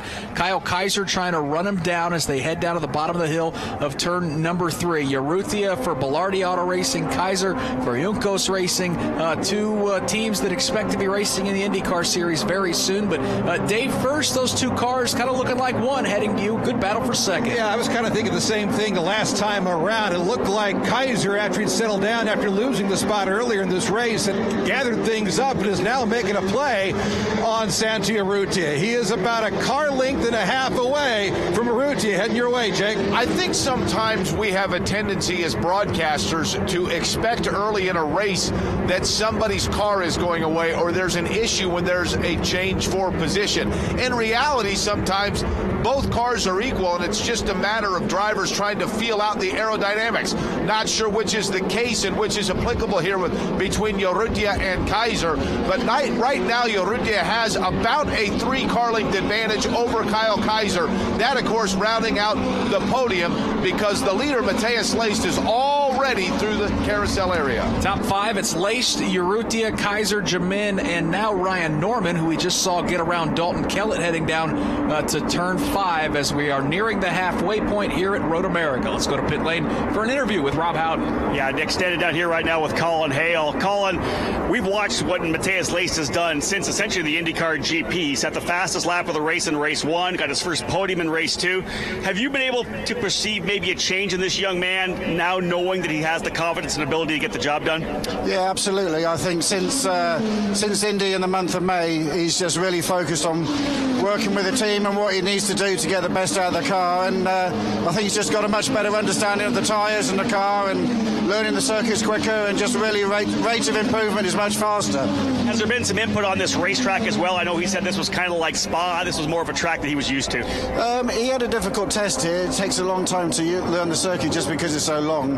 But, I think he just regrouped after the test and came back and nailed it in qualifying yesterday. Well done for him and well done for you as well. Thank you very much. I'll tell you, Nick, this Carlin team looking very good up front here now, but this Matheus Leist, this young Brazilian, is really starting to show what he is made of. Of course, British Formula 3 champion last year, but when he starts getting the confidence and the real belief in himself that he can get the job done here, we may be looking at a definite title contender. And Davey, we shouldn't be surprised by that. Those dark blue Navy Carlin racing machines, they've been fast every year since they've come to the States a few years ago to compete in Indy Lights competition. While it's been tough in the early parts of the season as some of their young drivers new to the series kind of get their footing with these race cars, we know Trevor Carlin and all those guys have an eye for talent. They've had a lot of IndyCar drivers, Will Power, Takuma Sato, Jack Harvey, all these guys have raced for Trevor Carlin over the years. Not surprised to see guys like Matheus Leist, after about half of a season, really start to hit his stride. He's the real deal. There's no question about it, and he's showing it. I mean, he's racking up points. He's going after this championship. He's with a proper team. The confidence is there. So Leist is the guy right now. He's really the guy to kind of hunt down. Now, his teammate, Alberico, is also very talented. Just made one mistake, but that one mistake cost him 6 positions, right? Finds himself in 8th right now. So pretty interesting. You make that one little mistake early on. That's how hard it is to pass these guys back. Also, just watching some in-car camera hands of Tielitz going through turn 11 and 10, 11, that area, you see there's just a lot of oversteer. I mean, it's a super fast corner through there, but he's just hanging on to that thing right now. Yeah, he's trying to hold off Michael Young, Zachary Clayman DeMello. That's a good battle for 11th headed to turn 1. Another nice battle, that Pedrahita battle with Dalton Kellett. Pedrahita able to get around. Actually, Ryan Norman got around a couple of laps. Now Pedrahita back around. Tielitz, Clayman DeMello. At about a 3-car length battle as they go across the bridge in Stratton Tunnel. Everything else settling out. But as we had talked about, Colton Herter just kind of settled back into the back of that pack, running in that 13th position. Surprised at our pole sitter for tomorrow, not able to find himself any further up in the field. Kyle Kaiser took a look to the inside of the number 5 of Santi Urrutia as he tries to push for that second position. That thing has reheated, I would say, Jake Query, that battle for the second position.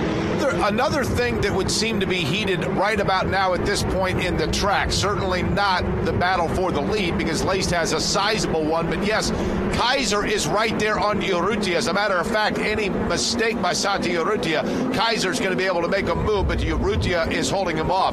But the other thing that's interesting to watch at this point or take note of, keep in mind the series here at Road America this weekend, the Pirelli World Challenge, the Verizon IndyCar Series, these Indy Lights presented by Cooper Tires, the Mazda MX-5 with BF Goodrich tires. That's a lot of different rubber compounds, Davey, laid down on this track, and you would think as these Cooper tires start to blend in just a little bit, that's essentially a different form of rubber soup these guys are driving on. Yeah, that's a good point as well. As you remember in qualifying, they were running laps almost at the 151 and 152 flat. So right now, the fastest laps are 154.7s. Well, I seen a 6 up there at one point. Most of them in the 155. So you're talking 3 seconds difference. So the grip level from as you just said, the different rubber down, the little more heat of the day, and wearing the tires out a little bit just changes these cars so drastically. But the balance could change too from the different compounds of tires. And of course, as the race goes on and that track gets rubbered in, even with the multiple tire compounds laid out on this racetrack, those cars are going to grip the track a little bit better lap after lap. Lap after lap, and it's catch-22 because it does. Their rubber's going to lay down, it's going to give more grip, but at that same time, they're also wearing down, getting heat in them. But the fuel load's coming down too, so it should equalize out. Now, these laps have been really, really consistent, but it's just a big lead right now. I mean, he has at least just stepped out there just so far. Good battle side by side, Dave. First, Kellett and Alberico into turn 5. And move Kellett around Alberico as he takes the inside line. And now Alberico gets back around him there. So move Alberico a spot as he heads your way, Jake. Leaders already entering the carousel area. The front 3, as a matter of fact, have done exactly that. Then it is Jamin, then Norman. You wait a little bit before Pedrahita. That battle's a good one. As a matter of fact, when you have Dalton Kellett right there and still trying to work his way around, it seems as though DePero is right there with him. Dalton Kellett's had a very, very busy day. A guy so far who necessarily has not Matheus Leist. That's not to say he's working hard or he's not working hard, but Matheus Leist looks like he's on cruise control at this point. After Alberico cleared Kellett to grab the 7th position, Kellett's got his hands full with Nico DePero, the Juncos Racing driver, who's starting to run him down to Canada Corner.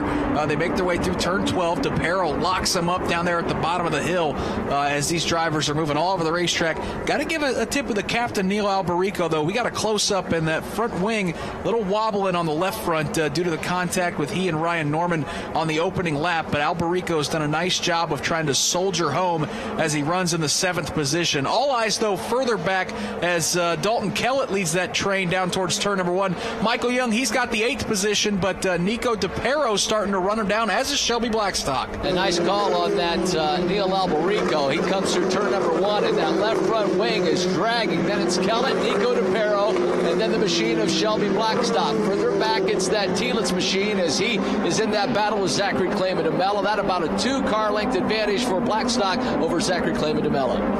Yeah, I remember Dalton Kellett a year ago here at beautiful Road America had all sorts of issues as he was just trying to get his feet underneath him and learn this track and learn the series as well. As we see the 27 of Nico Jamin make up a spot here in turn 5 as well. Double wide, 3 wide as Nico DePero makes up a spot as well. But Dalton Kellett perhaps, losing some of that tire grip here at Road America. That's affecting his race so far. Urrutia might be losing that grip for second. Kyle Kaiser is right there on him. You start to really pay attention to that battle, notably because Leist is so much putting it in his hip pocket. But Urrutia takes a wide swing at the bottom of the carousel. Kaiser trying to take a little more midline. Now about a 4-car length separation between the two. Leist, Urrutia, Kaiser, Jamin, and Norman. Actually make that Norman and Jamin as Ryan Norman grabbed that 4th spot from Jamin. That's how they run the top 5. Let's get a report from Rob Howden on pit lane here at Road America. Yeah, an interesting thing about Ryan Norman is, of course, we were watching him as a rookie here in the Indy Lights program. He was not part of the Mazda Road to Indy before this year. Did not run USF 2000, did run Pro Mazda, but instead came through the Formula E in SCCA competition and then the Atlantic Championship. For Ryan, this is actually the very first track on the schedule this year where he has actually raced before. He was able to test at Barber, but he had never raced at any of the tracks we've been on thus far in 2017. He's raced here in the FE, he's raced here in the Atlantic Championship, and I think really starting to play to the comfort level that this young driver's showing. Nick, he's running second within the Andretti drivers, and the guy just in front of him, Nico Jamin, a USF 2000 champion, multi-time winner in Pro Mazda.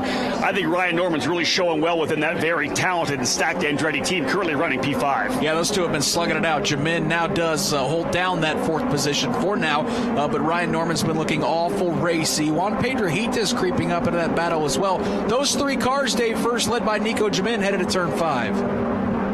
Making their way through turn 5, and then further back you see the 27 of Jamin hanging on to that. Juan Pedrohita is trying to make a play in that position as well.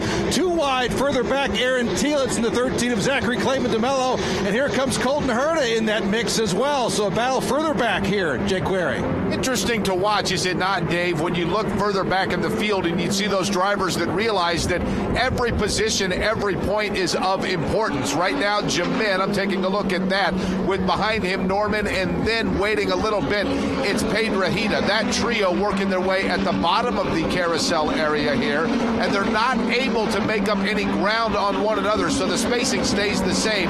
But that seems to change each time through. So too does the wind, which is now very, very substantial coming into the face of drivers as they work their way through. Jake brings up a great point, Davey. I mean, every point matters. We're watching Aaron Thielitz and Colton Herta battle. That's actually for the 12th position right now. Those were our 2 winners at St. Petersburg. They're expected to win championships. Isn't that amazing? Right now, it shows them 5 points apart from each other, but they're in that 4th and 5th position in the championship. But it's so key. I mean, they all want to win the championship as well. But when the season started at the first race, we thought these 2 guys, wow, they're both amazing. They're going to be towards the front every time. Kind of struggled. I mean, they're not struggled, but they're back in points right now. Michael Young, how about a good battle for 4th headed to you in turn 1? And Ryan Norman makes a move around Nico Jamin. Nice pass. Juan Pedrohita all over the rear wing of Jamin now. Neil Alberico still struggling with that front wing, and that wind has now shifted. It came from the west at the beginning of this race, now coming from the south. So certainly that Neil Alberico machine could be suffering from understeer. Dave first. Matthias Lace makes his way through turn 5, and then you got to wait forever before you see the second place machine of Santa Urrutia. Then the 18 and the points leader of Kyle Kaiser, 2 wide, Norman and the 27 of Jabin. They're battling back and forth. 2 wide now as Pedrejita makes his way. So move Pedrejita up as they make their way through turn 6. Got a local in turn number 3 for an issue with Garth Rickards. We're watching Juan Pedrejito and Nico Jamin, though. Jake Query, they went wheel to wheel at the top of the hill in turn 6. Pedrejita got the best of that battle. Now tries to work his way in on Ryan Norman. You want to talk about a guy that's had one of those days where he has to be looking at the lap count thinking, I've had more action today than I have probably in the last 2 races combined. Seems like Norman has had all kinds of action today. Now, when he worked his way through the carousel, that black and orange machine got just a little bit loose. So perhaps Pedrejita going to keep an eye on that and see if Norman's not losing some grip. Speaking of Juan Pedrejita, here's a report, Rob.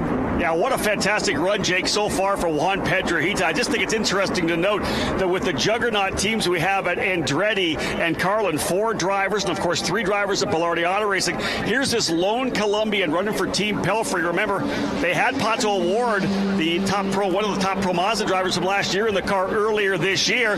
But here he is running all by himself, 1 stream of data, and here he is now running into the top 5. I think Juan Pedrejita is doing a fantastic job, Nick Yeoman, in that single car effort. Yeah, that's a great tip of the cap, Rob Howden. And Davey, as we talked about, while guys like Telitz and Herta, who expect to be up front, are having bad days, guys like Ryan Norman, Juan Pedrejita, we're not used to seeing them running up in the top 5. Those 2 are both having great days. Well, the great thing with that is, as we just mentioned, that single car team is very, very difficult, but that's a very good team as well. They've been around a long time. They know their business for sure.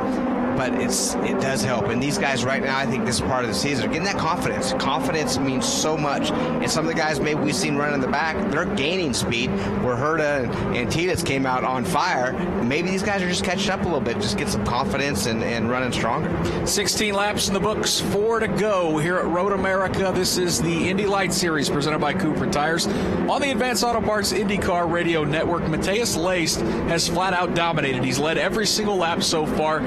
His lead over second place running Santa Urrutia is a full even 5 seconds. Urrutia's gap back to Kaiser is just 9/10 of a second, so that battle for second has been pretty good. Ryan Norman has moved into the 4th position. Juan Pedrejita runs 5th. Nico Jamin runs in the 6th position. Neil Albarico, with that damaged front wing, is soldiering on right now in the 7th position. He's holding off for now Nico DePero in the 8th spot. Shelby Blackstock runs 9th. Dalton Kellett is in the 10th position. Zachary Clayman DeMello runs in 11th. Aaron Telitz, the hometown boy, not having a great day so far, running in 12th. Of course, this is a doubleheader weekend, though, so all these drivers that do have bad days going to have a chance to rebound. Colton Herta is certainly one of them. Davey, he runs in 13th, and Garth Rickards, who had the off moments ago, running in 14th. That's the good news about these doubleheader weekends is you have a rough day, you lose some points, you get to come back and do it all again tomorrow. Well, knowing that Colton Herta had trouble in the first practice with the mechanical and didn't get on the track, struggled when qualifying 1 for this race, and then was on the pole for the next one, I would have bet a lot of money that he was going to move up quite a bit in this race, and unfortunately he hasn't, so I'm glad I didn't make any bets on that one. How about these race cars, Rob Houghton? They're all powered by Mazda engines, and one of the guys at the top of the food chain that loves coming to the racetrack every weekend is John Doonan. He oversees that program, and he's standing by with you on pit lane. I've had John standing beside me here for a while, Nick, but this racing was too good to almost pull away from. John, there's something about Road America that just plays to great racing, and every time you come here, I know that you see a ton of Mazda cars, whether it's the SCCA June Sprints, whatever it may be. You've got a full field of MX-5 Cup cars here this weekend and a full Mazda Road to Indy. Man, just amazing racing at this track.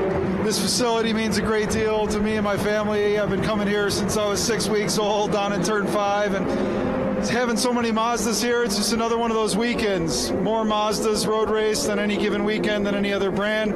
We're thrilled with the action here in Indy Lights. It's continued to be great racing and a great training ground for the Verizon IndyCar Series. Now we got MX-5 Cup with IndyCar. This is a special weekend for us. Close to 80 Mazdas racing here. Really one of the tremendous things, too, of course, the Verizon IndyCar Series event here this weekend. You're going to see Ed Jones. You're going to see Spencer Piggott. These drivers who have came out of this program program, but not only are you pushing drivers out of the open wheel program, but you're also pushing guys out of the sports car program as well into sports car racing and prototype racing. It's just tremendous. Well, the Mazda Road to Indy, nothing like it in the world, and we hope to continue to develop the Mazda Road to 24 in the same fashion, giving everybody a chance from around the world to grow their career in a Mazda or a Mazda power car. Hey, John, thank you so much. Thanks, Rob. Incredible job there by John Doonan and the whole staff, Nick Yeoman. You know it. These guys are getting the job done, and Mazda's totally behind the youth here in motorsports. Did John Doonan say he's been coming here since he was 6 months old? David, I think that's how you make a race, man. Yeah, no, he's done a great job. I mean, Mazda's out there. We know who they are. We know the support they have for racing, and for a fact, how many drivers that have made it to the next level have came out of Mazda. There's a load of them. And, of course, they've got a hospitality area down there in Turn 5 where Dave First is positioned. I'll be out there for the IndyCar race. It's a great vantage point. That battle for second with about a lap and a half to go is tightening up as Santi Urrutia has got that spot, but the points leader, Kyle Kaiser, is closing in. Jake Query with just a lap and a half to go. Mateus Lace is flat gone, but second still up in the air. When they take that right-handed turn coming towards me, it literally, and I say this a lot sometimes, but it looks like one car coming into view. The sun really dances off that gold that is the top of the machine of Santi Urrutia, but then right behind him in the, if you will, the shadow is Kyle Kaiser. Now, at the exit of the carousel, that's where Urrutia manages to get himself a little more horsepower. He gets himself perhaps about another 10 yards over Kaiser. Yeah, Urrutia's got that car just stuck to the racetrack through the carousel. And, Davey, that takes you through Kettle Bottoms, that back straightaway that has the kink down to Canada Corner. When you can get a good run through the carousel, that makes all the difference in the world. Yeah, without a doubt. And you can even see him exiting Canada Corner right now. Just, when the Urrutia's car is just solid down and you look at the camera going back, Kaiser, just that back end just fishing around that little bit, just losing a little bit of traction. White flag is out here at Road America for Mateus Lace as he streaks underneath the flag stand. And Michael Young, one final time for the Brazilian around Road America. Yeah, it's not how you start, it's how you finish. He really caught fire at Barber and then was amazing at Indianapolis. A fifth, a third, and then the win of the Freedom 100. Santi Urrutia and Kyle Kaiser, that battle for second, about 3 car lengths. Then it's Ryan Norman and Juan Pedrahita. Other than that, the rest of the cars strung out. But today, the day, Mateus Lace has got this baby nearly in the bag as he makes his way down to Turn 5. I asked Mateus Lace this morning, I said, what's your favorite oval in this series? He said, well, without questions, the Indianapolis Motor Speedway. Well, guess what? About a month ago, he won there. I said, what's your favorite road course? He shook his head. Without question, it is Road America. Imagine this 19-year-old from Brazil sweeping his 2 favorite road courses, race tracks, I should say, the Indianapolis Motor Speedway, and right here at Road America. He's on his way right now, Jake Query. Dave, to your point, back in the days at WRTV working together, so many drivers you and I talked about their affinity for Road America, and certainly no driver in this Indy Lights program right now must like it more than Mateus Lace. Typically we see fans waving hats and caps. It's the grass, the high grass, that waves in the wind as Mateus Lace goes through the carousel for the final time. Couple problems for drivers here on this final lap. Nico DePero took his car to pit lane, and Davey Hamilton. We also saw Colton Herta spin as well. So tough breaks for those drivers. They were running towards the back of the pack. Yeah, they were 12th and 13th, and now Herta is going to end up 12th, it looks like, and DePero will end up 14th at this point. So tough breaks for both of those drivers at the end of this race. No tough breaks and no break at all, really, for Mateus Lace. A month off after winning the Freedom 100. He shows up to Road America, charges up the final front straightaway, and across the start-finish line, the Brazilian will win here at Road America in race number 1. How about that battle for second? Urrutia and Kaiser, they'll go side by side across the start-finish line. Urrutia holds on by 7/100ths of a second to grab that second position. Kyle Kaiser certainly charging. A career best finish for Ryan Norman as he comes home in 4th. Juan Pedrahita finishes 5th. Nico Jimenez 6th. Neil Albarico 7th. Shelby Blackstock is 8th. Dalton Kellett will come home in the 9th position. Zachary Clayman DeMello finishes 10th. Aaron Telitz is 11th. Colton Herta spun on that last lap. Never lost a position to Garth Rickards, and based on saw Nico DePero pulling in actually gained a spot on a lap that he spun. Herta will finish 12th. Rickards is 13th, and DePero, man, I'm not sure what happened to that car in the final lap, but he had to come to pit lane and will finish in the 14th position. Davey Hamilton, though, boy, for Matheus Leist, though, to dominate, leading all 20 laps, didn't put a wheel wrong all day long. And you know, Dave and Jake talked about it. For some drivers, when you like a racetrack, it just seems like you perform really well there. And boy, he was absolutely perfect today. Pretty amazing, and no pressure at all. I mean, he, from the green flag to the checkered, he checked right out with a 6-second lead gap between him and second place. So he figured this place out very quickly, very confident. And by the way, he starts outside of the front row tomorrow. And how about this, Davey? The points at the end of this day, Kyle Kaiser maintains the points lead with 174 points based on a good third-place finish. But Leist moves all the way to second in the championship with the win. Nico Jamin nipping at his heels, just 1 point back. The guys like Herta and Tielitz, boy, they took a big hit. But all of a sudden, Leist, with these back-to-back wins at Indy and Road America, he's got that Carlin team in a position to win a second straight championship. That's right. Got it pumped up into that second position in points. Only 1 point behind is Jamin, but he's gaining ground, which is good. And a nice run for Santi Urrutia. He and Kyle Kaiser put on a pretty good show, though, battling for second. They were side by side across the start-finish line. Urrutia needed that run. He's had a rough season. Rough season, and I mean, we expected him to be a front runner at every race, and just, I don't know if it's just getting in touch with the Bilardi team. He has Tim Neff, who he had with Schmidt. He knows how to win races. He knows how to get it done, but it seems like they're finally back on track. So it's Matheus Leist, the driver for Carlin Racing, who goes to victory lane. It is his second career win. Got to celebrate waving to the race fans here around this 4-mile road course. Obviously, it takes a long time to get back to the front straightaway. He's now on pit lane where he'll take that navy blue, orange, and silver accented Mazda for Carlin Racing, that right-hand turn, and he will head to victory lane. Second win for the Brazilian. And David, we talk about the Brazilian legacy in IndyCar. We've got a bunch of good ones. He's only 19 years old. He may be the next big thing. Wow, pretty amazing. At 19 years old, a couple of huge wins already. I mean, this is a road course that he wanted to win on. Obviously, the Freedom 100 to Indianapolis. So he's getting the job done. He's with a great team. He knows it. And he's eyeing IndyCar, that's for sure. It's going to be fun to watch a little bit later today if his fellow Brazilians, guys like Tony Kanaan, Helio Castroneves, can they grab the pole position for tomorrow's Kohler Grand Prix in the Verizon IndyCar Series. But this young man, Matheus Leist, is the future. There's no doubt about it. As we said, he wins this race, moves to second in the championship, and of course this championship provides scholarships to these drivers to compete in the Verizon IndyCar Series. Let's hear from the second place finisher, Santi Urrutia, who's standing by with Ryan Marine. Santi, a much needed good result for you today, and getting second place by the narrowest of margins there at the end. Can you tell us about how that finish went? I mean, finish second, I think it's not good. We want to win. Coming from 10 for sure is good, but we need to improve a little bit. We're struggling a lot, and other guys are way quicker than me. I mean, Leist had a good pace. Guys behind me was way quicker than me, so I mean, we finished second, good points, but if we don't improve for tomorrow, it's going to be the same thing. So we got to keep working and see if we can gain some speed for tomorrow. Had a pretty amazing pass to get up to second going into turn 5, 3 wide. Can you take us through that move? Yeah, it takes some risk. For sure, it works. But, you know, when you start from 10 and you're back on the championship, this is what you have to do, especially when you're not quick. So, yeah. Thank you to the team that improved the car and everything, and looking for tomorrow to get more points. And speaking of points, trying to get back in the championship hunt, does a result like the one you had today give you a nice little boost?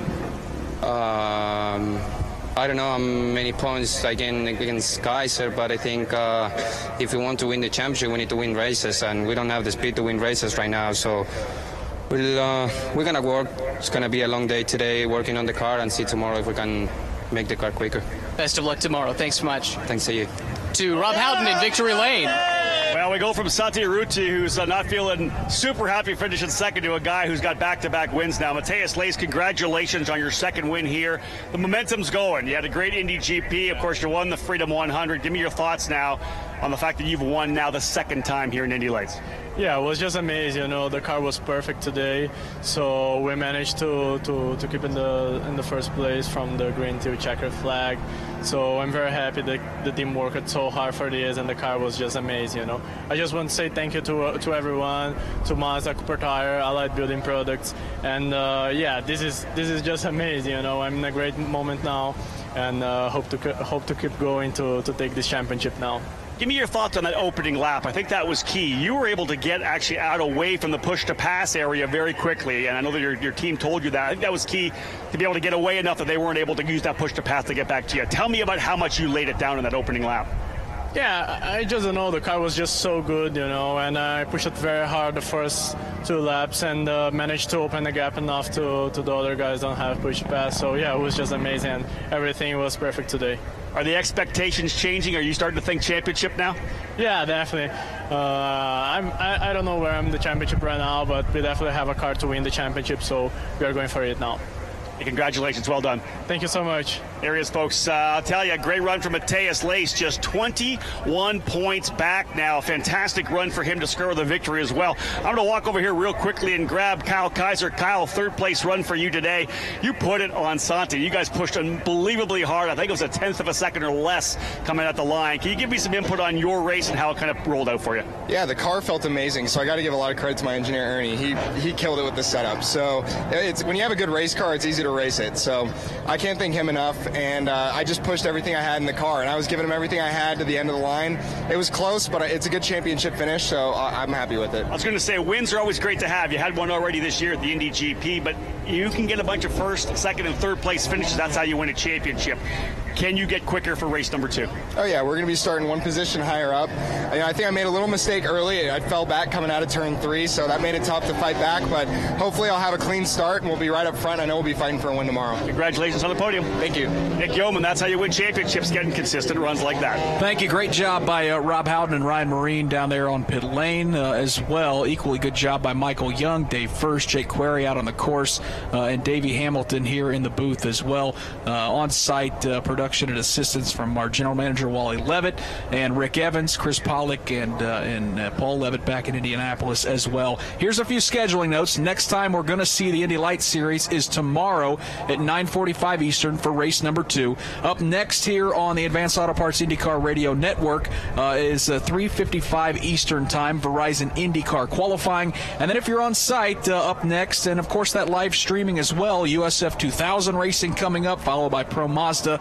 And then again, we'll go qualifying for the Kohler Grand Prix later this afternoon at 3:55 Eastern. Again, congratulations to Matheus Leist, the winner of race number 1 in the Indy Lights Series presented by Cooper Tires. So long for now from Road America.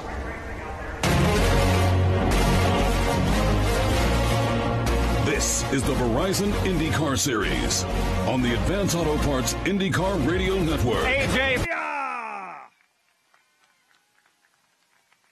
And bringing Santi his second-place trophy, Neil Gantz. Neil, bring that trophy out for us, please. Second place for Santi Urrutia. And Santi waiting to get that first win here in 2017. Look for him to be strong again tomorrow. He was a winner here last year, and he'll try to repeat that tomorrow for race number 2. But the driver who was able to go to the top of the charts, back-to-back jacks in Indy Lights. He won the Freedom 100, and he has won the first out of the doubleheader here at Road America. A round of applause for the Brazilian for Carlin Racing, Matheus Leist. Incredible job for Matheus today. Had a great opening lap, and let's bring that trophy in. Mike Quaid with the P1 trophy for Matheus Leist, his second consecutive race win here in the Indy Lights, presented by Cooper Tires. And this young driver from Brazil, the reigning British Formula 3 champion, has put his name into the championship chase here for 2017. Road America would like to recognize our 2017 season corporate partners, Chevrolet, the official vehicle of Road America, Yamaha, the official motorcycle of Road America, and the official UTV of the corporate team building programs. Our Road America landmark sponsors, Sargento, Johnsonville, Briggs & Stratton, Corvette, Continental Tire, Orion Lighting, the SeaTech Motorplex, and Lester Buildings. Skag Power Equipment, the official mower of Road America, which keeps our 640-acre facility looking beautiful. Skag is headquartered in Mayville, Wisconsin. Oshkosh Office Systems, the official business machine supplier of Road America. West Bend Insurance and Sheboygan Chevrolet, sponsors of the Teen Driving School. The Gale Company, the official heavy equipment supplier to Road America. Optima Batteries, the official battery of Road America. H&R Spring, the official suspension partner. The SS Badger Car Ferry, the official transportation partner, sailing twice daily from Manitowoc, Wisconsin to Ludington, Michigan. Lake Forest Hearing Professionals, the official hearing protection partner of Road America. Our fire and safety sponsors, TNT Rescue Tools, SeaTech, Race America, Wheelan Engineering, Safety Clean, and Collins Classic Auto Speed Zone in Turn 5. Sign Me Up, the official signage company of Road America. Milwaukee, the official power tool. Sunoco, the official race fuel of Road America. And our event entitlement sponsors, WeatherTech, Milwaukee Journal Sentinel, Johnsonville, Hawk Performance, Kohler Company, Aaron's, Torquay Coffee, Muscle Car Restoration, and Continental Tire. These companies sponsor events throughout the year, and we thank you for your participation and support. Kohler Company welcomes you to Road America as the title sponsor of the 2017 Kohler Grand Prix and longtime supporter of motorsports. We salute your passion and enthusiasm. Enjoy the races. You're invited to nearby destination Kohler, where shopping, golfing, dining, and relaxation await. Or visit us online at Kohler.com to explore our kitchen and bath products, engines and power systems, premier cabinetry, tile, and more. The bold look of Kohler. Welcome to America's National Partner Speed, Road America. I'm your track announcer, Eric Miller, all weekend long here. The cast of characters and thousands that help us here at the track are ready to go for another race. And speaking of one of those, it is Tony Laporta standing by.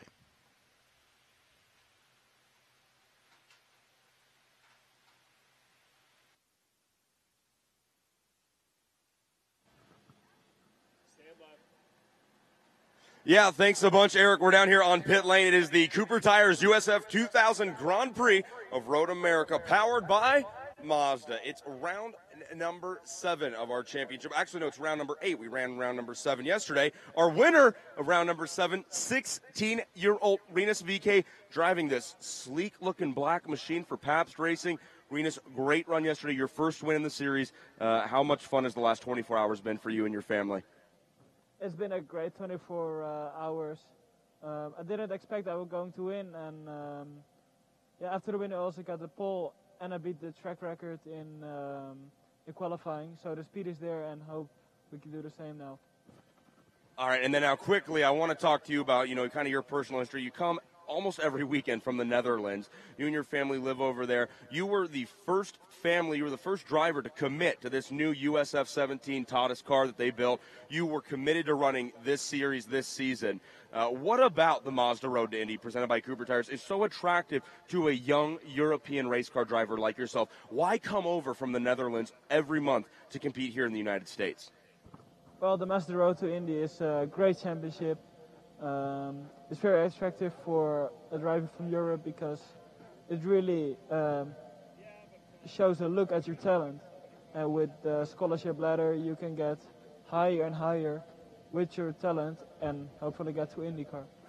Rinus, thanks so much for the time, buddy. You're starting this race from the pole position. Our round 7 winner from yesterday, Rinus VeeKay, driving for Pabst Racing. We're going to walk a little bit farther back the grid here. We're going to catch up with second-place starter Oliver Askew. He enters the weekend as the championship point leader, but bad luck struck yesterday in round number 7. Oliver, I've been asking up and down pit lane trying to get an answer. Can't really find anything out. What happened to the car yesterday, and what caused you to fall from the top 5? Yeah, the camber bolts in my left front upright came off, so I had to pull in. The guys changed it. Cape Motorsports guys changed it, got me back out to finish with some points.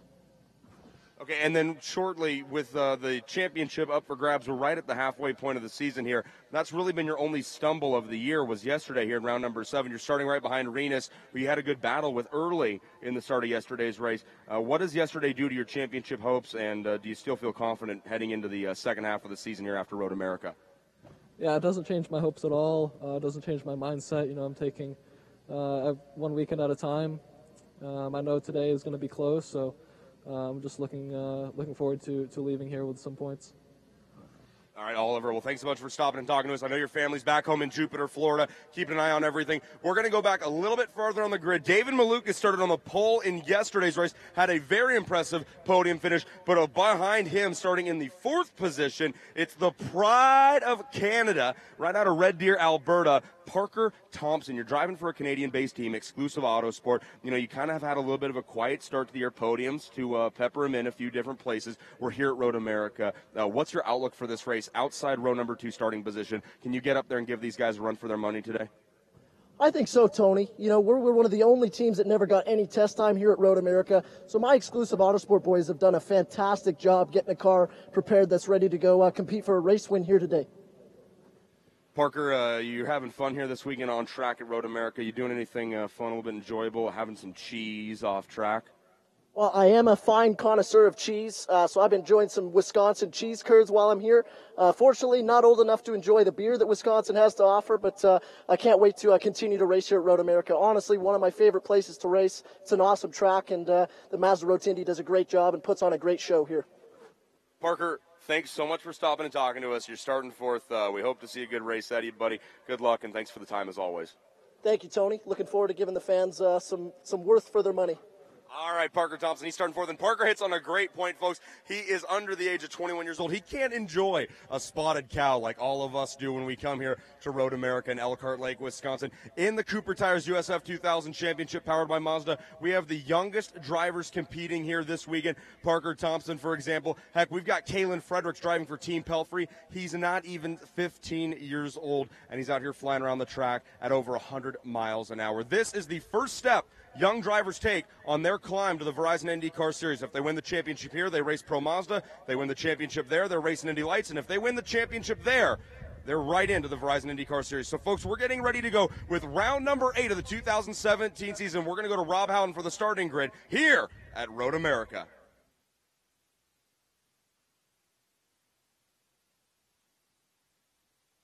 So much. Again, thanks to Tony Laporta for giving us some interviews here to kick things off as we have the drivers on the very first rung of this Mazda Road to Indy presented by Cooper Tires. And again, these drivers getting ready to roll out here for race number 2. In race 1, Rinus VK was able to score his first career Mazda Road to Indy victory. We'll see if he's able to go back-to-back here today. But there are 18 other hungry young lions looking to dethrone him and step to the top rung of the podium themselves. Let's have a look at the grid as we have 19 drivers set to go here today. Starting 19th on the inside of row number 10, it'll be the RJB Motorsports driver. Menard sponsorship on the number 20 of Chandler Horton, the rookie driver starting in the 19th position. Moving now to row number 9, starting on the outside, the Canadian veteran Jason Clooney for Exclusive Autosports. Clooney driving the black and red number 93. Inside of that row, starting in the 17th position, keep an eye on this young driver. He's been able to work his way forward in virtually every race this year. The rookie Devin Wojcik for Arms Up Motorsports starting in the 17th position. Wojcik behind the wheel of the gray number 7. Moving now to row number 8 on the outside, a very quick young lady out of Brazil, Bruna Tomaselli for Arms Up Motorsports in the number 97 will start in the 16th position, and alongside Bruna, Dev Gore from St. Petersburg, Florida in the Exclusive Autosport number 92.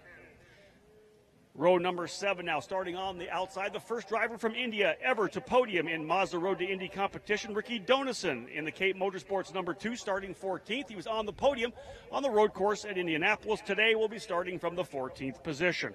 Inside of row number 7, a driver fresh off a race win in the FIA F4 Mexican Series. It's Moises de la Vera for DE Force in the number 12, starting 13th. Moving now to row number 6, starting on the outside, it will be Colin Kaminsky in the John Comiskey Racing Prep number 27. Kaminsky starting in 12th. And on the inside, the second of our DE Force drivers out of Texas, Corey Enders in the number 11, starting 11th. Into the top 10 now, a couple of young rookie drivers fresh out of the karting ranks. Starting in the 10th position for Newman Walks Racing in the number 36, it's Darren Keene. Good qualifying effort for Darren, a 2:11.878. And alongside a driver making his first career start here in the Mazda Road to Indy, Jacob Loomis, the rookie in the number 82 for Team Pelfrey. Up in now into row number 4, a couple of second-year drivers in the series. Team Pelfrey's Robert McGinnis in the number 80 will start in the 8th spot, last year's Rookie of the Year and the winner from St. Petersburg this year. And on the inside, driver getting his first podium just yesterday, Lucas Cole in the number 23 for Pabst Racing, starting in the 7th spot. Pelfrey on the outside, Pabst on the inside. Same for row number 3, as it'll be Kalen Frederick, multi-time podium finisher this year, the 15-year-old rookie starting the yellow number 81-6. While on the inside, it'll be Calvin Ming in the number 22 for Pabst Racing. Ming, a rookie here this year, starting in the 5th spot. Moving now to row number 2, starting on the outside, the Canadian driver who was the runner-up last year in the series for Exclusive Autosport, multi-time USF 2000 winner Parker Thompson in the number 90, driver out of Red Deer, Alberta, Canada, starting in the 4th spot. While on the inside, a very impressive young rookie who put the car on the pole yesterday and ended up finishing in 2nd for BN Racing, David Malukas in the number 79, starting in 3rd. 19 drivers in the field. We'll put 2 on the front row. Off pole, 5 wins already this year, and your point leader now. He won the $200,000 Mazda Scholarship Shootout, now running for Cape Motorsports in the Soul Red Mazda number 3. Oliver Askew out of Jupiter, Florida, starting 2nd with the driver. On the pole now, trying to win another race here today. He got his first race win yesterday. Rinus VK from the Netherlands in the Pabst Racing Jumbo sponsored number 21 will start on the pole. It'll be VK and Askew on row 1, Malukas and Thompson on row 2, Ming and Frederick row 3, Cole and McGinnis row 4. Row 5 will be Loomis and Keene. Row 6, Enders and Kaminsky. Row 7, De La Vera and Donison. Row 8, Gore and Tomaselli. Row 9, Wojcik and Clooney. And on the 10th row of the grid, Chandler Horton.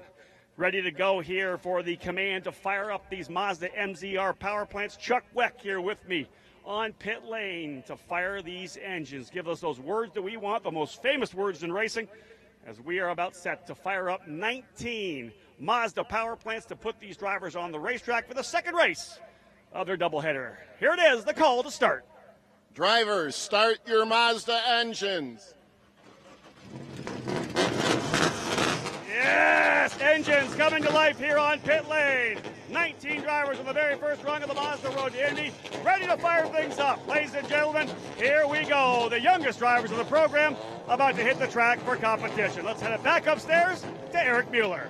Thank you very much, Rob Howden. We are set to go for the Cooper Tire USF 2000 Grand Prix of Road America, powered by Mazda. This field is ready to cycle around. Can Oliver Askew make up some ground of the points that he lost in the points lead to Rinus VK yesterday? Yesterday, basically the problem with Oliver was that he ran across the curbing and the bolts on the right front had come loose. He had a very bad vibration and had to come to pit lane, which really just caused him to lose a bunch of ground in the points. The point lead diminished quite considerably. Still has a pretty big lead, but obviously now that is a race for the championship if anything else would happen. That's kind of the one, maybe not necessarily giveaway moment, but that is a kind of a giveaway position for Oliver Askew in the points lead, as he gave up a lot of ground to Rinus VK, who is seemingly coming on and finding pace as this season progresses. VK and Askew start in the front row. Malukas and Thompson in row 2. Row 3, Ming and Frederick. Frederick had a couple of offs during the practice sessions earlier in the weekend, and some drivers are struggling a little bit in turn 14. Turn 14 was the hot spot in this morning's session. Again, from old pavement to new pavement, and a little bit of bump there, as you heard Rob Howden say during the Indy Lights broadcast earlier. It's just simply an issue where you've got a lot of grip, and then the grip goes away, even on the exit to 14 with that new pavement to old pavement. So not only an entrance issue, but an exit issue in 14. We've seen a couple of cars go around. Turn 5 also been a little bit of a hot spot with that huge passing opportunity as well. Rinus VK Askew leading the field here in the Cooper Tire USF 2000, powered by Mazda Field. 30-minute timed event, our race number 2 of the weekend for these USF 2000 competitors. And we are about to go green on another beautiful Saturday here at America's National Park of Speed, Road America. It's the 2017 Kohler Grand Prix weekend here in Elkhart Lake, Wisconsin. Blue skies, some white puffy clouds, and a beautiful sunshine throughout this entire 640-acre facility. Thanks for joining us here at the racetrack on this Saturday. Field continues to circulate behind the Mazda safety car underneath the Corvette bridge up into turn 6. Now we'll make their way to turn 7, which is Hurry Downs. And a great opportunity here to see what kind of car that these drivers have. Turn 7 it's such a momentum corner as you come out of turn 6. You track out wide. You make a little bit later apex as much as you can to just give yourself a good arc through the corner. Keep up all of that momentum, especially with a lower horsepower car. You want to keep that engine up and speed up as they head down the hill into turn 8, where they'll enter underneath the Johnsonville-Speedville Bridge.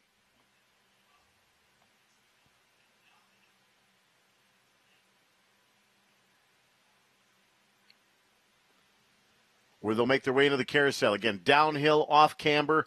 You carry a lot of speed through the carousel here at Road America. Again, another one of those momentum corners. We talked about 7 being a momentum corner. Carousel, just as much of a momentum corner, especially when you're maybe taking a little bit tighter line. You're kind of pinching off some of that speed. You may have a better run off the corner because there's maybe a little bit more grip on the bottom, but still you're binding the car up a little bit on the suspension, Rob Howden. And the carousel, you got to carry a lot of speed on exit as you get into the kink, as you head towards Canada Corner. But you can find different places of a little bit more or less grip depending on how much of a radius you change that carousel. You go in high, you come off low. You can't really diamond off the corner of the carousel, but you can definitely find speed there. It's funny that you bring up the carousel because that's one of the corners that I talked to a bunch of the drivers about, and they were saying that they're not quite flat all the way through.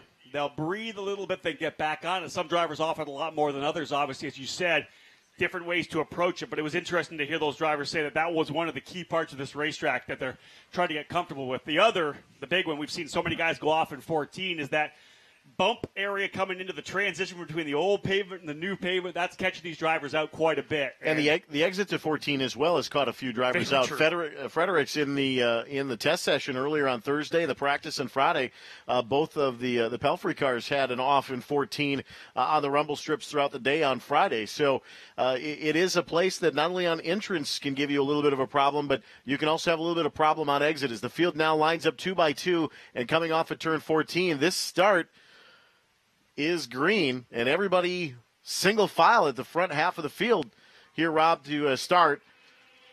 Very surprised to see us go green that early, but again, Alexis Hartel, one of our guests from Mazda, throwing the green flag.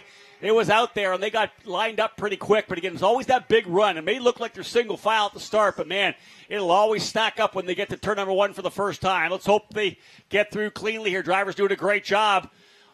Talked to Oliver Askew a little bit earlier, and he said he really tries to stay away from the curbing here. They're watching the camber shims on these cars when they're bouncing over the curbing. That's what's happening. These camber shims are popping up a little bit, and that's what happened to Oliver. The one popped out, gave him that big vibration there in the left front. So he had to be very gentle as he found the issue coming into the kink, which you do not want to have an issue at. Drivers now working their way down to turn number 5 for the first time as they get that long straightaway under the Sargento Bridge. Looks to me like David Malukas, I think, has gotten to the lead. Malukas from P3 goes to the lead early. They're up over turn number 6 now. And again, a big shout-out to everyone listening on the Mazda Road to Indy app. We're thrilled to have you with us. You may be on IndyCar Race Control as well. The very first rung of the Mazda Road to Indy. The young drivers just taking their first steps at trying to get to the Verizon IndyCar Series. And we have a talented group of drivers here this weekend. Man, aggressive down into turn number 8, the hurry down section. A couple drivers up and over the curbing. In fact, I think a couple drivers might have been in the grass there. We'll give you, of course, a full field rundown when we come back by the stripe. But some pretty hardcore racing here early on. Drivers settling in further back. Finally, Eric, as we get down through the kettle bottoms now. We were 2 wide, 3 wide, 6, 7, and 8. Yeah, this is not a place where you're going to want to go 3 wide. Not a place that you want to go 3 wide here is in through the kink and through the back half of the racetrack because we've got somebody off. That's one of the TE Force cars, either Enders or De La Vera going off at the exit of Canada Corner. And interesting, Eric, that you mentioned how treacherous that corner is. We got a shot here on the screen, and I think 3 or 4 guys went off. First, it was Renus VK a little further. Then one of the Pelfrey drivers well into the off there, which is nicely paved now. At one point, it was all just gravel. The first maybe 30 feet is still pavement, so you can go off and come back on. And then again, we saw either De La Vera or, let's see, it is indeed De La Vera falling down the order to the very tail of the field. David Malukas, I think, is a really interesting story here now. Eric, because here's a young driver fresh out of international karting. He won a U.S. karting championship in the SuperKarts USA Pro Tour, went to Europe and excelled in Europe as well, running in the IAME International Final and some major races in Europe. Comes over here with a team assembled of essentially karting veterans, karting engineers and mechanics and staff. But I think the key is that he's been working with Victor Franzoni. We'll see Victor in the Pro Mazda category. He won yesterday. He had a chance to shake this car down here at Road America, help them set a baseline, and has been coaching young David Malukas as well. And it's just paying off in spades for this team as he now leads a couple of very impressive drivers, Rinus VK and Oliver Askew. I believe that VK is actually your leader now. Looks like he got the lead out of 3. Contact with drivers at exit of turn number 6. That, I think, is going to be a red flag. I don't see anybody get moving there as cars collected at the exit of turn number 6. Maybe a T-bone, you think? Someone getting into the side of someone up there. Yeah, it looked like one of the Pelfrey cars, perhaps. Indeed, it was a Pelfrey car. Not hard to pick out that brilliant yellow of the Team Pelfrey cars. I would not be surprised to see us go red, but looking at Tom Hansing right now, the yellow flag coming out first. We may just go full course yellow. Indeed, we will. Full course yellow.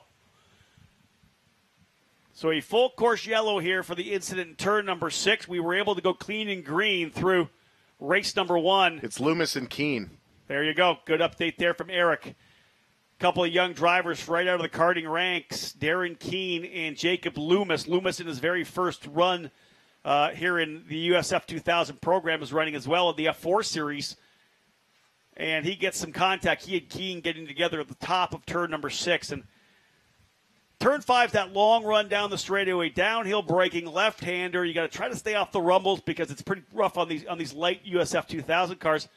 But, Eric, you've seen it so many times. When you climb the hill under the bridge and it's a blind left-hand corner, you'll see drivers get aggressive there. Because if you get a better run out of 5, that's where you can pounce and take advantage. You know, a lot of drivers will take the advantage of the outside of turn 5 because you're side-by-side. Somebody's diving to the inside trying to maybe get some momentum on the entry to the corner. But what happens is you put yourself on the outside heading up the hill into 6. Agreed. And what happens is that guy on the outside will squeeze down, and who's ever on the inside, it's a very common to make actual wheel-to-wheel contact there, and that's what really upsets the balance and possibly what happened back in 6. Yeah, to me, I think you're probably right. I'm not sure if we're going to get a chance to get a replay on this or not, but we can speculate looking at essentially the way the cars ended up. As it happened, it looked like Loomis was completely sideways and maybe a kind of a T-bone connection. So you'd have to think Keene was on the inside, Loomis on the outside, trying to come back across to pinch. And based on just the way they ended up being T-boned, you'd have to think that Keene was probably far enough inside to have the position. Loomis just didn't want to give it up. Because if he would have been any further back, it would have been a complete spin. If they'd been side by side, the driver would have been just shuffled off the track. So tough to see 2 young drivers here who were looking for good events, good results, find themselves now at the tail of the field. And it remains to be seen whether or not either driver with damage to the car. Sounded like they were hooked together fairly well as well. Rinus VK now, your leader in the number 21. Let's give you the rundown here after a couple of laps. Rinus VK is your leader. David Malukas in second. Oliver Askew third. Thompson now in the 4th position. Frederick in 5th. Robert McGinnis in 6th spot. Calvin Ming in 7th. Colin Kaminsky in 8th. 9th is Lucas Cole, and 10th is Corey Enders. 11th now Devin Wojcik. Remember, Wojcik started back in the 17th spot. He's now up into the 11th position. Dev Gore now runs in 12th. Ricky Donison in 13th. Bruno Tomaselli 14th. Chandler Horton 15th. Jason Clooney in 16th. De La Vera, after the incident, the spin in turn 14, now in 17th spot. And as Eric had mentioned, the 2 drivers involved, Jacob Loomis in the yellow 82 for Team Pelfrey and Darren Keene in the white and orange number 36 for Newman Walks Racing.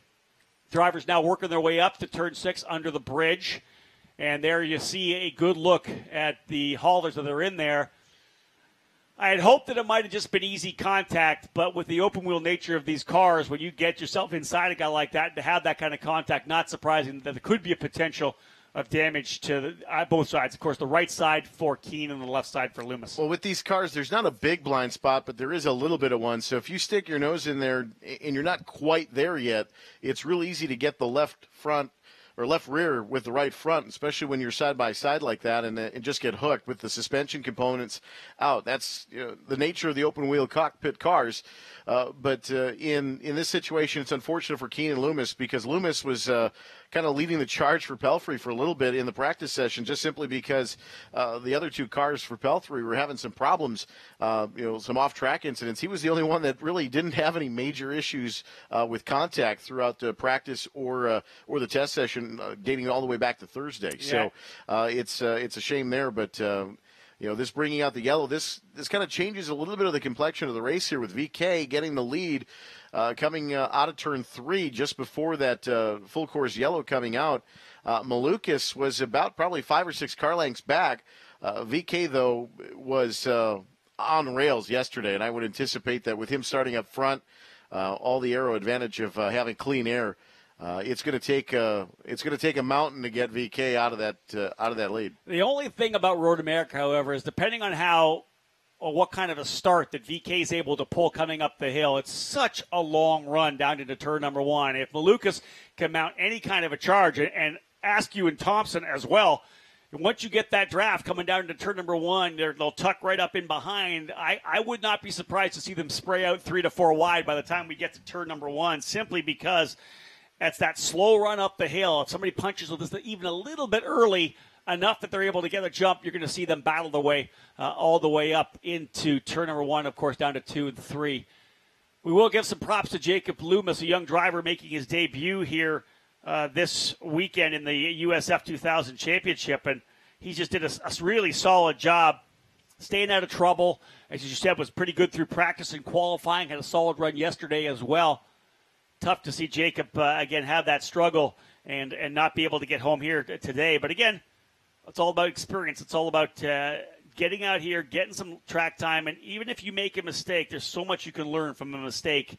And I often say that you'll learn more from your failures than you do your successes. And, again, we talk about Jacob having a pretty solid run, 11th place finish yesterday in his debut in the USF 2000 program. We hope to see him back here for more races in 2017 ahead of a potential full program in 2018. That said, Eric, Team Pelfrey still looking pretty good, 5th and 6th at this point. Looking pretty solid up front. Yeah, Frederick and McGinnis. McGinnis had a great weekend at June Sprints last weekend here at Road America. A lot of lap time, a lot of track time in the June Sprints, just with the 4-day festival there too. So that's going to play into this. More than anything, experience here at a racetrack like this, where it's not necessarily a technical racetrack, but again, all about momentum. Oh, I agree. And the big thing about Frederick, because McGinnis has that little bit of track time, Frederick was a monster yesterday. Went off, fell all the way back to 13th position, and then was able to fight his way back up all the way to 6th position again. So I think he gained a lot of confidence. Obviously, coming in with confidence, he's had 3 or 4, I believe, podium finishes to start the season off already. He seemed to be the guy that was always right behind Oliver Askew. But to be able to fall back like that and then fight your way forward, I think to be able to get a chance to pass some cars, because he really didn't have to do that so far this season. He's got to a great start, got into second, and ran there for the entire race. So. Realistically, it takes 2 or 3 seasons to really get comfortable, I think, no matter what you're driving. The first year you're finding your way. You're lost a little bit. You struggle mechanically to find the speed. You make some mental errors, and it puts you out of races. That second year, you can definitely see some growth. And when you get to that third year, that's really the benchmark of what you're looking for in any race car driver. So as these guys progress through the ladder system, though, you can definitely see the confidence and the knowledge they build continues year after year. The common thought here, the Mazda Road to Indy, most drivers will look at year number 2 as being when they try to get the championship. Of course, year 3, a solid year. That's what we're seeing with Kyle Kaiser now. He's kind of learned a bit through his 3 years. Was able to win last year, but really has become a championship challenger, primary contender here in the Indy Lights. And usually when it comes to USF 2000 and Pro Mazda, we're seeing these guys kind of be ready to win that championship in year number 2. And it depends on which team you're with. Are you with the right crew? Who's your teammate? Because, of course, being impressed by a teammate always good as well, and extra data coming in.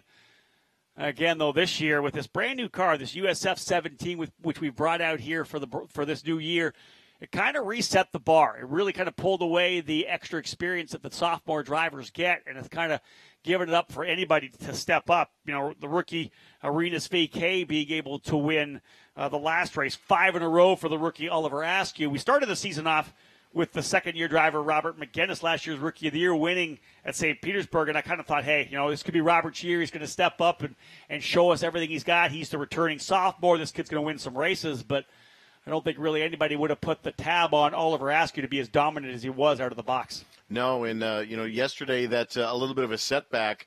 As we said, he ran the rumble strips and had that very bad vibration that cost the team a bunch of positions yesterday.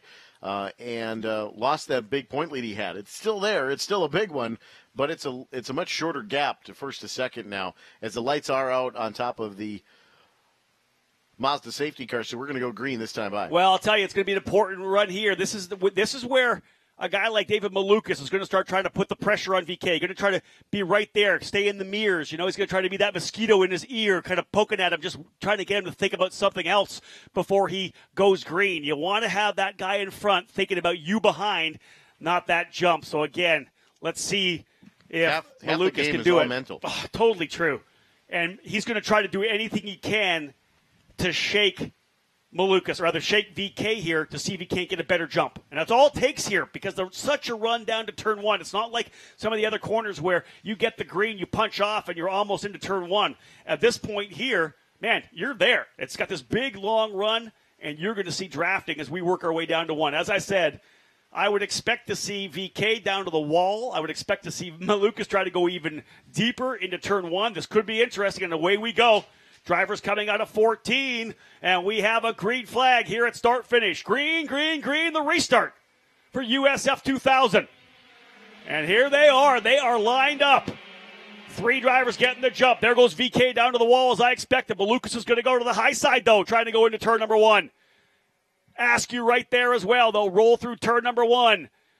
VK able to hold them off. One driver way off into the extra pavement on the outside of 1. They'll go 2 wide coming down here. Again, VK holding that inside line through turn number 3. And they'll work their way out of 3 under the Sargento Bridge. Kind of the start we expected, Eric. Definitely a great start there by Arenas VK. David Malukas didn't necessarily get a very good jump, but that's an early restart location here off of 14 this weekend. Able to get the jump, as we said. VK expertly handling it as he now leads her side by side through turn number 5, back up the hill. Oh, cautions breed cautions. We've heard that before. Let's see if these drivers can stay out of trouble and get this opening lap done cleanly. Through turn number 6, cooler heads prevailed as Malukas tried to make a run around the outside of VK. VK, though, with the inside coming up to turn number 6. That was an advantageous move. Oh, down to the grass. Here comes one of the Pelfrey cars. He's going to go off on the exit, no doubt about it. As that was, I believe, Frederick trying to the inside of Thompson. He put the left side wheels on the grass. Luckily, he didn't go off into the wall. They're continuing to battle through the carousel. Aggressive move for Frederick as Thompson didn't want to give it up either. Frederick, as I said, 2 wheels, the left side, on the grass coming down into turn number 8. Was able to get it woed up on the exit. He did make the pass to take the apex, but of course, Thompson wise just to duck back underneath and get a better run over to the carousel. But I'll tell you, he's having to run the inside now. Look at more moves further back. That could be contact there. Oh, indeed. Aggressive move for McGinnis as he gets into the side of Calvin Ming. I'll tell you, gloves are off, Eric, now. These guys are driving each other hard here in USF 2000. Well, it turns the perfect opportunity to pass, especially when you've got to run to the inside. They were 2 or 3 wide there for just a moment. Everybody kind of back in the line now as VK, Malukas, and Askew continue to kind of pull away from this field. Only about 0.3 of a second between the top 3. It's another half a second back to Thompson, Frederick, and McGinnis. And McGinnis has dropped down a few. Kaminsky's also dropped down a few positions as well. As I said, aggressive racing. Another big battle down into turn number 1. Parker Thompson getting very aggressive on his defense, trying to hold back a charging Kalen Frederick. Frederick in the yellow car there, 5th in the order, really putting some pressure on the Canadian driver.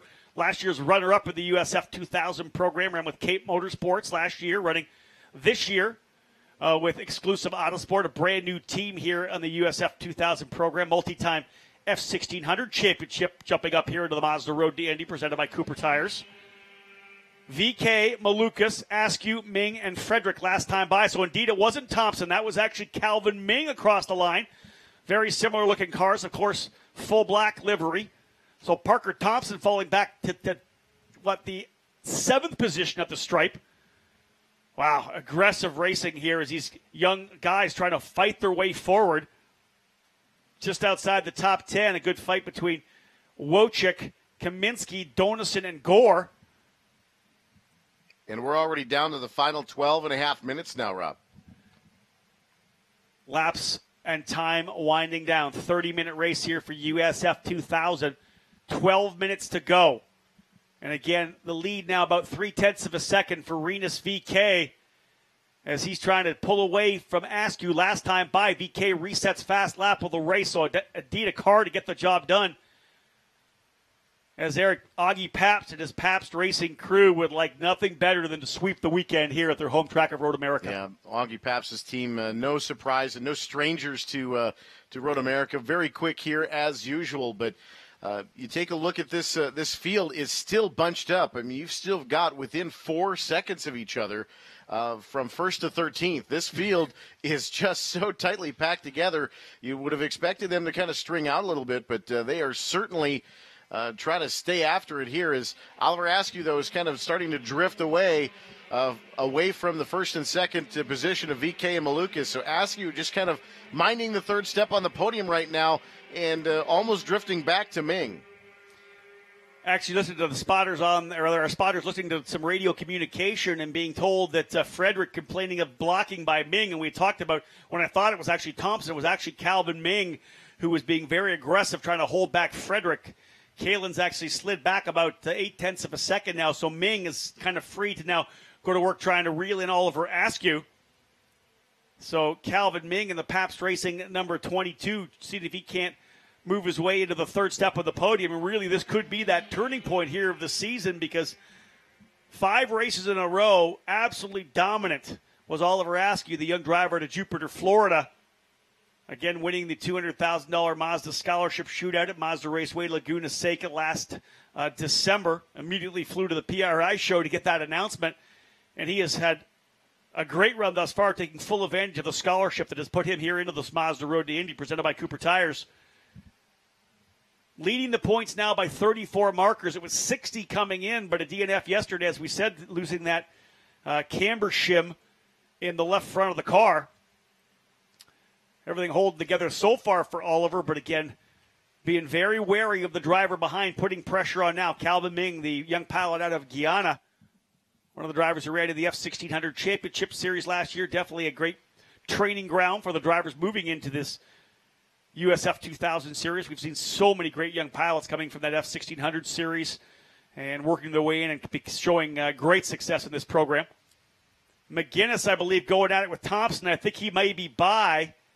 No, that's actually McGinnis with Lucas Cole. So Robert McGinnis in 7th in the Team Pelfrey number 80, battling with the number 23 of Lucas Cole. 3rd place finisher yesterday for Pabst Racing. So Cole now running in the 8th spot, I believe now into the 7th. I think he's been able to get by. Yeah, there's Parker Thompson going by. Then there's Cole running in 7th. McGinnis 8th, Corey Enders 9th. And another impressive run for Devin Wojcik. He has showed so well this year. He's kind of been that kid that's always moved forward.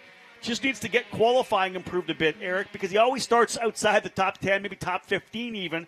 This day starting in 17th, Wojcik now in 10th position. Just got to keep continuing to mine the racetrack a little bit. I think he was a little over-aggressive in qualifying, kind of put himself into a position where really abused the tires in that qualifying session and then got in the gravel trap as well in the test. So starting in the back, certainly not helping. If they can put together a good, solid qualifying effort, starting a little bit further up front, no question, he's going to find himself competing with VK and Malukas very shortly. He's starting to get there, no doubt about it. And you know, it's something we see at this level. You get a lot of drivers who maybe struggle with pace a little bit, and they really start to overdrive the car. They want to manhandle it. They try to overdrive the car a little bit, and again, they find themselves with issues. Being told right now that a potential issue for Robert McGinnis, he has lost the rear wing. Robert McGinnis losing the rear wing of the machine. Tough one for the driver who scored the win, as we said, in the opening round of the series, Eric, at St. Petersburg. He was in the middle of a really aggressive battle and being told the driver currently fifth in points, maybe coming in. Looks like the rear wing is there, maybe a front wing. Being told rear wing on the radio, but again, let's have a look here. We'll keep an eye on the screen. Again, listening in on the spotters, trying to see if we can't get some information for you. Potentially front wing now, as Eric looked up very quickly at our monitors here to see the drivers working their way through. I believe it was turn 8 when we looked up. Hurry down section. Here they're coming through now. Yeah, looking for that next yellow car of the Team Pelfrey entry of McGinnis. Still not going to help with the downforce aspect. If you've lost your front wing, I don't think you're going to be real good going through the kink. There it is. It's the front wing. It's actually the lower wing. He hasn't lost the full nose box, just the lower wing on the car. He is, I believe, going to be coming into pit lane to get a new nose box put on it. Because, we talk about this, Eric, how tough it is heading in to the kink and trying to go flat out, which these drivers do. You lose that front wing, and you're going to be very ginger going through there. These the front wings here aren't necessarily a big aero device, but they certainly are enough that provides mechanical grip. With the aero aspect. Without it, these pushrod suspensions don't really like not having that aero downward force on motion, and that's obviously going to take them out of the running for a win here today. But that team is struggled a little bit this weekend. The brand new car, this Titus USF 17, the concept was to have a lot less aerodynamic downforce than we had in older cars. The idea was to try to get better racing, allow the drivers to close up and maybe go through the carousels and not get what we call aero wash. That's when you tuck up behind someone. You're expecting the car to have all that downforce, but when you get into the draft, you lose the air off the front wing, and the car just wants to push forward. It wants to snowplow off the track. By getting rid of some of that aerodynamic downforce and then going with more mechanical grip, that was hopefully going to allow more racing. We've seen that. Yes, by losing that front wing, he's not going to lose that much aerodynamic downforce, but what it's going to do is throw the car all off balance, because you still have the rear wing aerodynamic downforce, but you don't have the front wing, and that car's still going to push aggressively. So, again, he's doing a good job to get us to get off the racetrack, but again, he'll fall down into the 16th position. I believe Horton and Clooney may have had a meeting of the minds in turn 5. One of the cars up against the tire barrier. Not sure if they can get him around. Yeah, so it is Clooney and Horton. So those two drivers were battling back there, I believe, for the 14th and 15th position. They find themselves together into the braking zone of turn number 5, the downhill run. And again, it doesn't matter where you are on the racetrack. You are racing hard for position. So those drivers getting together. And as we work now lap number 8 with just 5 minutes remaining, let's give you a full field rundown. Rinus VK with the lead by only 0.7 of a second as David Malukas, the number 79 BN Racing entry, trying to close back up. Oliver Askew runs in third still. VK, though, just reset fast lap of the race at 2:10.5.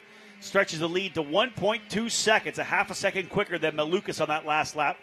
Oliver Askew, as we said, currently in third spot, trying to recover from the DNF from yesterday. Calvin Ming now runs in fourth. Kalen Frederick in fifth. Parker Thompson in sixth spot. Lucas Cole in 7th, Corey Enders 8th, Colin Kaminsky in 9th. Devin Wojcik has worked his way from 17th now up into the 10th spot. Ricky Donison 11th, Dev Gore in 12th, Bruno Tomaselli in 13th. And again, Horton and Clooney 14th and 15th now. So the contact between those two drivers, Clooney and Horton, we believe the number 33's front wing, rather than 93's front wing of Clooney, stuck actually right on the car of Horton.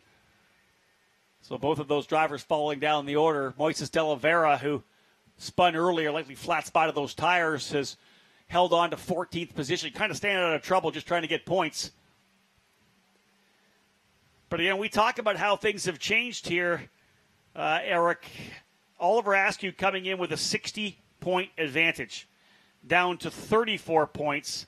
And he's going to see it probably going down another 8 to 10 points again to 24 or so, as he currently runs in third spot. Rinus VK in the lead. And it just happens that easy. One weekend, and these double headers, you do not have a great weekend, you're letting everybody else catch right back up. Yeah, a lot of it is just, especially on the second day, you've got to really manage the rest of the balance of the weekend. And Askew certainly doing that. He's going to lose some more ground, but as they're running right now, third place is a lot better where he was yesterday in 17th place. He's not going to lose nearly as many points today as they're running right now, but it's still not over. We've probably got at least maybe a lap or two left here. Top guy's not separated by much. You can see him there on the screen. Really, it's 2, 3, 4 tenths of a second separating second, third, fourth, and fifth. And Kalen Frederick's been one of the drivers on the move. He was quicker by 2 tenths of a second. He and Ming quicker than Malukas and Askew. And again, every time you roll up the straightaway, like here comes Calvin Ming. Perfect example, getting tucked up under the wing there of Oliver Askew looking to go for third. Calvin Ming has been aggressive all year long. He got into a couple of incidents early on in the season, had 2 incidents at Barber Motorsports Park. He's settled down a little bit since. And that's the key. That's what we get from these young drivers. They just get so over-aggressive. They demand so much of themselves in the opening couple of races of the year when really they should be just focusing more on bringing the car home in one piece as opposed to thinking that they should be out there winning races. Because normally, as we had said earlier, it's that sophomore driver, the guy that's been here 2 or 3 years who has a little more time in the car.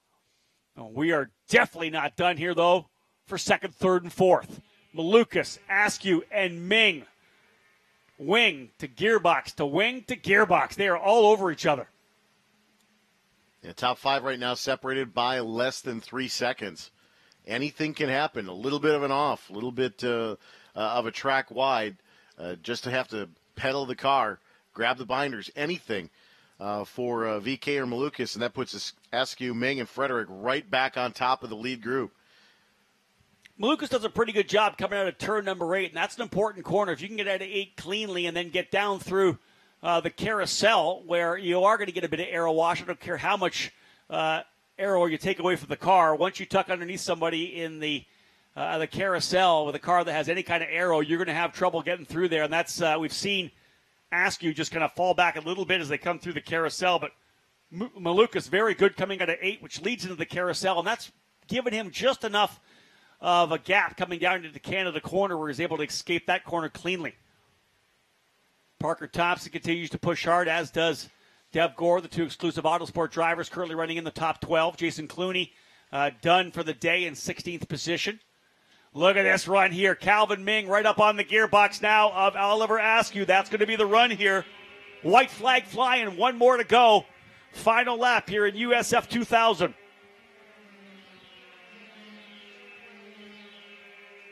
Final lap on the racetrack. Renus VK with a 1.2 second advantage. Ming actually resets fast lap of the race. 2:10.163. Calvin Ming, I believe, passed for third. Calvin Ming able to go into third position. Great run down into turn number 1. And indeed, the driver from Guyana from Pabst Racing has put himself on the podium. Can he hold back Oliver Askew? I would say yes, because Ming is the quickest driver on the racetrack now. There's your lead, though, coming out of 5. Askew going to do what he can to challenge back again.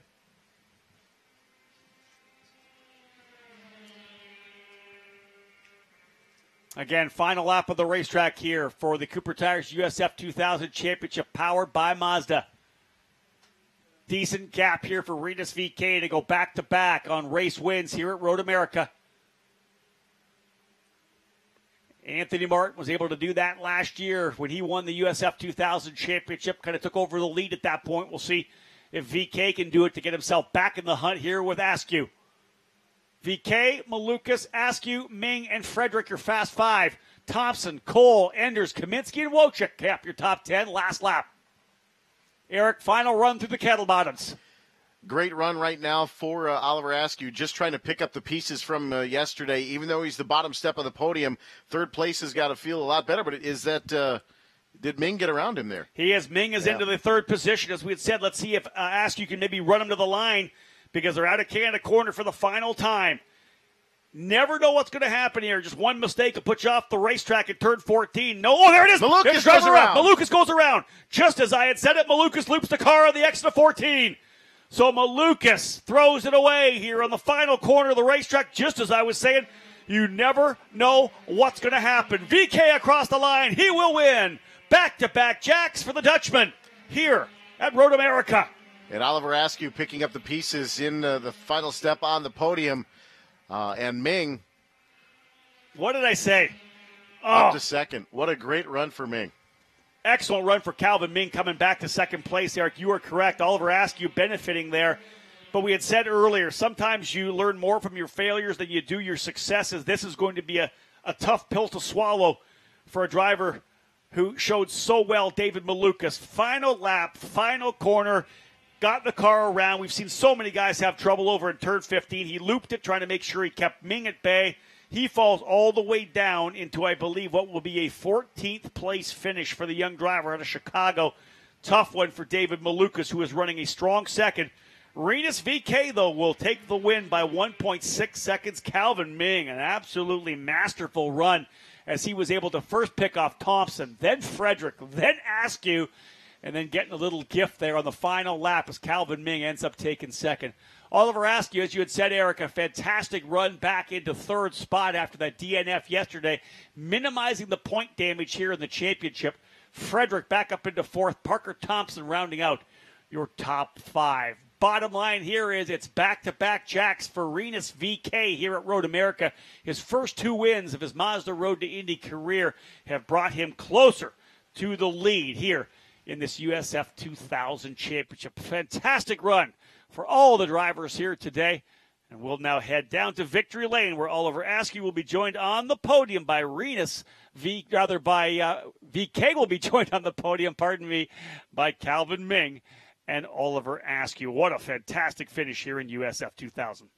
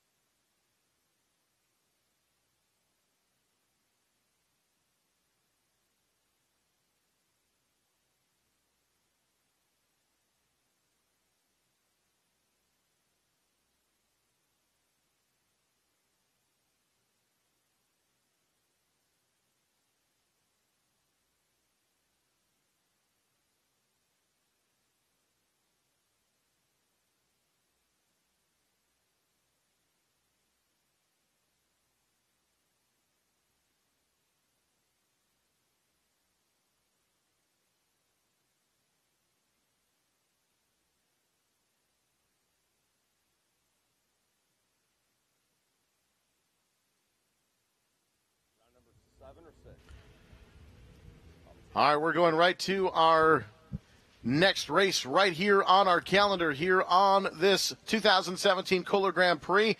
For the grid for our Pro Mazda Grand Prix of Road America presented by Allied Building Products. Here's Tony Laporta.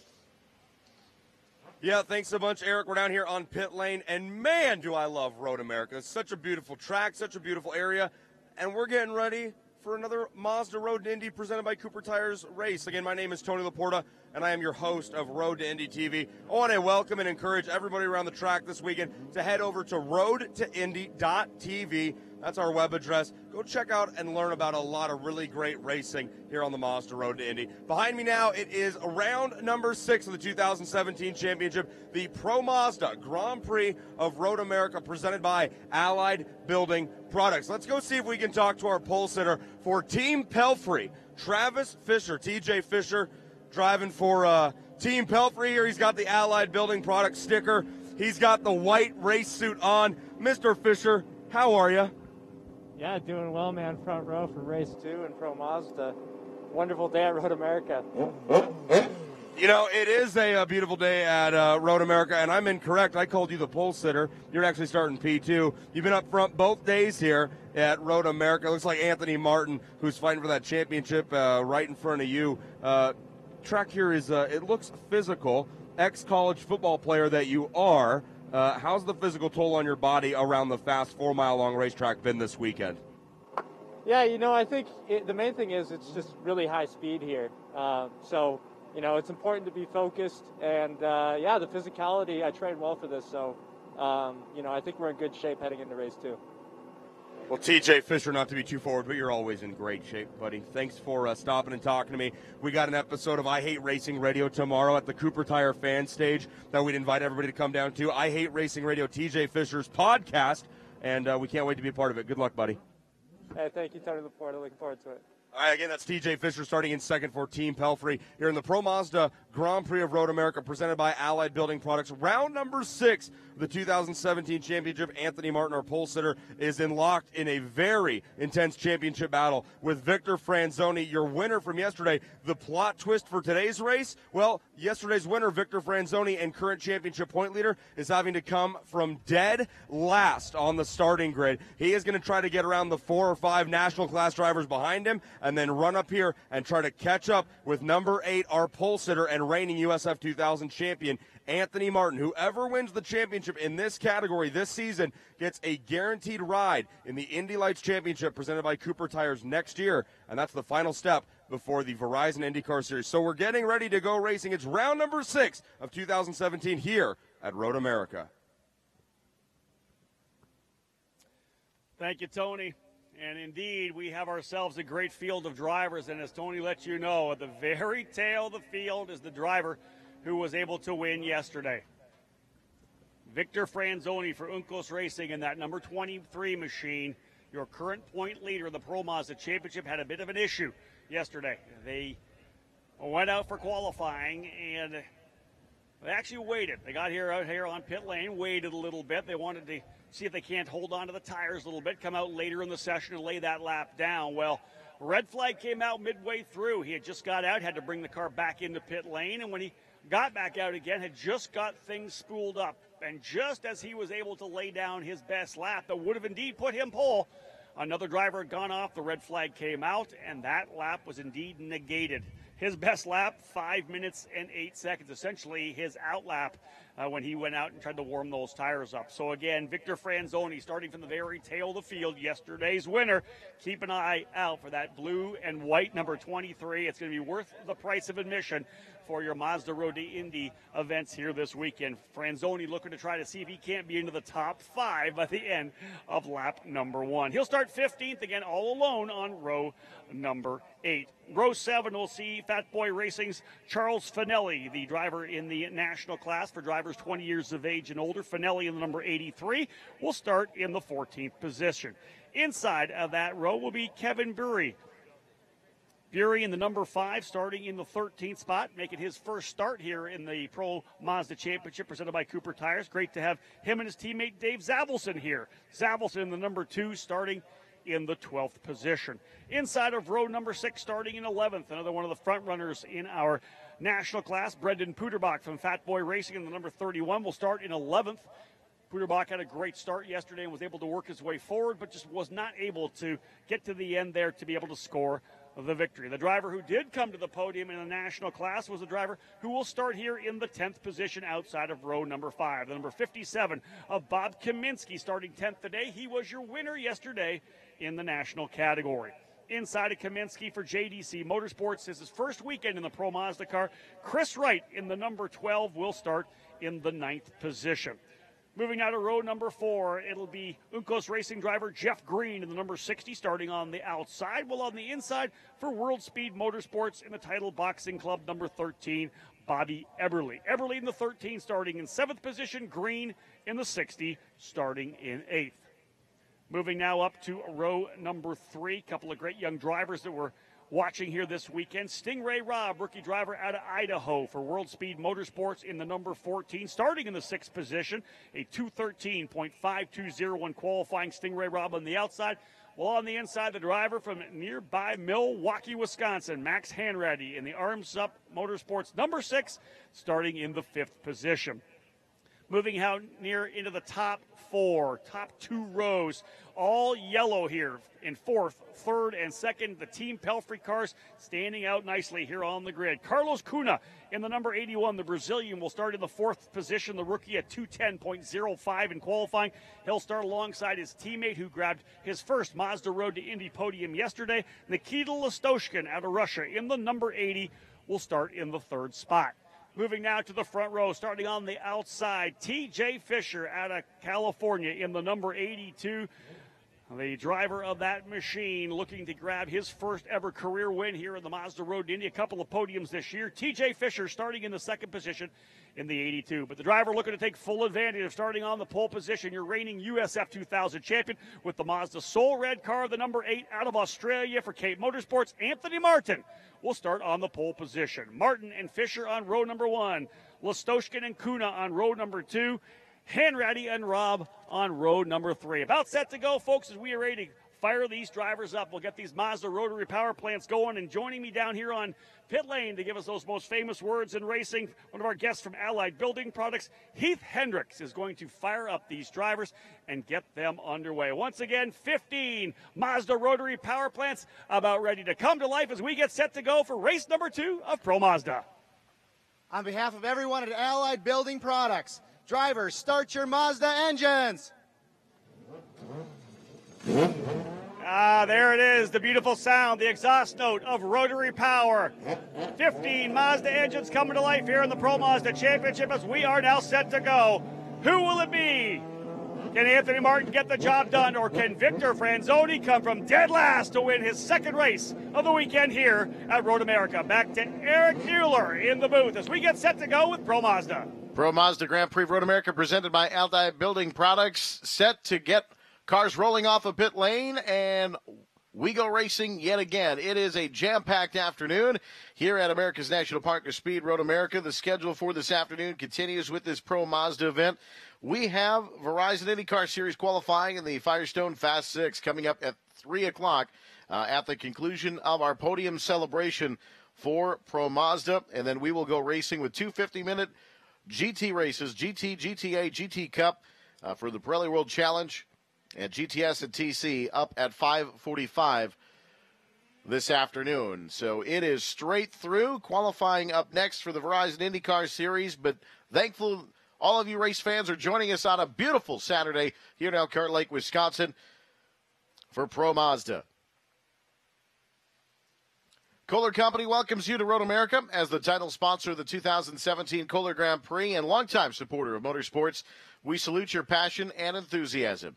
Enjoy the races. You're invited to nearby destination Kohler, where shopping, golfing, dining, and relaxation await, or visit us online at Kohler.com to explore our kitchen and bath products, engines and power systems, premier cabinetry and tile, and much more.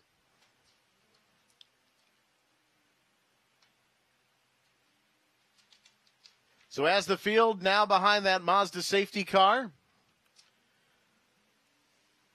Martin and Fisher, Listoshkin, Cunha, Hanratty, Robb, Eberle, Green, Wright, Kaminsky, Puderbach, Zavelson, Bury, Finelli, and Franzoni. Franzoni in this race, number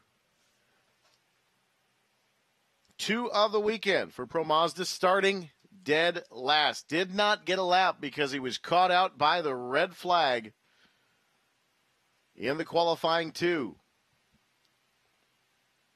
Team was trying to be patient, looking for the opportunity to make a stellar lap. Got out, made a banked lap of 5 minutes on the out lap,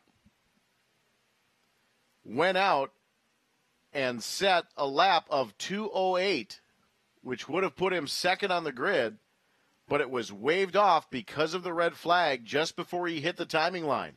So the lap didn't even count. They took it off the board, and Franzoni stuck starting 15th on this Saturday afternoon. Here, the Pro Mazda Championship presented by Cooper Tire. Field now over in turn 8 at the bottom of Hurry Downs. We'll head underneath the Johnsonville-Speedville Bridge and into the carousel.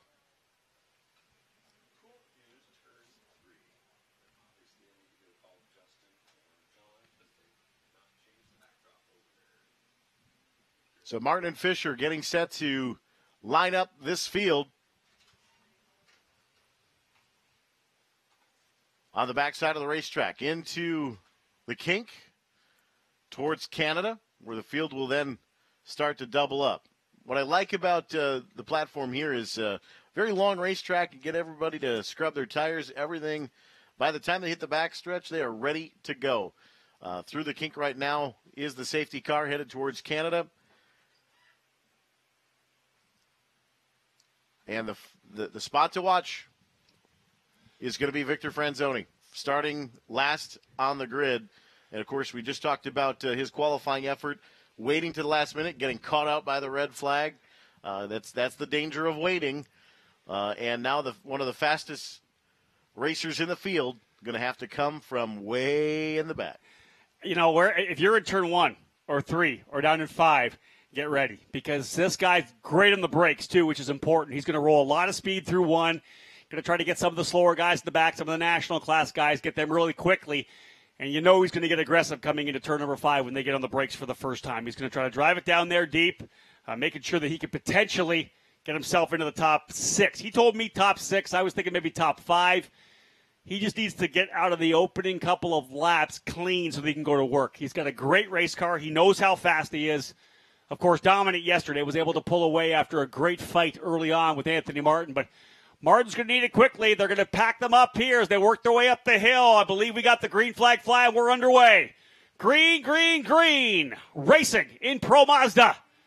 Up the hill. Big jump there for Martin. Got a great start as here's the 3 Pelfrey cars.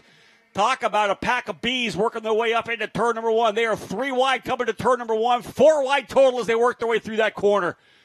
Let's just see if everybody can get through cleanly.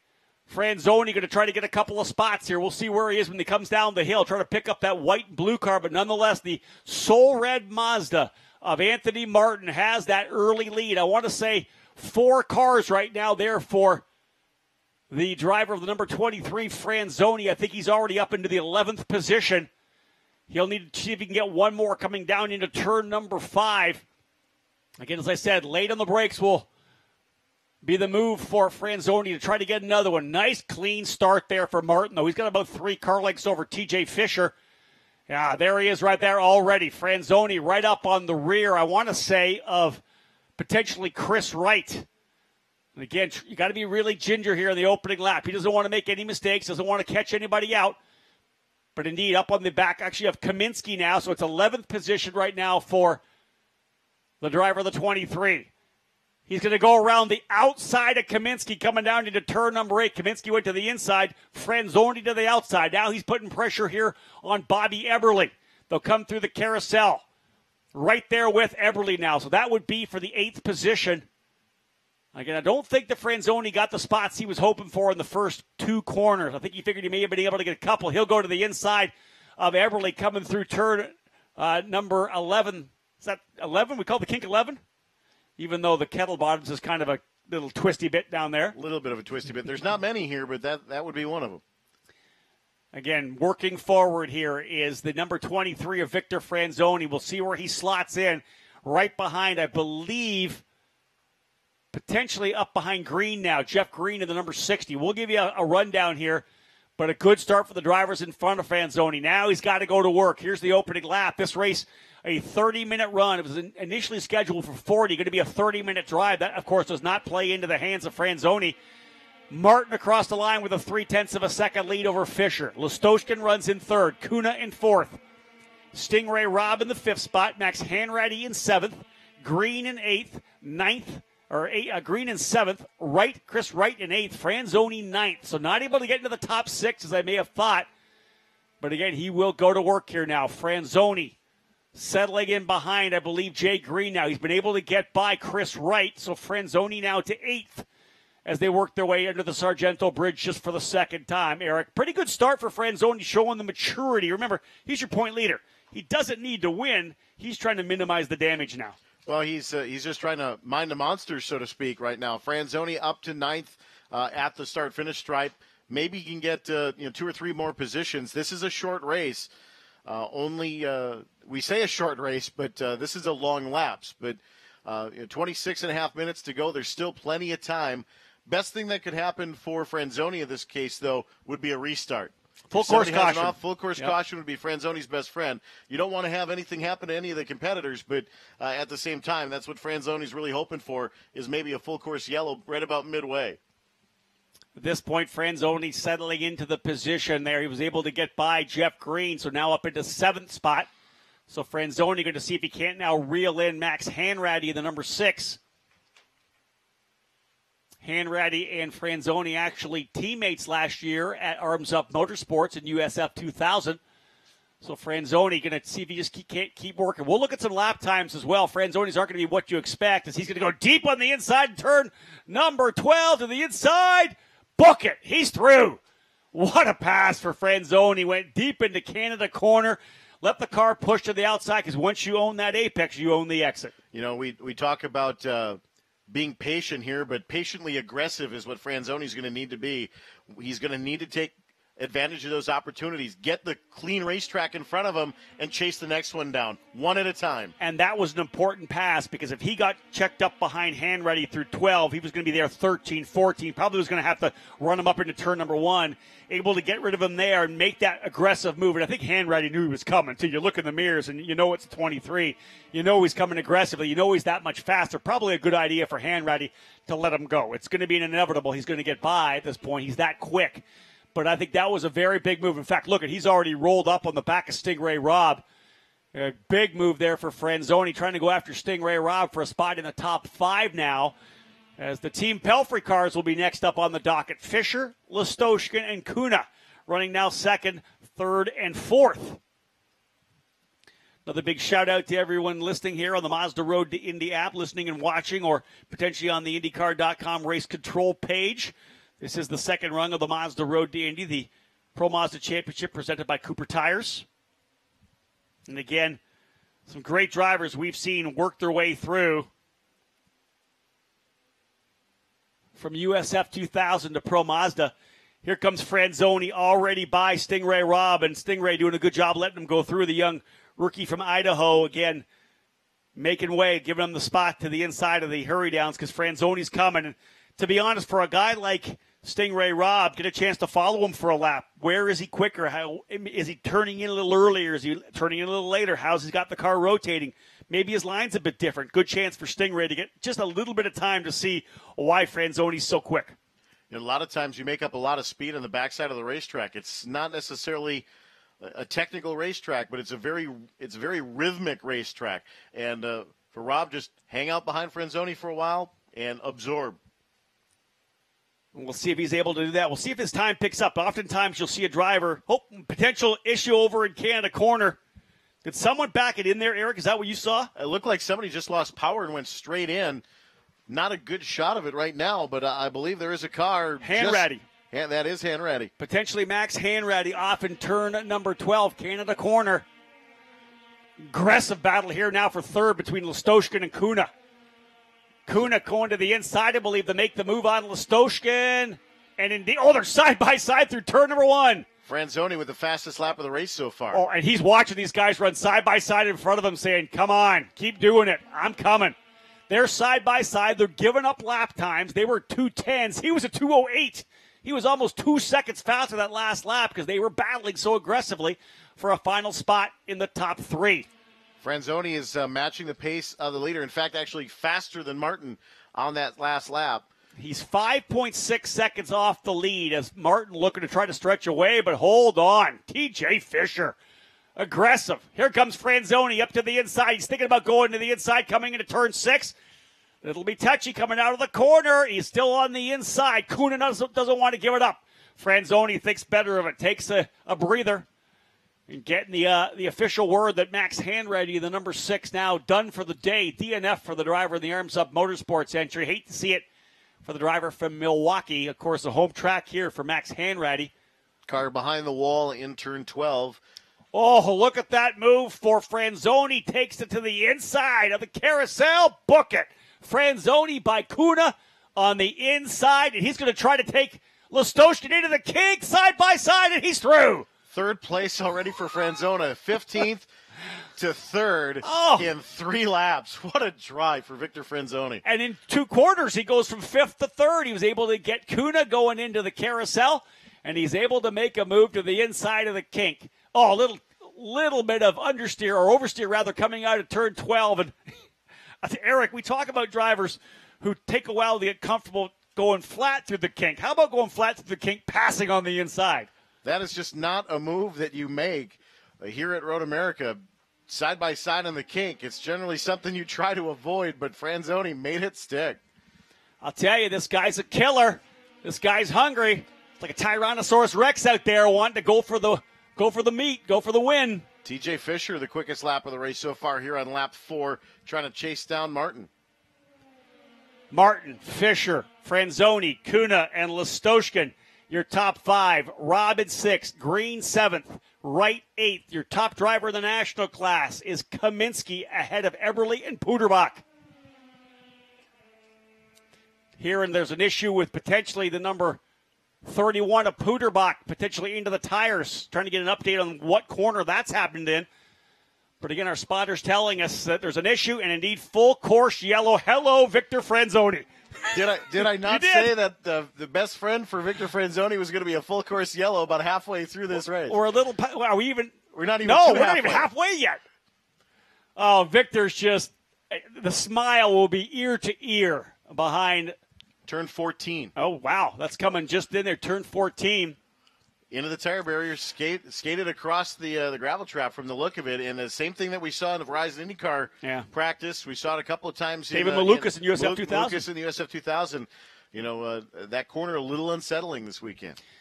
We talked about it. It's the transition. There's a bit of as you do that coming out of the Billy Mitchell bend out of turn number 12. It's a kind of, you're going to the right, you come back to the left to set up for 14. And the transition back, you're also going over some bumps, and then there is also the transition from the older pavement to the new pavement that they've put down. A lot more grip in the new pavement, and once you get in there, if your car's not settled, if you're not balanced and pointing in the right direction, let's say you're just a little bit off kilter, the minute those front tires grab that stickier, that more grippy new pavement, the rear end just starts coming around. We've seen it, as Eric said, on every level. USF 2000 Pro Mazda, we've seen lights drivers go off, and we saw a number of drivers in the Verizon IndyCar Series have trouble in turn number 14 as well. On this particular occasion, it's national class driver Brendan Puderbach in the Fat Boy Racing number 31. He was running nicely, I believe, in the 11th position. That's going to put Dave Zavelson up into 11th, Charles Finelli to 12th, Kevin Bury now into the 13th position. So 2 drivers will now be DNFs, and that will be Max Hanratty, who had an issue on lap number 2, and Brendan Puderbach, an issue here on lap number 3. But, Eric, you said it straight up. You said Victor Franzoni would love to see a full course yellow that restarts maybe halfway through. Well, he got his wish. In fact, what it was, I don't think we had just passed the 10-minute mark of this 30-minute race. He had already got himself back to 3rd. I thought that this was going to be a win for Anthony Martin. He had built enough of a lead, well, let's not say for Anthony, but for either Anthony or TJ Fisher, because it was a decent lead. It was about maybe 5.5 seconds. No longer. It is now all the way down to 0 as Martin, Fisher, and Franzoni, your top three. Franzoni getting new life here as we get set to go back to green once they've got the car Puderbach out of the gravel. Yeah, and Franzoni in this case, was setting a very similar pace to Martin and Fisher. The three of them had the fastest 3 laps of the race, and now when you catch a faster car, it's a lot harder to pass. And now you've got 2 cars in front of you if you're Victor Franzoni that can match your own pace. So it's not going to be easy, but Franzoni definitely hungry. The one thing that Franzoni really hasn't had yet, and that was the big draft off of somebody super quick. He essentially did everything himself. Now, again, he was able to close up on Listoshkin and Kuna so quickly because they were running side by side. And when obviously the slipstream, when you're running behind a car, that car in front punches that big hole in the air that you were able to drive through and get a big draft and able to pull up as anybody would get if you're following a truck on the highway. But when you've got guys running side by side trying to battle each other down the straightaway, that big, huge air bubble is even bigger, and you're able to suck right up in. And that's why Franzoni was able to get the job done so quickly. And an amazing set as he was able to make those passes, one down coming into the carousel, and, of course, then able to get inside of Listoshkin as they came back to the kink. This one, you know what, I got to say the momentum shift rolls in now into the side of Victor Franzoni. He's got new lease on life. He's comfortable with the car. The key now is, has he pushed those tires too much? Has he damaged them a little bit, doing the best he could to try to get back to the lead? Being told we're going to see the green flag from Tom Hansing next time by, so we will go back to green. Got to say, this will probably be about 13 or 14 minutes remaining in this race. And again, working our way through what has been an exciting day so far. Rinus VK, a massive win, his second, sweeping the weekend in USF 2000. Matthias Leist following up his Freedom 100 win in Indy Lights with a win here. And, of course, our Pro Mazda drivers out here right now for their second race of the weekend. Victor Franzoni looking to see if he can't get back and do it again. IndyCar qualifying coming up as well as at 3 o'clock this afternoon. We'll see how the grid lines up for the big boys here at the Kohler Grand Prix, the Verizon IndyCar Stars. So many of them actually spent some time here in this Pro Mazda Championship, worked their way up through the ranks into Indy Lights as well. James Hinchcliffe, Marco Andretti, Graham Rahal, Carlos Munoz, Connor Daly, all working their way through the Pro Mazda category. Of course, can't leave out Spencer Pigot as well, as he's been able to come through the entire Mazda Road to Indy ladder system, started in USF 2000, then proceeded to win the championship in Pro Mazda, immediately won the championship in Indy Lights, and the year after found himself in the 100th running of the Indianapolis 500. Just past the halfway mark now, right about where we expected Franzoni to be in the middle of the pack, but I don't think we really expected him to have this good of a chance now. You know, had we gone green to checker, I thought that a podium for sure, essentially, he could go for a win. Because all it took, we saw it with Listoshkin and Kuna. All it took was those two guys battling away. Once you start fighting up front, you're going to leave yourself open to the chance for Franzoni to close up. And you could see that I think Fisher was running smart. He was right there in second, wasn't going to battle, wait for the last couple of laps because there was no need for Fisher to try to go after the win and potentially allow Franzoni to close back up. Now, of course, the full course yellow has taken care of that, and we're getting ready to go racing here.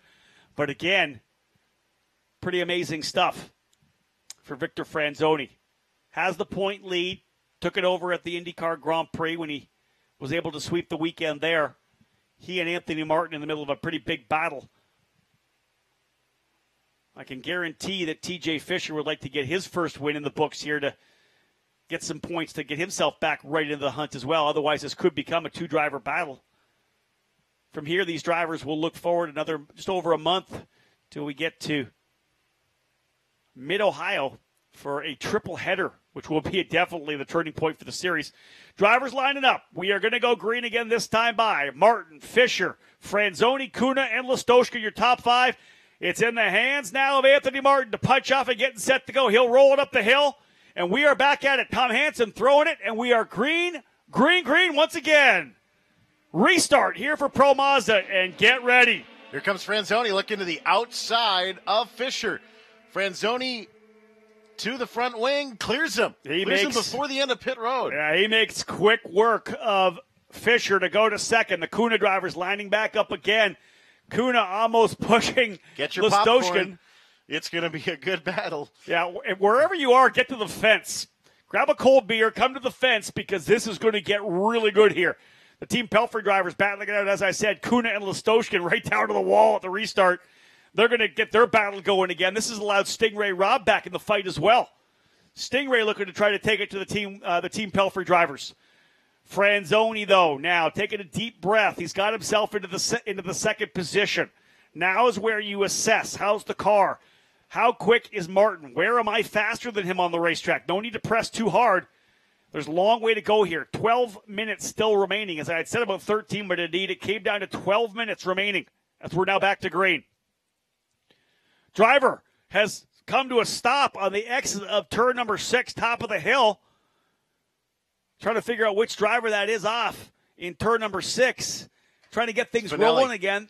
Yeah, that's the 83 of Charles Finelli, the Fat Boy Racing entry. Just looped it, came to a stop, and able to continue. So great job for Finelli not to get stuck there, able to refire the machine and get going once again. So we avoid another full course yellow.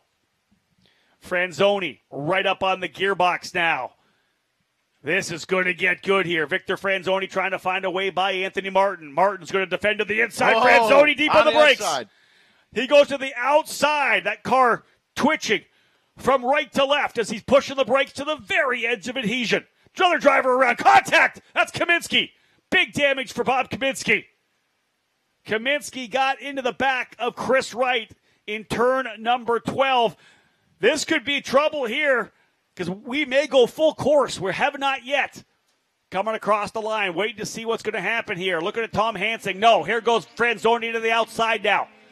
Again, contact between two drivers over in turn number 12. Kaminsky with significant nose damage on the car. We'll see if he's able to limp it home. But here they come. Look at Franzoni trying to the outside.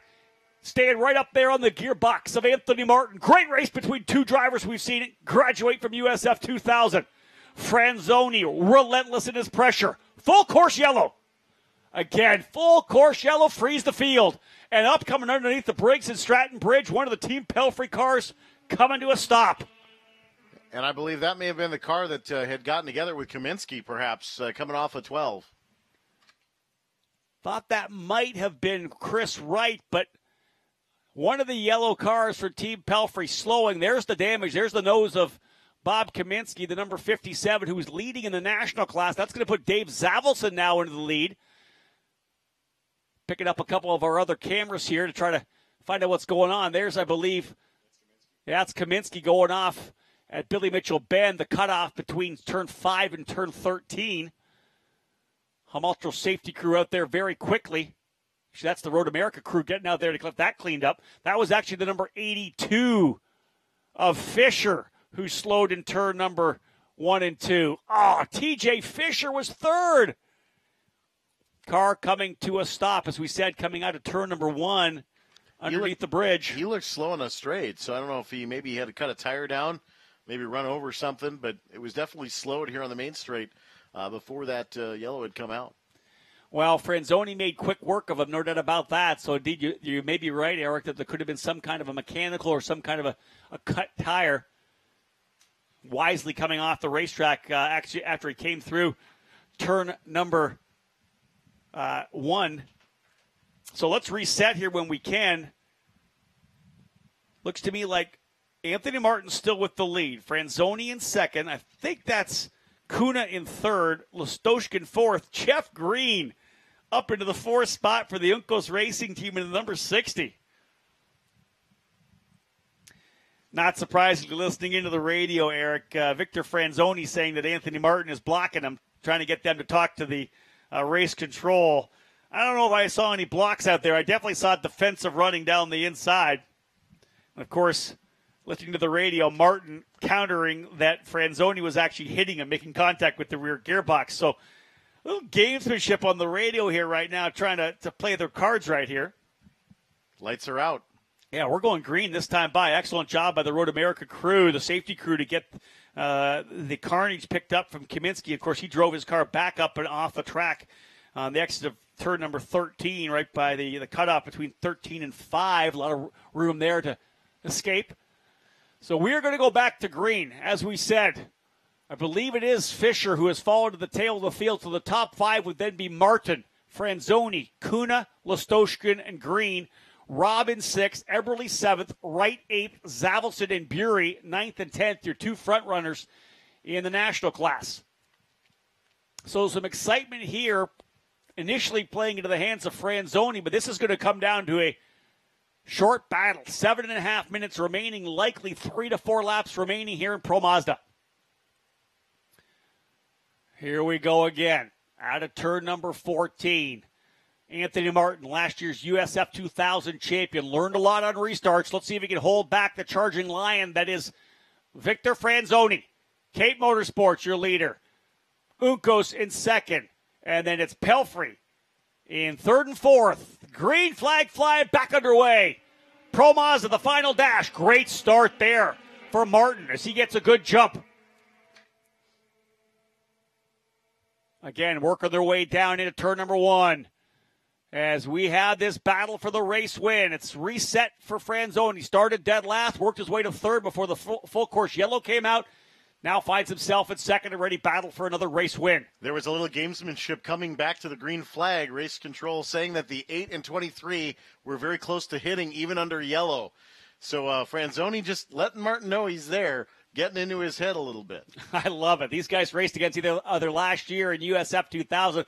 Both race winners, of course. Martin coming away with the championship. Franzoni victorious in Toronto. Here's the run down to 5. Side by side. Martin they both drive each other off. To the outside. Martin drove him all the way off the racetrack. They were side by side. Here comes the 81 now, Carlos Kuna. Kuna in the number 81, ready to challenge as well.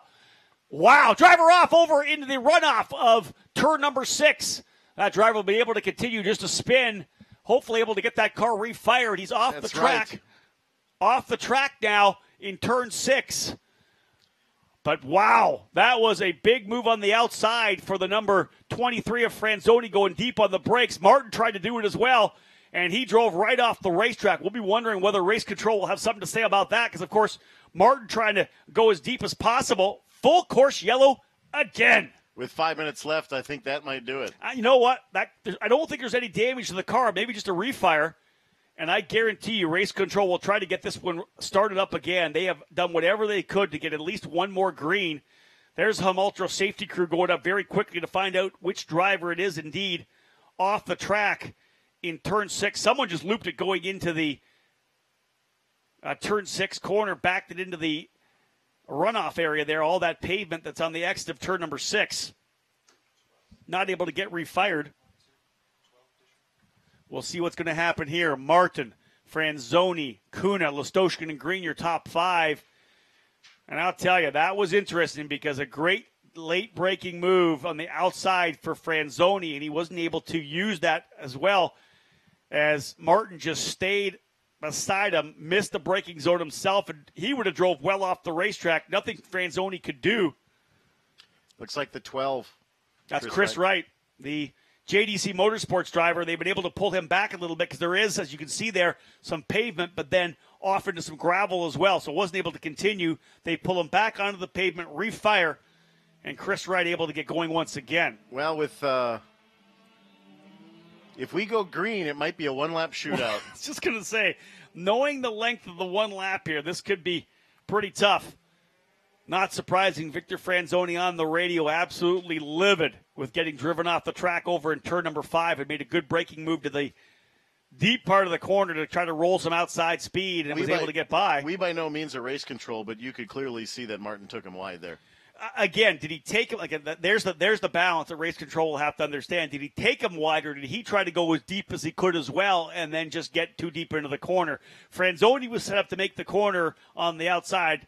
Again, that's always tough. We'll see if race control has anything to say about it, but nonetheless, as you said, long way around the track here to get back, and I'm pretty sure we'll go back to green this time by. Being told potentially white flag next time by. I don't know if we're going to be going back to green or not yet. Again, trying to figure out whether or not we go back to green. Restart with 1 lap to go. Ooh, I like it. A 1-lap shootout. So green-white, then the checker, essentially. So essentially a 1-lap shootout, as Eric had said. I like it. I like seeing these guys get able to battle to the end. Martin, Franzoni. Hey, don't count out Carlos Cunha or Nikita Lastoshka because they were there as well. When these guys start running hard. Very honestly, with Franzoni and Martin playing head games with each other, Cunha and Lastoshkin have got to be licking their chops right now because that could be the battle for the win. Chris Wright in the number 12 able to get going again. He rolls down the front straightaway. He'll be on the throttle trying to catch up to the tail of the field to see if he can't grab a couple spots. But here is your lineup now as we work our way around this track one more time. Anthony Martin, your leader. Franzoni second in the 23. Carlos Cunha in the yellow 81 in third. Nikita Lastoshkin fourth in the number 80. It's Jeff Green in the number 60 running in fifth spot. Bobby Eberle in sixth.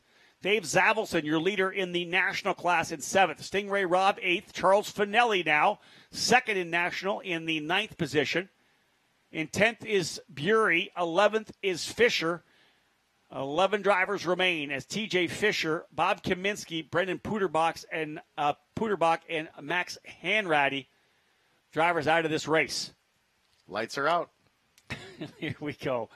1 lap to decide the second end of the doubleheader here in the Pro Mazda Championship. The pace cars clearly picked up the pace a little bit here as they are flying to try to get back. They've got a minute and a half right now on the clock. So this is going to be close to the end for a 1-lap shootout. Oh, we're going green. Yeah.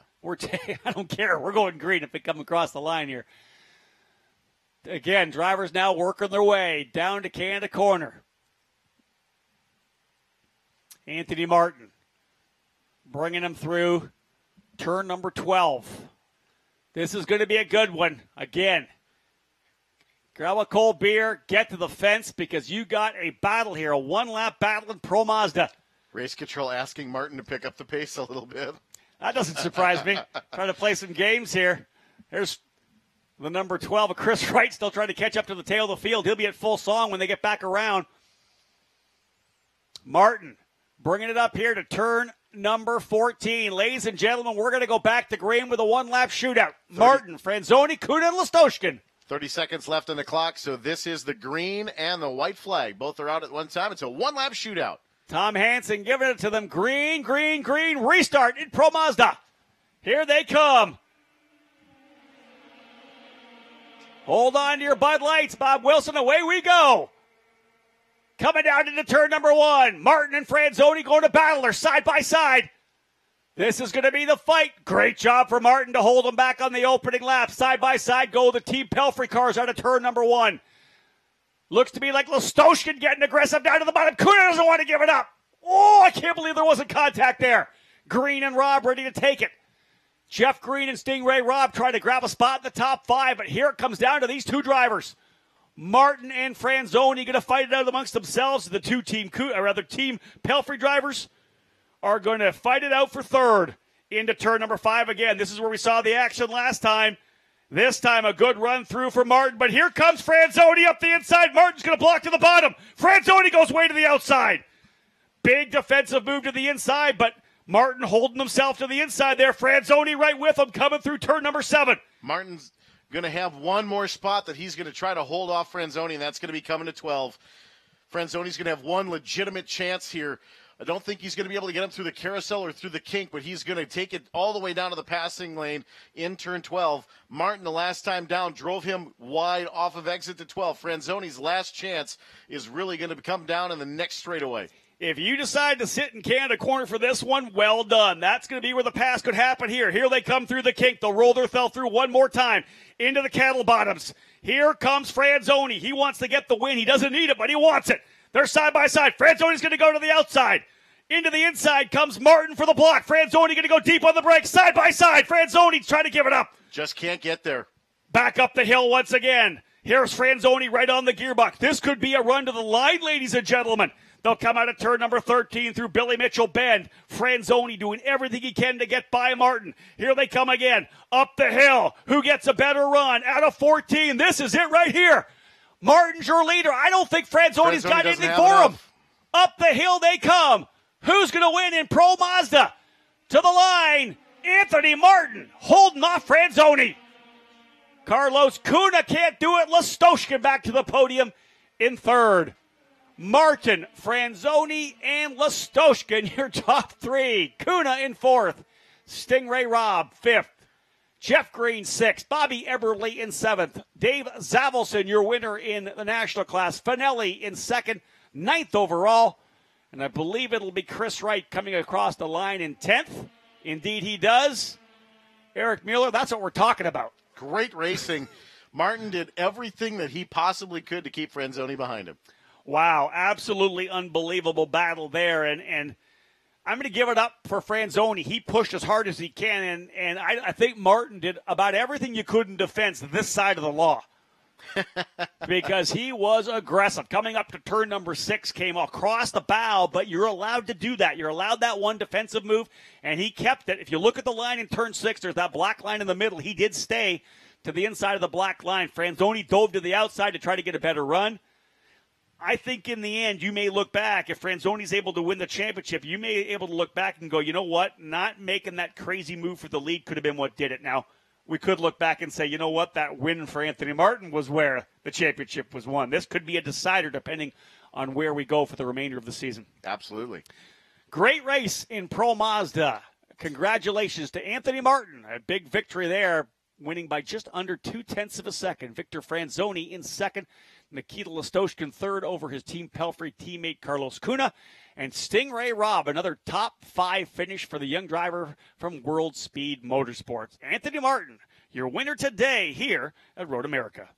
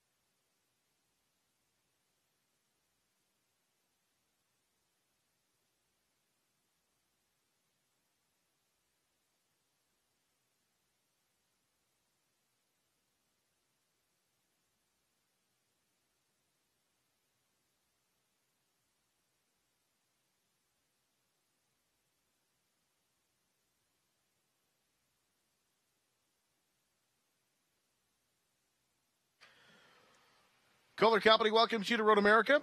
As a longtime supporter of motorsports, visit Kohler.com to explore their kitchen and bath products, engines and power systems, award-winning resort destinations, premier cabinetry and tile, and much more. And enjoy your Saturday here at Road America. We are coming up on the Victory Podium celebration. We already sent Rob Howden down there, so we'll expect Rob to join us here momentarily. IndyCar qualifying coming up at the top of the 3 o'clock hour. So a qualifying session that will include outright laps and then, of course, the Firestone Fast 6. And then we have two 50-minute Pirelli World Challenge races yet this afternoon to come at 4:30 and 5:45 yet this afternoon. Don't forget there are a lot of other things to do here at Road America. The zip line is open for the weekend. $20 for one ride, $30 for 2 consecutive rides. You can sign up at the landing platform inside turn 14. Anyone above the age of 6 years old can enjoy and partake in the zip line. That's, again, the landing platform. Anyone under the age of 16 does need a parent or guardian signature on a waiver form to be completed at the landing platform as well. If you want to go fast, 40 miles an hour on the zip line, but you can go even faster with the SeaTech Motorplex Spectator Karting. Spectator karting down inside the carousel for this weekend through about 6 o'clock today. And that is $20 per ride, $50 for 3 consecutive, or $250 unlimited weekend pass. Let's go to Victory Lane. Thank you so much, Eric. We're set to go here down in Victory Lane, ladies and gentlemen, with the podium presentation for our second race of the Pro Mazda Championship here today, the Grand Prix of Road America. Let's start by bringing out the driver able to score the national win here this weekend. A fantastic run for Dave Zavelson. Come on out here, Dave. Stand out front there, and let's get the trophy. Kyle Kimball, Mazda Motorsports Operations Manager for Mazda, going to come out here and present you with your trophy. Dave, congratulations. Great job in the national class, scoring the race win here today. Finishing today in third spot, his second consecutive podium here in Mazda Road to Indy competition. Fantastic job for Team Pelfrey. Third place, Nikita Listoshkin. We have our guest from Mazda helping us out today, bringing in the third place trophy, Rachel Mosden. Rachel Mosden, give us a hand here. Thank you. Rachel Mosden, I'll say it correctly. Thank you so much, Rachel. What a battle it was, folks. The last lap was a crazy one for sure. This driver who had trouble started dead last, able to finish second and still have that point lead heading to the next event at Mid-Ohio. Coming home second place today for Uncos Racing, Victor Franzoni. P2 for Victor Franzoni today. And bringing in the second place trophy, Adam Thayer. Adam going to present this P2 trophy for Victor Franzoni, your point leader now in the Pro Mazda Championship, presented by Cooper Tires. Unbelievable battle for sure out there. A one-lap fight for all the marbles after Victor was able to get himself from the very tail of the field. One more driver to bring up onto the podium here. What a fantastic drive it was. Able to go from green to checker. Ladies and gentlemen, the winner today in the Soul Red Mazda, the number 8 Cape Motorsports entry, Anthony Martin. Anthony, come and have a chat with me. You know, that was one of those races you'll probably remember for the rest of your life. Mano-a-mano battle, one lap to score the win here at Road America, and for you in the championship, a very important win. Yeah, extremely important. As you guys know, every championship point's crucial, so I had to do everything I can to keep him behind me. You knew he was coming. He was starting dead last. He's had great speed here. What were your thoughts when you saw that yellow flag? That full course yellow really hurt you, obviously. I was like, basically, crap. Here we go again. So, I saw he was in third, and I knew I just had to put my head down and bum up and just focus forward. And Victor had extremely fast pace all weekend, so I knew that he had better pace than us. So I just had to do everything I can to minimise mistakes and keep him behind me. Congratulations on a big win. Yeah, cheers, mate. Anthony Martin, ladies and gentlemen, hop up on top of that podium. This is the big one for him. He needed this victory to keep himself in this championship. And what a fight. We have such great drivers here in this Pro Mazda Championship. All three of these drivers came through the USF 2000 Championship as well. Of course, Anthony, the champion. Let's bring the trophy in for him. Chad Coleman will bring in that P1 trophy. He had a lot of them last year in USF 2000. He'll add another one here in Pro Mazda. Again, Anthony, your USF 2000 champion from 2017, racing with a scholarship that went with that championship. Of course, the sole red car here. Trying now to win the championship here to get the scholarship to move up into Indy Lights. Ladies and gentlemen, one more time, these are the top three drivers in Pro Mazda. Nikita Listoshkin, Victor Franzoni, and Anthony Martin. And a great run for national winner, Dave Zavelson, with a big win here as well. And again, these USF 2000 graduates always showing well here in the Pro Mazda program. And pretty tremendous racing out there. The Team Pelfrey drivers laid it all out there as well. An excellent run for Nikita Listoshkin as he was battling with his teammates TJ Fisher and Carlos Cunha. But that race just so exciting as Victor Franzoni was able to work his way from the very tail of the field, got himself to third spot. Then that full course yellow came out and kind of just pressed the reset button as we all went back to work. And of course, Franzoni never likes finishing off the top of the podium. None of these top drivers want to do anything but win. But again, when you think about a championship run, second place still pretty solid for Victor Franzoni. These drivers will now look forward to a triple header at the Mid-Ohio Sports Car Course in the final weekend of July. And again, moving their way through Gateway International onto Watkins Glen International Raceway for the finale on Labor Day weekend. We can't talk enough about the fact that the championship prize for winning in this Pro Mazda program, a full series, a full scholarship to run in the Indy Lights presented by Cooper Tires in 2018. Following in the footsteps of some pretty amazing drivers who have been able to score those championships. Of course, Ed Jones last year, Spencer Piggott in 2015, Gabi Chavez in 2014. Drivers we've seen come straight out of Indy Lights right into the Indianapolis 500. Speaking of the Verizon IndyCar Series, they are on the grid getting ready to rock and roll. I think about 10 minutes away from the start of qualifying for the Verizon IndyCar Series and the Kohler Grand Prix. And I guarantee you, all three of these drivers here on the podium right now would one day like to be behind the wheel of one of those Verizon IndyCar Delaris. That caps things off here from the podium. The Mazda Road to Indy presented by Cooper Tires getting 5 of our 6 races done. We got 2 USF 2000 races. Big congratulations to Renus VK for both of those wins. Victor Franzoni and Anthony Martin, of course, splitting the wins here in Pro Mazda. Matthias Lace with the win already in Indy Lights, and we have one more Indy Lights race tomorrow before the Kohler Grand Prix. Again,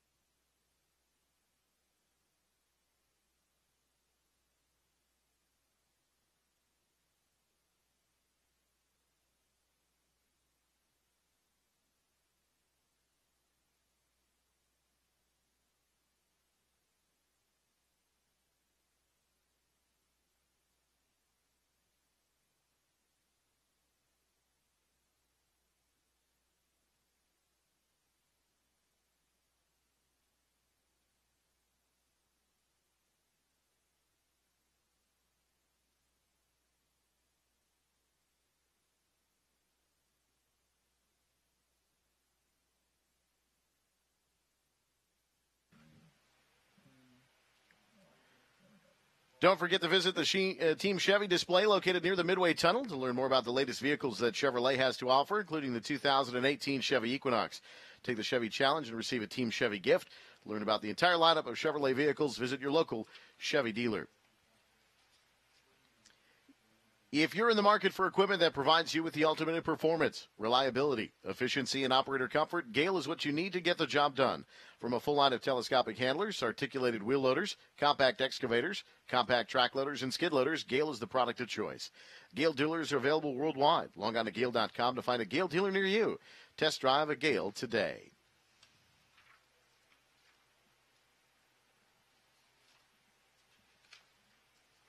Briggs & Stratton's PowerSmart Series P2200 and P3000 inverter generators are quiet yet strong enough to run any of your tailgating needs, so you can leave the rumble to the racers this year. Get your Briggs & Stratton PowerSmart Series inverter generator at any Menards today.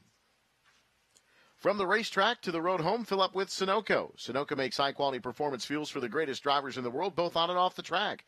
Whether you're pulling up to the pump or into the pits, you can trust Sunoco to be the fuel that keeps you going. Sunoco, the essence of racing. Race fans, don't go anywhere here in this 2017 Kohler Grand Prix weekend at Road America. We've got plenty of racing action for you, of course, tomorrow with the Verizon IndyCar Series. But before they can go racing tomorrow, they need to qualify. That happens next at the top of the 3 o'clock hour, as well as coming up this afternoon, Pirelli World Challenge, 2 50-minute race events. We've got GT, GTA, GT Cup coming up at 4:30 this afternoon, and at 5:45 we will have GTS and TC. It is a jam-packed Saturday. Qualifying and the Firestone Fast 6 coming up for the Verizon IndyCar Series, Pirelli World Challenge, GT, GTA, GT Cup at 4:30, 5:45, the GTS and TC. We'll join the IndyCar Radio Network momentarily here for the coverage of the Verizon IndyCar Series qualifying session. Tomorrow we start at 8 a.m. with a 30-minute warm-up for the Verizon IndyCar Series. Indy Lights will go racing at 8:45 tomorrow morning. We'll have GT and GT Cup Race 2 at 9:55 tomorrow morning. And then, of course, the Verizon IndyCar Series tomorrow afternoon, and GTS and TC at 2:45 tomorrow. 4 races for you on your Sunday. We'll now join IndyCar Radio Network for coverage of the Verizon IndyCar Series qualifying.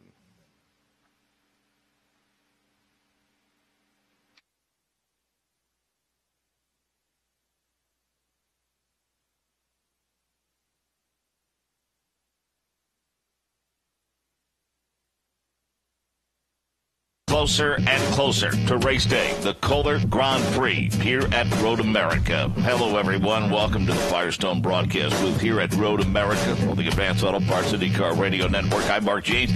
Happy to be joined by our driver analyst, Davey Hamilton. And Davey, through 3 practice sessions, it has been Penske, and more Penske. Yeah, it's right when we thought Chevrolet is struggling. Now, is it Penske or is it Chevrolet that is catching back up? Now, Penske, as we know, hey, what a class team. I know their cars are really, really good, but pretty impressive right now with the Penske group here again at Road America. One of them, a third quick after the combined sessions, have a whole stable of talented broadcasters set to bring you this qualifying show.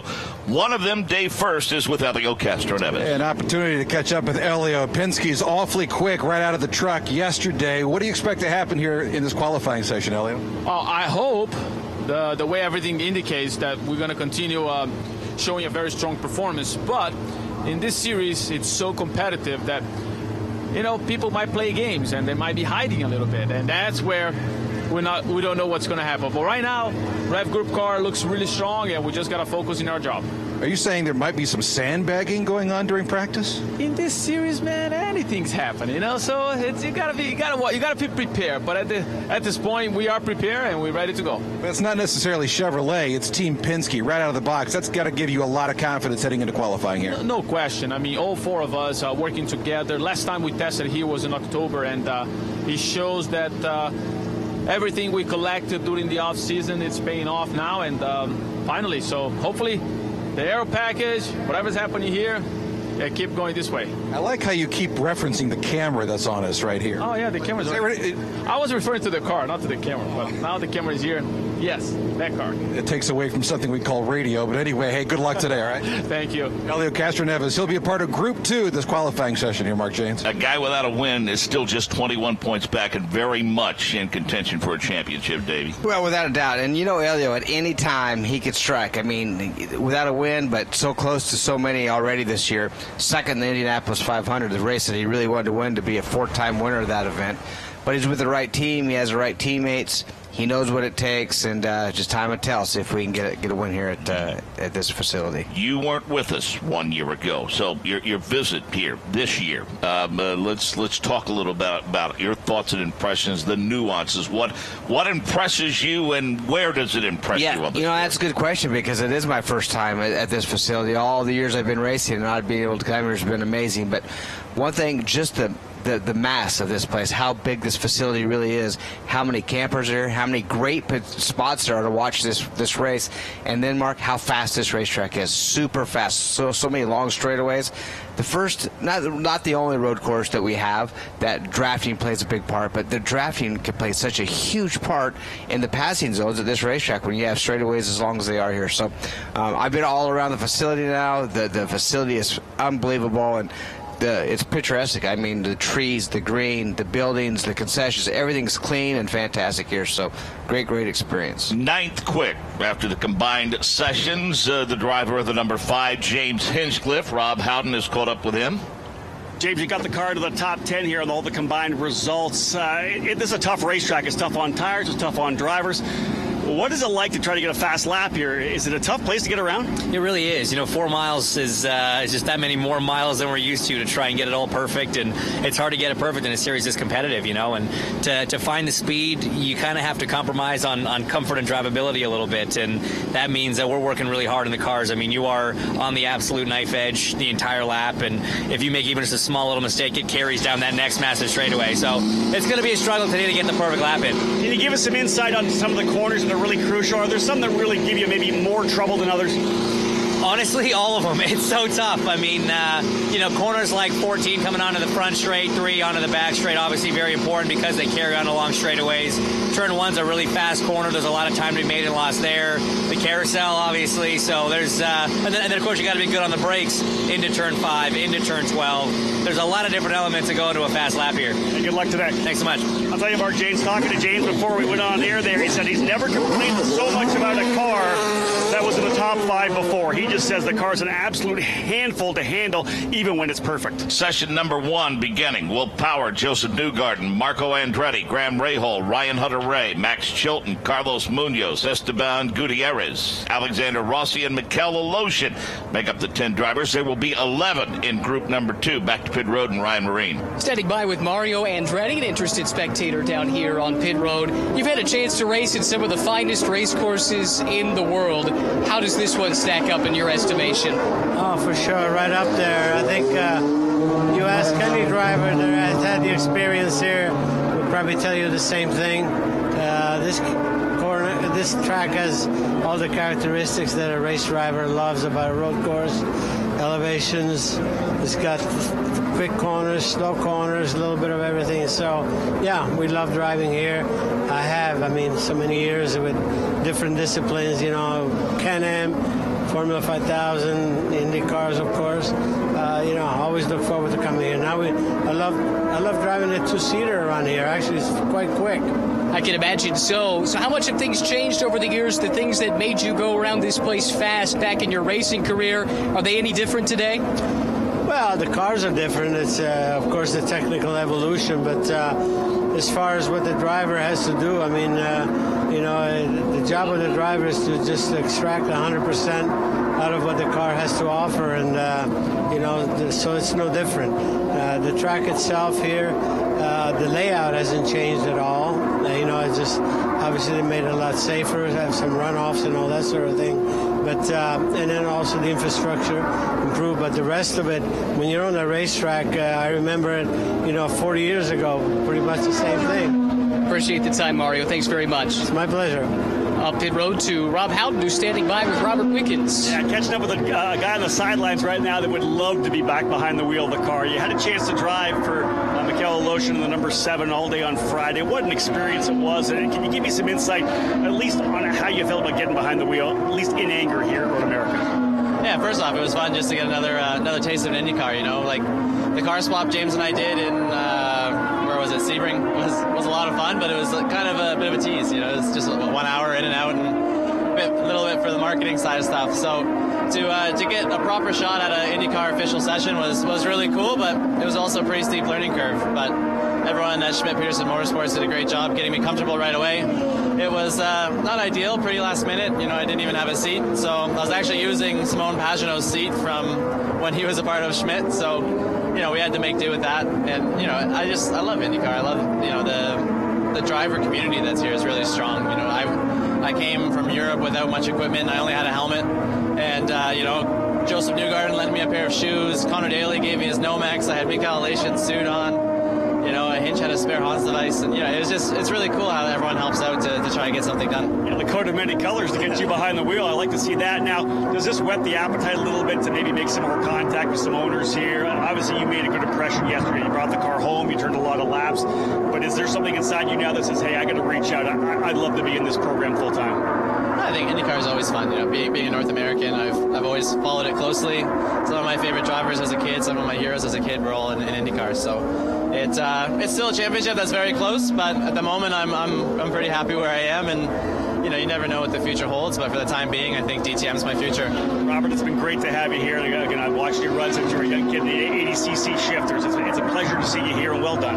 Yeah, thanks. And I actually found a picture last night of me and Hinch from the first car days from way back when you were still helping me out. So hey, congratulations. Thanks, Rob. Awesome to talk to this guy, Mark James. I'll tell you, I'm very excited again. He's got that DTM program. You know he doesn't need to go anywhere, but man, you can hear in his voice there's a desire to be here in the Verizon IndyCar Series. Thanks, Rob. Good stuff. 7 minutes remaining in this session. Newgarden, Gutierrez, Rossi, Hunter Ray, and Gretty among the top 7. We dispatched our turn announcers to cover this massive 4-mile course. We'll welcome them in by starting in turn number 1 with Michael Young. Well, thank you, Mark James. A beautiful day here at Road America, although it's a tad bit more breezy than it was yesterday. I'm down at turn number 1. Basically, what I can see is the start-finish line and to the Briggs and Stratton Bridge, where they drive over that tunnel, the Briggs and Stratton tunnel, that gets you to the outside of this circuit. Not a lot that I can see, but if I'm going to see anything, I'm going to see some passing down here in turn number 1. They can get 2, 3 wide. There is a huge gravel trap that they put in to keep these drivers safe in case they go off course. Thus far, I really haven't seen anybody on the knife's edge, with the exception of maybe Alexander Rossi. He really swung the car wide the last time by. The back end stepped out ever so slightly. Other than that, everybody just trying to find a groove in this first round of qualifications. What's interesting, though, is the way the wind has changed. It's coming from the west, then it'll die down, then it'll come from the south quickly, and then briskly from the west. But as they come down this front straightaway, it doesn't look, as I'm looking at the flags from all the campers, like there's much wind at all. So it really greets them, and I would imagine it'd be quite a surprise, the gusts that we have seen. And boy, Alexander Rossi really twitchy on the brakes into turn number 1 as he goes by and sets up for turn number 2.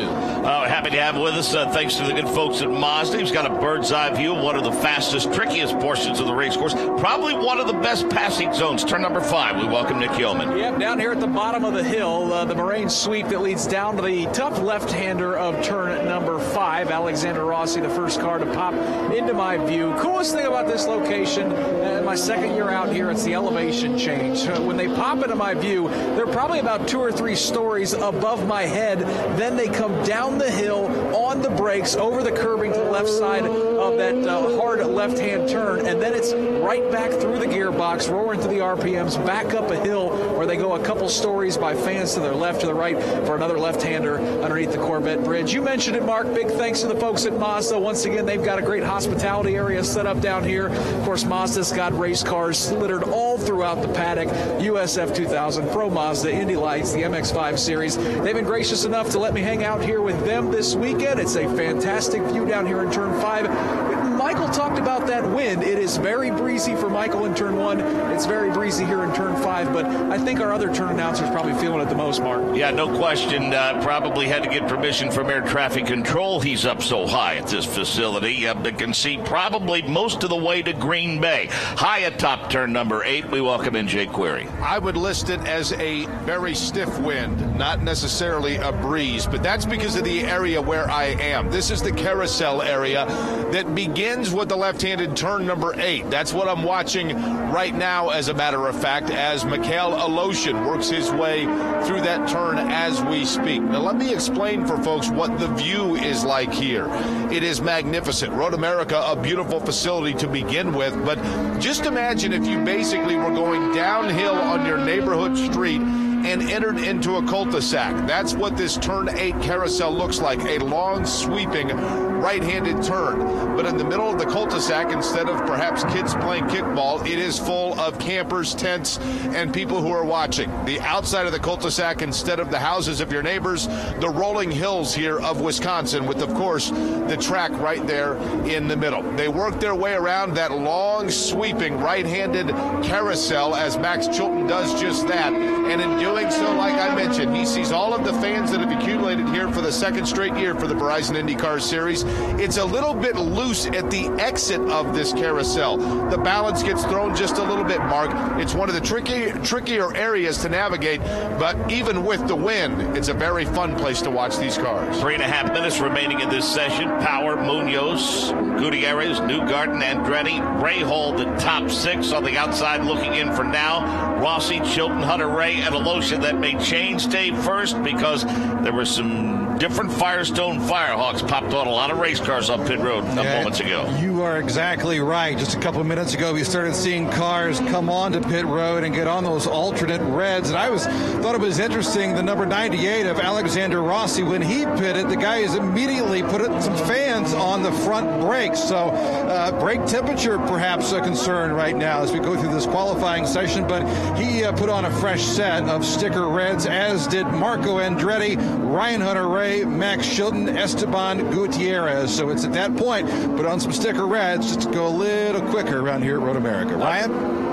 Yeah, similar story down towards pit in, where several cars have opted to go to the alternate reds, Joseph Newgarden most notably. Carlos Munoz has put up a pretty good time so far, but he actually started the session on red, so he's sitting P2 and in and out for a quick adjustment, now back out on that original set of red tires. So the strategy's starting to play out with under 2.5 minutes to go in this first qualifying session.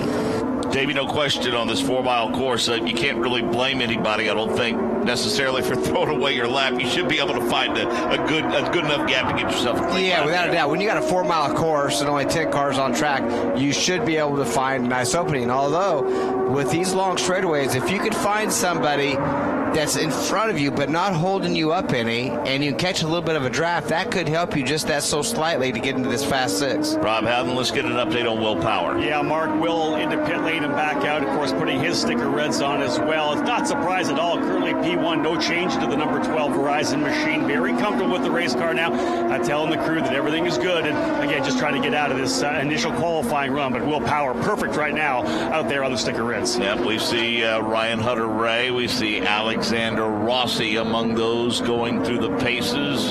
Cars coming down a short back straightaway underneath that Continental Tire Bridge. We have 1 minute 21 seconds left now. Will Power, Max Chilton, Carlos Munoz, Esteban Gutierrez, Joseph Newgarden, and Mikhail Aloshin, your top 6. Marco, Graham Rahal, Alexander Rossi, and Ryan Hunter-Reay. Michael Young, Will Power just popped past your view. Right before he went in to grab those reds, he actually stepped that back end of that Verizon Team Penske machine out the very exit of turn number 1 and got into the gravel, kicked up a lot of dust. The only other driver I've seen do that is Max Chilton. So obviously you want to go quick, you have to use every inch of this race course. 4 miles is an awful long distance. Talked to Helio Castroneves earlier today. He goes, if you get a good run out of a turn, you can gain a second on a guy. And you think about a second in one of these turns, as long as they are, that is a heap of racetrack. Nick Yeoman, the 14 machine of Carlos Munoz trying to stay in the fast in this 6 and get into the next round. He's coming into your view. Yeah, and I'll tell you what, as good as the Penske Chevrolets has been, Carlos Munoz has been knocking on the door. He's had a good weekend as well as he makes his way through turn number 5, jumps hard on the brakes, as you mentioned, just on the bubble. That LED display shows 6, so he is right there on the bubble of making it around number 2. Tugs that steering wheel to the left, Jake Query. Carlos Munoz coming into your view. Munoz just came into view right then, Nick, right on cue. Takes that left-hander. He is 8th right now, so he better get on his giddy-up with that ABC supply machine. We will watch Carlos Munoz, the Colombian, all the way through the carousel here. It's at the bottom of the carousel where he got a little bit loose last time by, but no issues on those softer Firestone Firehawk red tires. He works his way through the carousel without a problem. Davey, right now we're waiting on guys to clear the checkers, but it's Power, Newgarden, Hunter Ray, Chilton, Marco with the late surge, and Alexander Rossi, the top 6. Well, here's a crazy thing. Will Power was second quick just until that last lap, and he did that on blacks, Mark. I don't know if he really should have even went back out. He could have been in this fast 6, saved those red tires for the next time. But what did he do? He goes down the red on one lap, turns a 1:48.5. The next closest guy to him, second quick, his teammate, Joseph Newgarden, at a 1:42.2. 0.7 of a second faster when he got on the reds. And like I say, he could have made the fast 6 with those black tires. That last lap, Davey, Carlos Munoz, I tell you what, he put himself in and fell right back out. Yep, he was to 8th, and then he was to 6th, and then he fell back to the 7th position. We said it would be curious to see after the practice session. Marco Andretti's been in the top 10 all weekend long. Could he back that up and move on to the next round finally? He hadn't done that a lot, and it looks like Marco has. We're going to find out right here in a second. His teammate's going to be the one. Right now, Alexander Rossi, if he's getting ready to cross the timeline right now, and it looks like Marco's going to hang on for that 6th spot. Rossi's going to end up 8th. That is huge for Marco Andretti, most assuredly. So your top 6. Will Power, Joseph Newgarden, Ryan Hunter-Ray, Max Chilton, Graham Rahal, and Marco Andretti.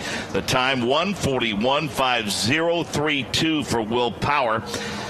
Those not moving on: Carlos Munoz, Alexander Rossi, Esteban Gutierrez, and Mikel Aloshin. Back with more qualifying at Road America.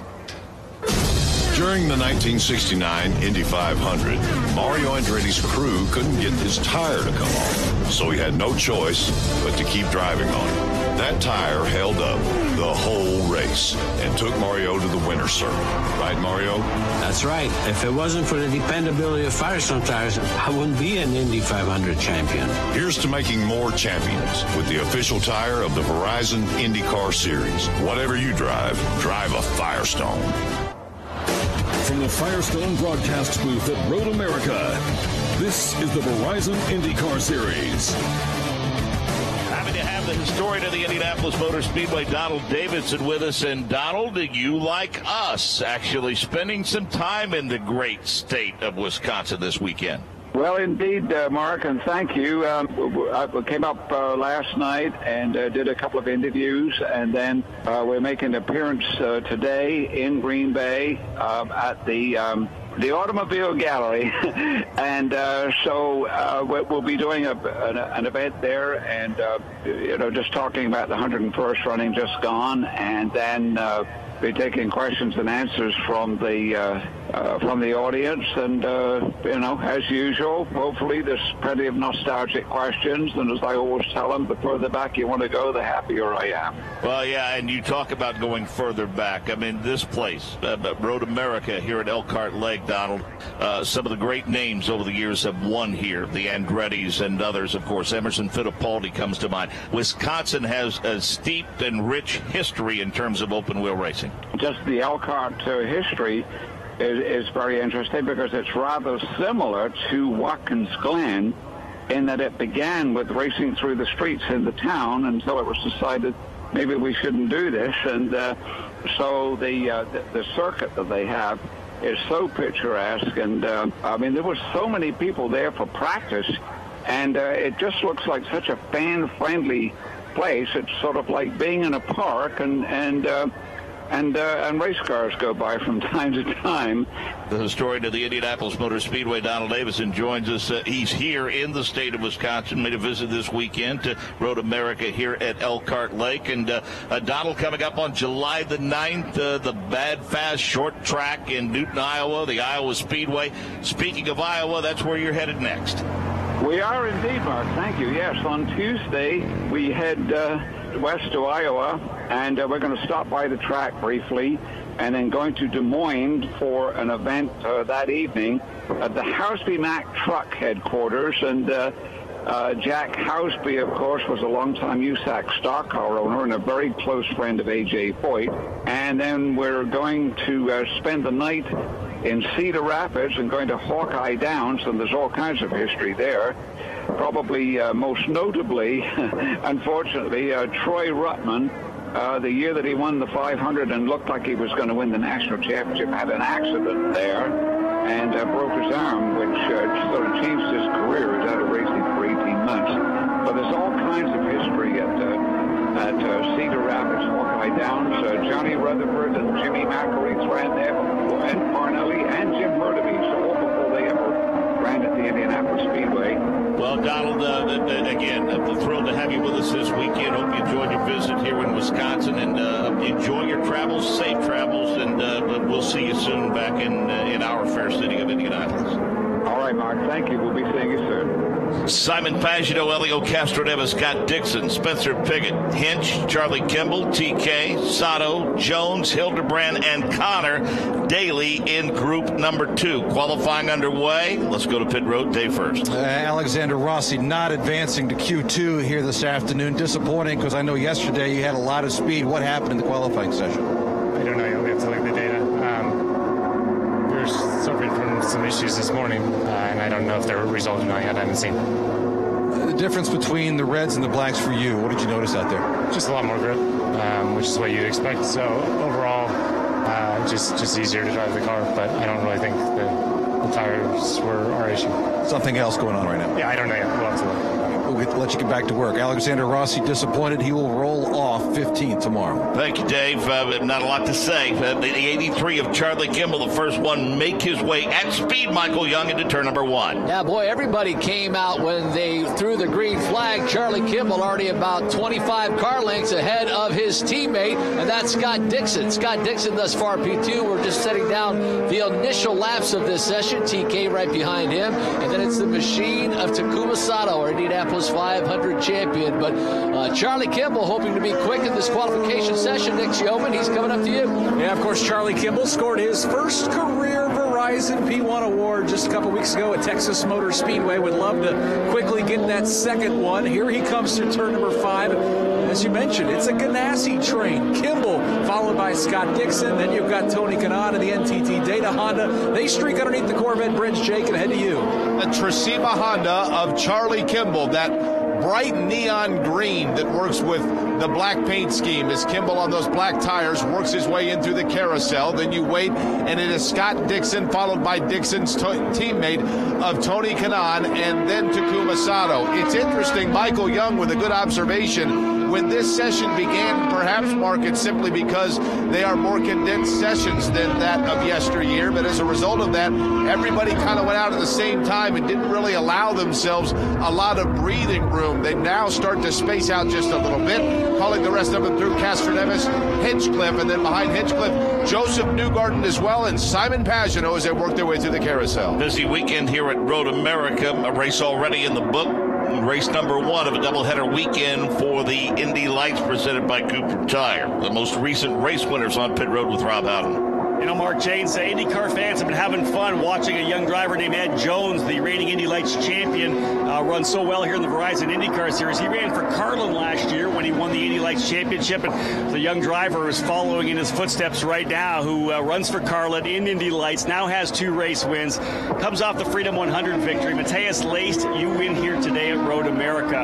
Momentum, confidence, tell me how you feel right now having won your second race here in Indy Lights. Yeah, I'm feeling very happy. You know, this is such a great moment for us, the team, for me, and everything just are happening together. You know, I'm getting used to the car, to the team, to the USA, to the tracks. So as I already said, it's everything new for me, and I'm very happy that now I'm second in the championship, 2 wins, and really looking forward to win the championship and to be in IndyCar next year. Okay, congratulations on an awesome day today.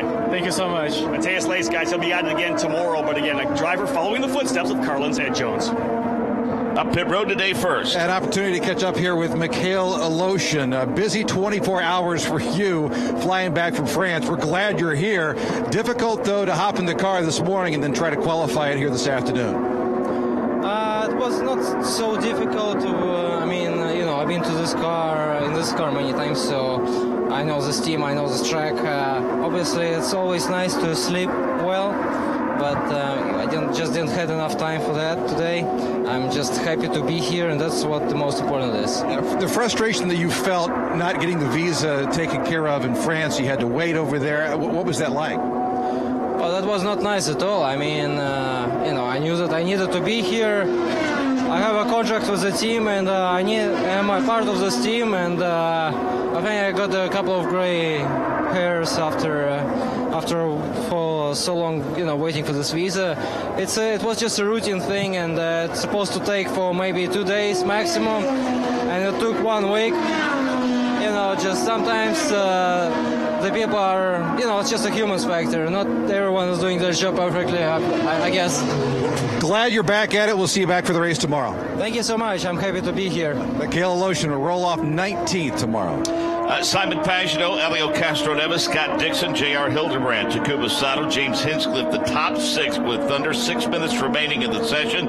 Kimball, Piggott, Kanaan, Daly, Ed Jones right now on the outside looking in, but Davey Hamilton business picking up on pit road. Yeah, pit road's going to get busy with just over 5 minutes left. Simon Pagenaud, as you say, and Elio Castro-Neves, the 2 Penske cars, first and second, which if it ended right now, it'd be the first 2 rows Penske, but it's time for these reds, Mark. It's time to put these softer compound red Firestones on, and they're going to lay some laps down now.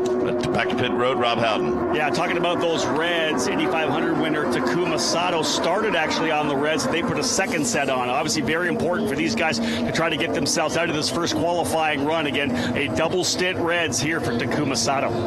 So Sato using a little bit of tire strategy to get into the next round. Charlie Kimball bumps his way into the top 6. On the outside looking in right now, Hinch, Spencer Piggott, Tony Kanaan, Connor Daly, and Ed Jones. Those in Dixon, Pagenaud, Castro-Neves, Hildebrand, Sato, and Kimball.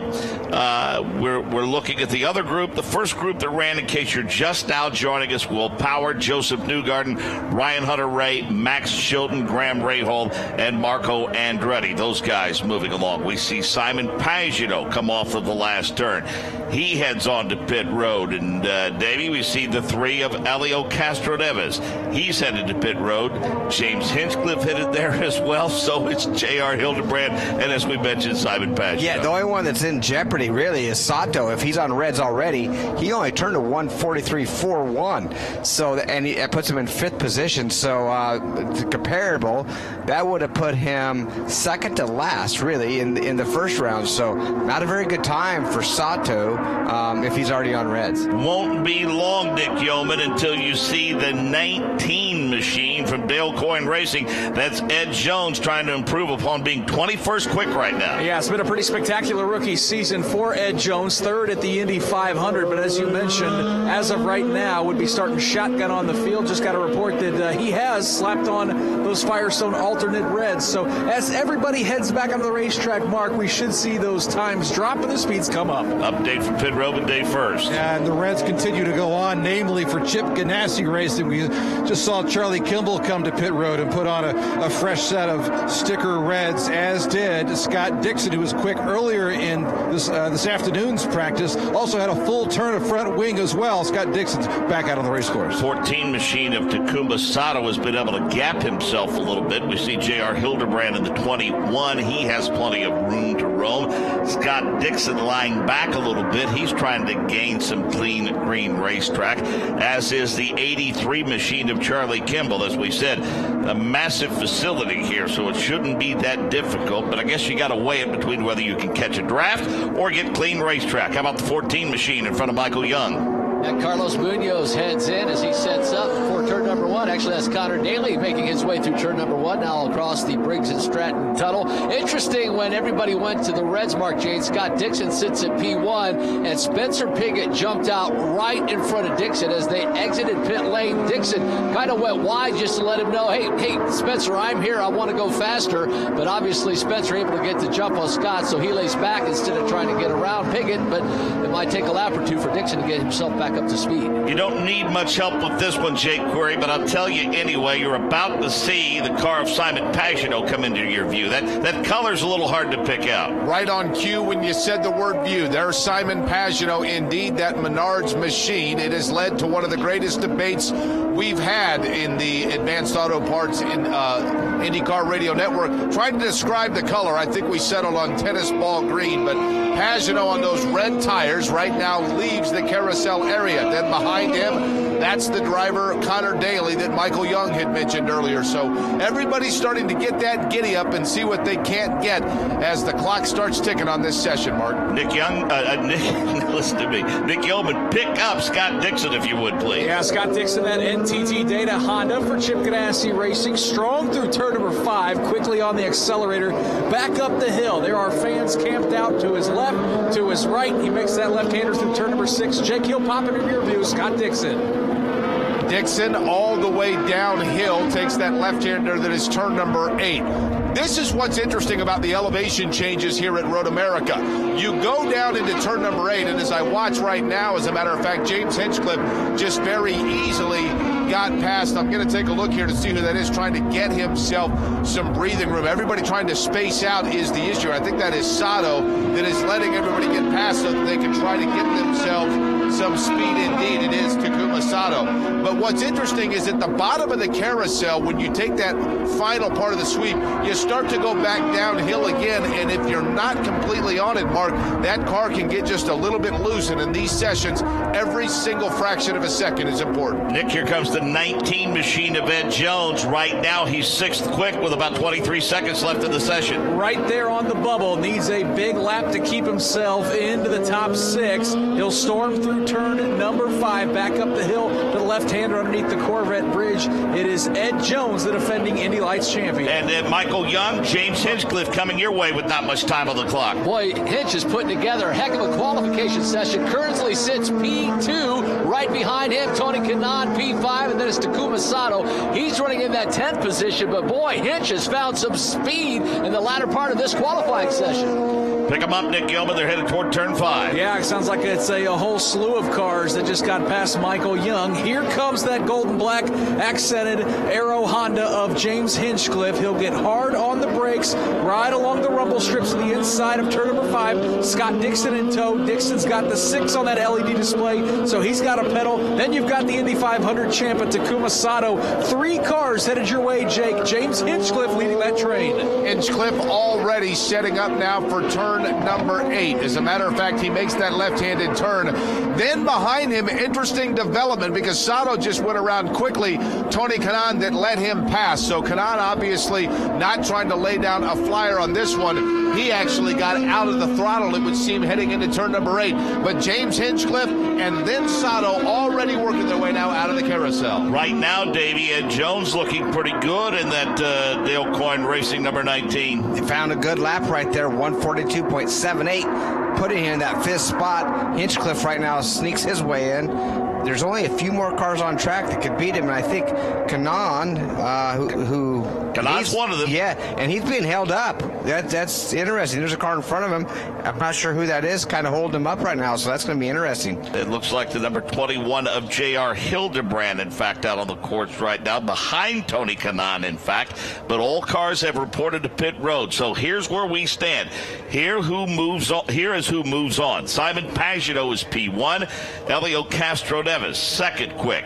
Scott Dixon, Charlie Kimball, Ed Jones, and James Hinchcliffe on the outside looking in. Spencer Pigot, Tony Kanaan, J.R. Hildebrand, Takuma Sato, and Connor Daly.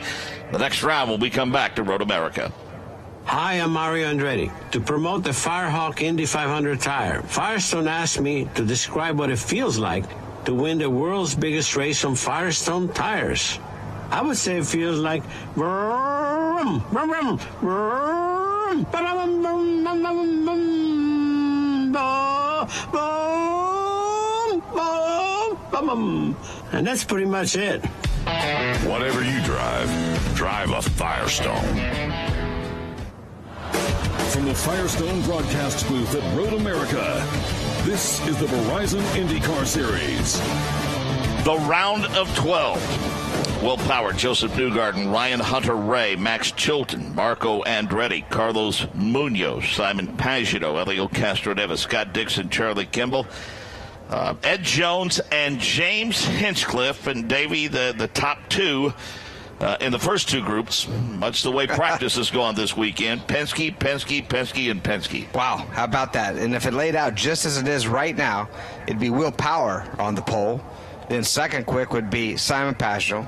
Third quick would be Elio Castroneves, and then Joseph Newgarden fourth. Unbelievable. But they still got a long ways to go. That's just if it stopped right now. They got to get through two more rounds to see if they can pull off a Penske sweep. Pretty good run for Chip Ganassi's cars. 3 of the 4 get into the round of 12. The only one that does not, Tony Kanaan. Yeah, interesting. And it's hard to see all this 4-mile course. We know that. There's impossible to do. But in some of the shots I've seen, it looked like maybe Sato could have held Kanaan up on that last lap. And it doesn't do him any good now, but it looks like he may have held him up for his best lap out there. A couple of guys with good runs to get into the round of 12. Charlie Kimball, as we mentioned, Ed Jones, and Max Chilton. On the outside looking in, just barely 7th quick in this session, Rob Howden. We're talking about Spencer Pigot. Spencer, you were 7th in free practice 3. You went quicker, but not as much as everybody else. You went 2/10 quicker. You were just on the outside looking in. You got a voice of or a look of displeasure right now. What are your thoughts on the session? Yeah, definitely. We wanted to get through. Pretty frustrated not to.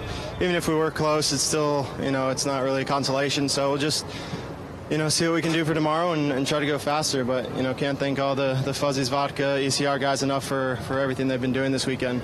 The car was really good in that practice session. Did you feel it got any better? Did you make strides?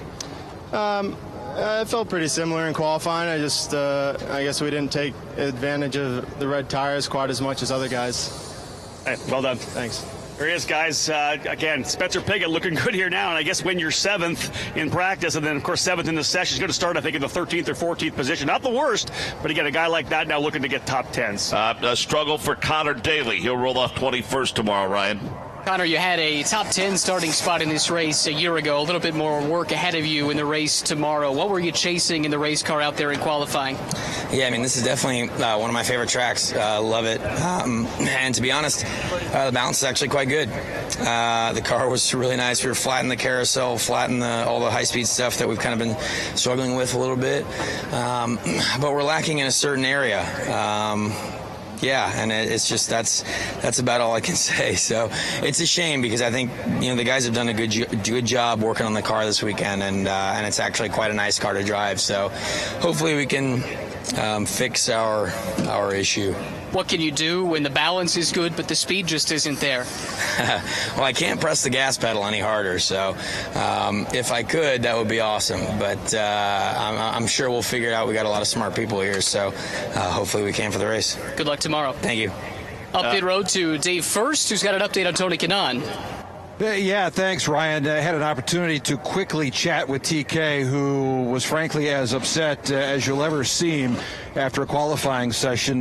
Took off his gloves, slammed those down, took off the Hans device and slammed that down. And I asked him quickly, I said, were you upset that maybe you were held up by Takuma Sato, or did the guys send you out behind Sato and you weren't able to get the quickest lap that you could have on those alternate reds? And he turned to me, he says, no, we just sucked.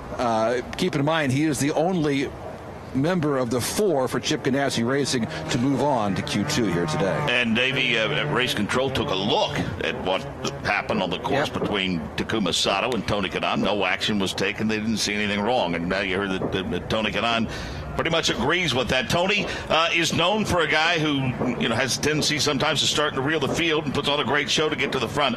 I don't imagine that's anything that he would like to be known for. Well, the good thing for us is good because we're going to see exciting. He does come from the back to the front quite often. He's exciting to watch do that. And the lap, obviously, when we've seen him behind Takumo, his lap was probably already done. He the mistake or the car wasn't there, whichever it was that he's unhappy with.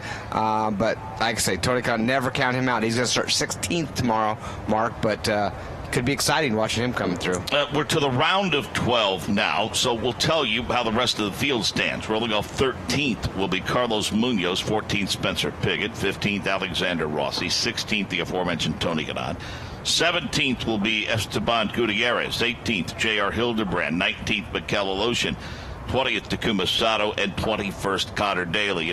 We've had 3 single-car incidents, all down in turn 14 this weekend, Davey, and believe it or not, some of that has been attributed to the wind. There's a little bit of a bump on the approach, but because of the amount of speed that you're carrying through there and what you're trying to do with a race car to gain as much speed as you can because you have this long straightaway, as gusty as the wind has been this weekend, it's really, when that car loosens up a little bit, that wind blows just enough, and you're along for the ride. Well, we've seen it in all divisions, actually, Mark. Coming off of 14, it's just so tricky. The car actually changes balance in mid-corner. You could have a nice understeer going through there. The next thing you know, you have big oversteer. We've seen that in the Indy Lights race this morning, really with about half the guys just sideways coming off there.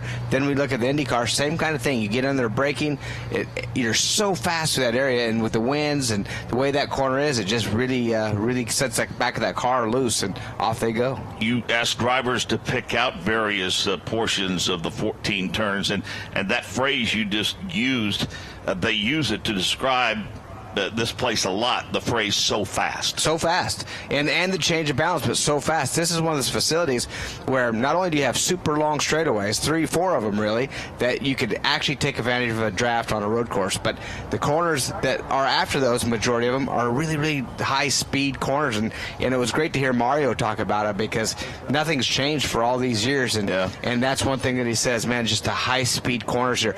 There are some low-speed corners, but low-speed, comparable to other road courses, are not low speed. They're still high speed corners compared to facilities like Mid-Ohio and some of the street courses we go to. One of the views that we get on our multi-screen monitor, which I really, really enjoy, is coming off of 14. I mean, how many straightaways are uphill? Right? Yeah, right. Awesome. And what's great, we're here right at the start-finish line, and we cannot see it. It drops off so drastically that the hill, we can't see 14, and that's and we're not that far away from it, so it's definitely a big drop-off. And some observations from our turn announcers, Michael. Just the opposite is true as we get ready to go with round number 3. That elevation heads back downhill toward you, and that's what makes turn 1 so very, very tricky, Michael, is how very fast they're getting into that right-hander.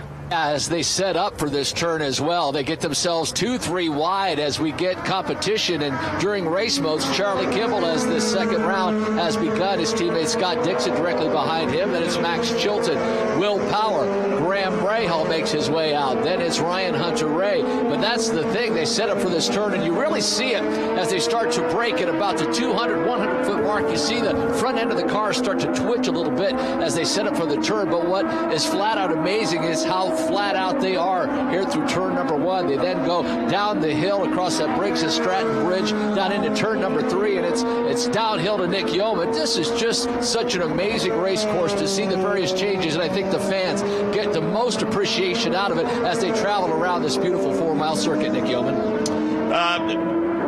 We'll take it back here first, Michael Young, and again remind people that it's Simon Pagenaud, Joseph Newgarden, Elio Castroneves, and James Hinchcliffe, Max Chilton, Scott Dixon, Power, Graham Rahal, Ed Jones, Marco Andretti, Ryan Hunter-Reay, and Charlie Kimball, and Nick Yeoman. Other than the pre-race during the parade and pace laps, this is about as slowly as they'll go in front of you in turn 5. Yeah, of course, they're going to go full song in race mode as Simon Pagenaud is the first one to pop into my view in that bright Menards Chevrolet. Chevrolet. They full song back up the hill. Then you've got Marco Andretti in that checking for Andretti Honda. Those drivers tentatively getting up to speed, Mark, getting ready to go fast here in round number 2. Your Indy 500 winner, Takuma Sato, will roll off 20th tomorrow, Rob Howden. Takuma Sato, you've had some highs here in motorsports. Of course, the Indianapolis 500 win, but you guys are battling a little bit here today. An aggressive approach to the opening qualifying. You went with 2 sets of sticker reds. What's going on with the car right now? We had to change the car from the practice, and we need to check if you balance out, and the lap wasn't really clean, so there's a mixture back, and unfortunately we couldn't make it. You were able to go a bit quicker than you did in free practice number 3. Do you feel like you're moving in the right direction? I hope so. I hope the sister car was somewhat competitive, so I think we follow it and then see what happens tomorrow. Good luck tomorrow. Okay, thank you. He's got a lot of work to do. Mark Janes, as you said, starting in the 20th position for Takuma Sato. They're at speed now. Speaking of at speed, that's where the number 5 of James Hinchcliffe is, Michael Young. Nice line for James through turn number 1. Lets it swing wide. Not as wide as I've seen most of the drivers swing here through turn number 1. Now it's Joseph Newgarden. Those Penske cars have been so fast this entire race weekend. They unloaded quick and continue to be quick. Simon Pagenaud, he makes his way through turn number 1 right now, but James Hinchcliffe climbing down that hill, or I should say driving down that hill to Nick Yeoman. Oh, they're going to climb back up a hill, though, Michael. Out of turn number 5, there goes James Hinchcliffe, hard on that accelerator, pushing that right pedal as hard as he can, up against the rev limiter just a bit as he exits turn number 6 at the top of the hill. Joseph Newgarden about a second or 2 behind Jake, but everyone chasing after James Hinchcliffe. Hinchcliffe works his way now into turn number 8, entering the carousel. The area I'm watching now, admittedly, I've never been in the cockpit of the car here at Road America, but to the naked eye, and the drivers may tell me different, it has a semblance of the boot in Watkins Glen. Not near as great an elevation change, but by that I mean going through an elevation change and then following that immediately up with a long swoop. That's what you have here at the carousel area at Road America. They come all the way down into turn number 8, and then as they work the carousel, they've got to set themselves up to make sure they don't have too much speed at the bottom of it. It's a lot of fun to watch. The 8 machine of Max Chilton trying to get into the Fast 6, Michael Young. He's currently 5th. His teammate Scott Dixon just went by, and Scott following his teammate Charlie Kimball. Dixon currently P1. Graham Rahal going by. He's P7. Boy, Ryan Hunter-Ray right behind him. Swings a little wide, and for Ryan Hunter-Ray, he sits currently P3. One more car, and that's the James Hinchcliffe machine. That Arrow Schmidt-Peterson Motorsports entry goes down the hill, and he starts to make the setup for turn number 3. J.R. Hildebrand will roll off 18th tomorrow. Ryan Marine just caught up with him. Wearing the direct supply colors this weekend at Road America, JR. Had a lengthy debrief with the engineers just a moment ago. What were you talking about in that conversation? Yeah, I mean, it's all close. We actually, despite where we kind of ended up in that session in 9th, we made some major gains from where we've been at. So, it all sort of fits together now in hindsight of what we've done this weekend and some of the things that I've been doing and all that kind of stuff. A little frustrating not to be able to just get that extra 10th and a half out of it. I mean, that's really all that we were missing to have transferred here, which would have been a big win for us here today with how the weekend has gone so far. But I think we can feel good about checking some boxes and at least feeling a little bit more confident in the direction that we're going with the car and my driving. Having pieced a little bit of that puzzle together, then how much confidence does that give you going into the race? I mean, it's going to be tough tomorrow for sure. There's no doubt about it. It's going to be a long race. I think, unfortunately, there's going to be some fuel saving going on, and I'm not sure that we're going to be able to avoid that even where we're starting. So, we'll kind of see how it all seems like it starts to shake out. Maybe there'll be some strategy that, we can kind of work some magic on. But, I feel like at least Spencer and I both should have some racy cars tomorrow, and that can count for a lot around here. Thanks very much. Thanks. 6-minute mark of the session will power Joseph Newgarden, Simon Pagenaud, Ed Jones, James Hinchcliffe, and Scott Dixon. No time posted yet for Helio Castroneves because, Davey, he waited a while to go out. Yeah, waited a little bit to go out. Now, one thing, Will Power, again, does that 143.12 P1 right now on those black tires. So they're coming in pits momentarily or on pit road now to get those reds on. And Castroneves did check out the late. I'm curious to see if he's on his the alternates or the primary very tired right now, and I think he's coming up. Yeah, he is on the reds right now out on course. So I don't know if they were sticker or from the last session, but he'll set a time here just momentarily. Yeah, we're about to see him again. He's the only one yet to post a time. Oh, and does he did ever? Post a time, a 1:41.8260. And Elio Castroneves heads on to pit road, and needless to say, Davey, very, very happy with that lap. Yeah, 1:42.82. His teammate Will Power on the blacks, obviously second, 1:43.1. Second and a half difference is all he has, faster than everybody. So yeah, he laid a good one down right there. Dave, first we'll check in with you quickly. Not really anything specific other than to say this is that point in time in qualifying where they're going to go all out. It's exactly like clockwork. Here we go, and we expect to see the number 9 of Scott Dixon on pit road momentarily. His teammate Max Chilton just put on a set of sticker reds.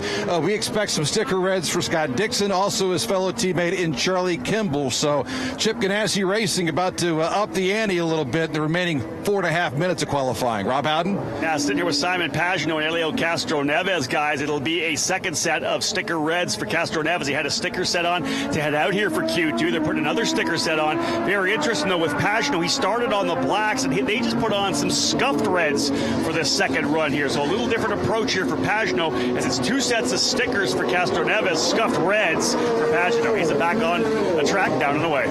4 minutes remaining in the session. Davey, Elio, Will Power, Joseph Newgarden, Dixon, Pagenaud, Marco.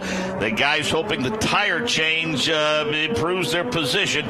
Ed Jones, Hinch, Kimball, Graham Rahal, Chilton, and Ryan Hunter-Reay. Yeah, they all got an uphill battle because the entire weekend, those 4 Penske guys have been the guys to beat. All 4 of them right now find themselves in that top 6, so you're going to have to beat them. But how about that 6th position right now? Holding on to it so far. Marco Andretti, as you said earlier, very important to make just the top 12. It'd really be something to make the Fast 6. Nick Yeoman, you see them come into your view now. A few cars just simply trying to sort themselves out, gap themselves a little bit. Yeah, it's a 14-turn, 4-mile course. Boys, you got to spread out a little bit more than that. First, it's Simon Pagenaud, then about 5 car lengths back to Will Power, another 4 to a rapidly slowing Ryan Hunter-Reay, and then the 2 cars behind him, Joseph Newgarden, and it looked like Graham Rahal. They're going to have to jump on the brakes to kind of separate themselves. Jake, whole pack of cars got to separate a little bit better than that if they want to turn some quick laps here at Road America. And you don't get a lot of margin for error because of how long it takes just to lay down a lap here. So as a result of that, everybody in the position where they maybe get, let's say, 3 of them left. Down to pit road, Rob Howden. Yeah, Jake, here with Elio Castroneves. They don't appear ready to go out again. I think it'll be a single stint here for the number 3 machine in that Rev Penske Chevrolet. They're ready to go here, but I think they're ready to go for Q3. They're not ready to rock and roll at all here. They've got new sticker Firestones on, Mark Yates, but they're not planning on going back out here. But there's no reason to, really. Yeah, right. I mean, you don't have to be first in this thing. No, just as long as you're in the top 6. And that's what we talked about earlier with Will Power in the round 1, that they put those fresh sticker reds on. He went and laid a huge lap down, but he really didn't have to do that. He could have saved those, but they're crossing the timeline right now to set up for their fast lap. Simon Pagenaud, first one across it, right behind him his teammate Will Power. Speaking of Simon Pagenaud, he pops into the view of Michael Young in turn 1. There was a lot of jostling going around when they came off pit lane. It was the machine of Charlie Kimball, then Will Power, his teammate Simon Pagenaud behind him, then Ryan Hunter-Reay. I guess Simon Pagenaud got a little antsy because he passed his teammate, Will Power, in turn number 2, so he got out in front. And as Nick Yeoman said, he had to check up a little bit, but now those drivers starting to gap themselves a little bit. They're going to have to gap themselves a little more if they want to get a good one in the closing minutes of round number 2. Where's Pagenaud? He's coming into your view, turn number 5, Nick. Hard on the brakes and back onto the accelerator. Turn 5's become a tad overcast here on this partly cloudy day in Elkhart Lake, Wisconsin. Pagenaud quickly darts that Menard Chevrolet to the left through turn number 6 as a whole pack of cars follow him out of turn 7. Ryan Hunter-Reay is running behind Simon Pagenaud. Jake Query. Pagenaud has between Will Power behind him and then Ryan Hunter-Reay, as you'd mentioned, and then slowing up a little bit is Joseph Newgarden. He allows Graham Rahal to get past, so I think Newgarden trying to give himself the proverbial breathing room. We'll keep an eye on Graham Rahal. That bright yellow machine. He works his way all the way, got a little bit loose at the bottom of the carousel. Rahal goes past, so too then does Newgarden. 1 minute left in this session. Elio Castro-Neves, Will Power, Joseph Newgarden, Scott Dixon, Simon Pagino. Marco was in the top 6, but now Charlie Kimball is. So Marco, Jones, Hinch, Rahal, Chilton, Ryan Hunter-Reay trying to get in. James Hinchcliffe right now is 9th quick, Michael Young. Well, he needs to find something here before this session is over. Still P9, that Aero machine. James Hinchcliffe swings it wide at the exit of turn number 1. Charlie Kimball bumped back out of the Fast 6. He's P7. Simon Pagino will roll through turn number 1. P3. His teammate, Will Power, will run second. Then it's a good distance back to Ryan Hunter-Reay. He's currently 12th. Graham Rahal finds himself just on the inlay of that 6th position. Actually, just pulled it. He's now 6th in this final closing moments of this qualifying session. But, Nick, they got a lot of action coming to you in turn 5. Yeah, the first car that's already off the accelerator was Charlie Kimball. Here comes Simon Pagino and Will Power. Those two Penske Chevrolets dance to the exit of turn number 5. Ryan Hunter-Reay's really going to charge the corner. He's got some work to do, as does Graham Rahal. Those cars back up the hill to the left-hander of turn number 6. Couple guys further back in that line, Jake, that really have to find some speed here in the final seconds. James Hinchcliffe, then Charlie Kimball, Simon Pagino, and Will Power all negotiating the carousel now. Then everybody Nick was talking about, Ryan Hunter-Reay, Graham Rahal, and Joseph Newgarden. So little room for error here. You can't afford yourself a hiccup.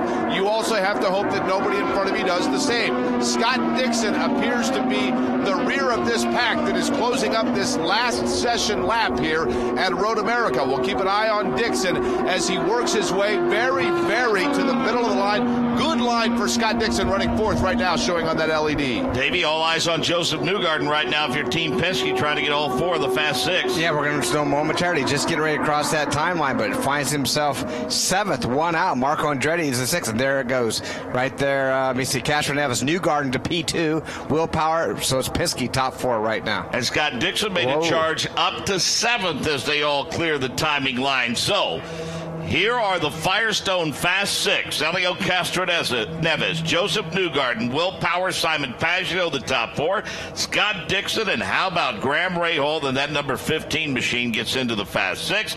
Max Chilton will start 7th. Marco 8th. Hinch 9th. Charlie Kimball 10th. Ed Jones 11th. And Ryan Hunter-Reay 12th. Team Penske proven what happened in practice was no accident. No accident. Now they have to do it one more time.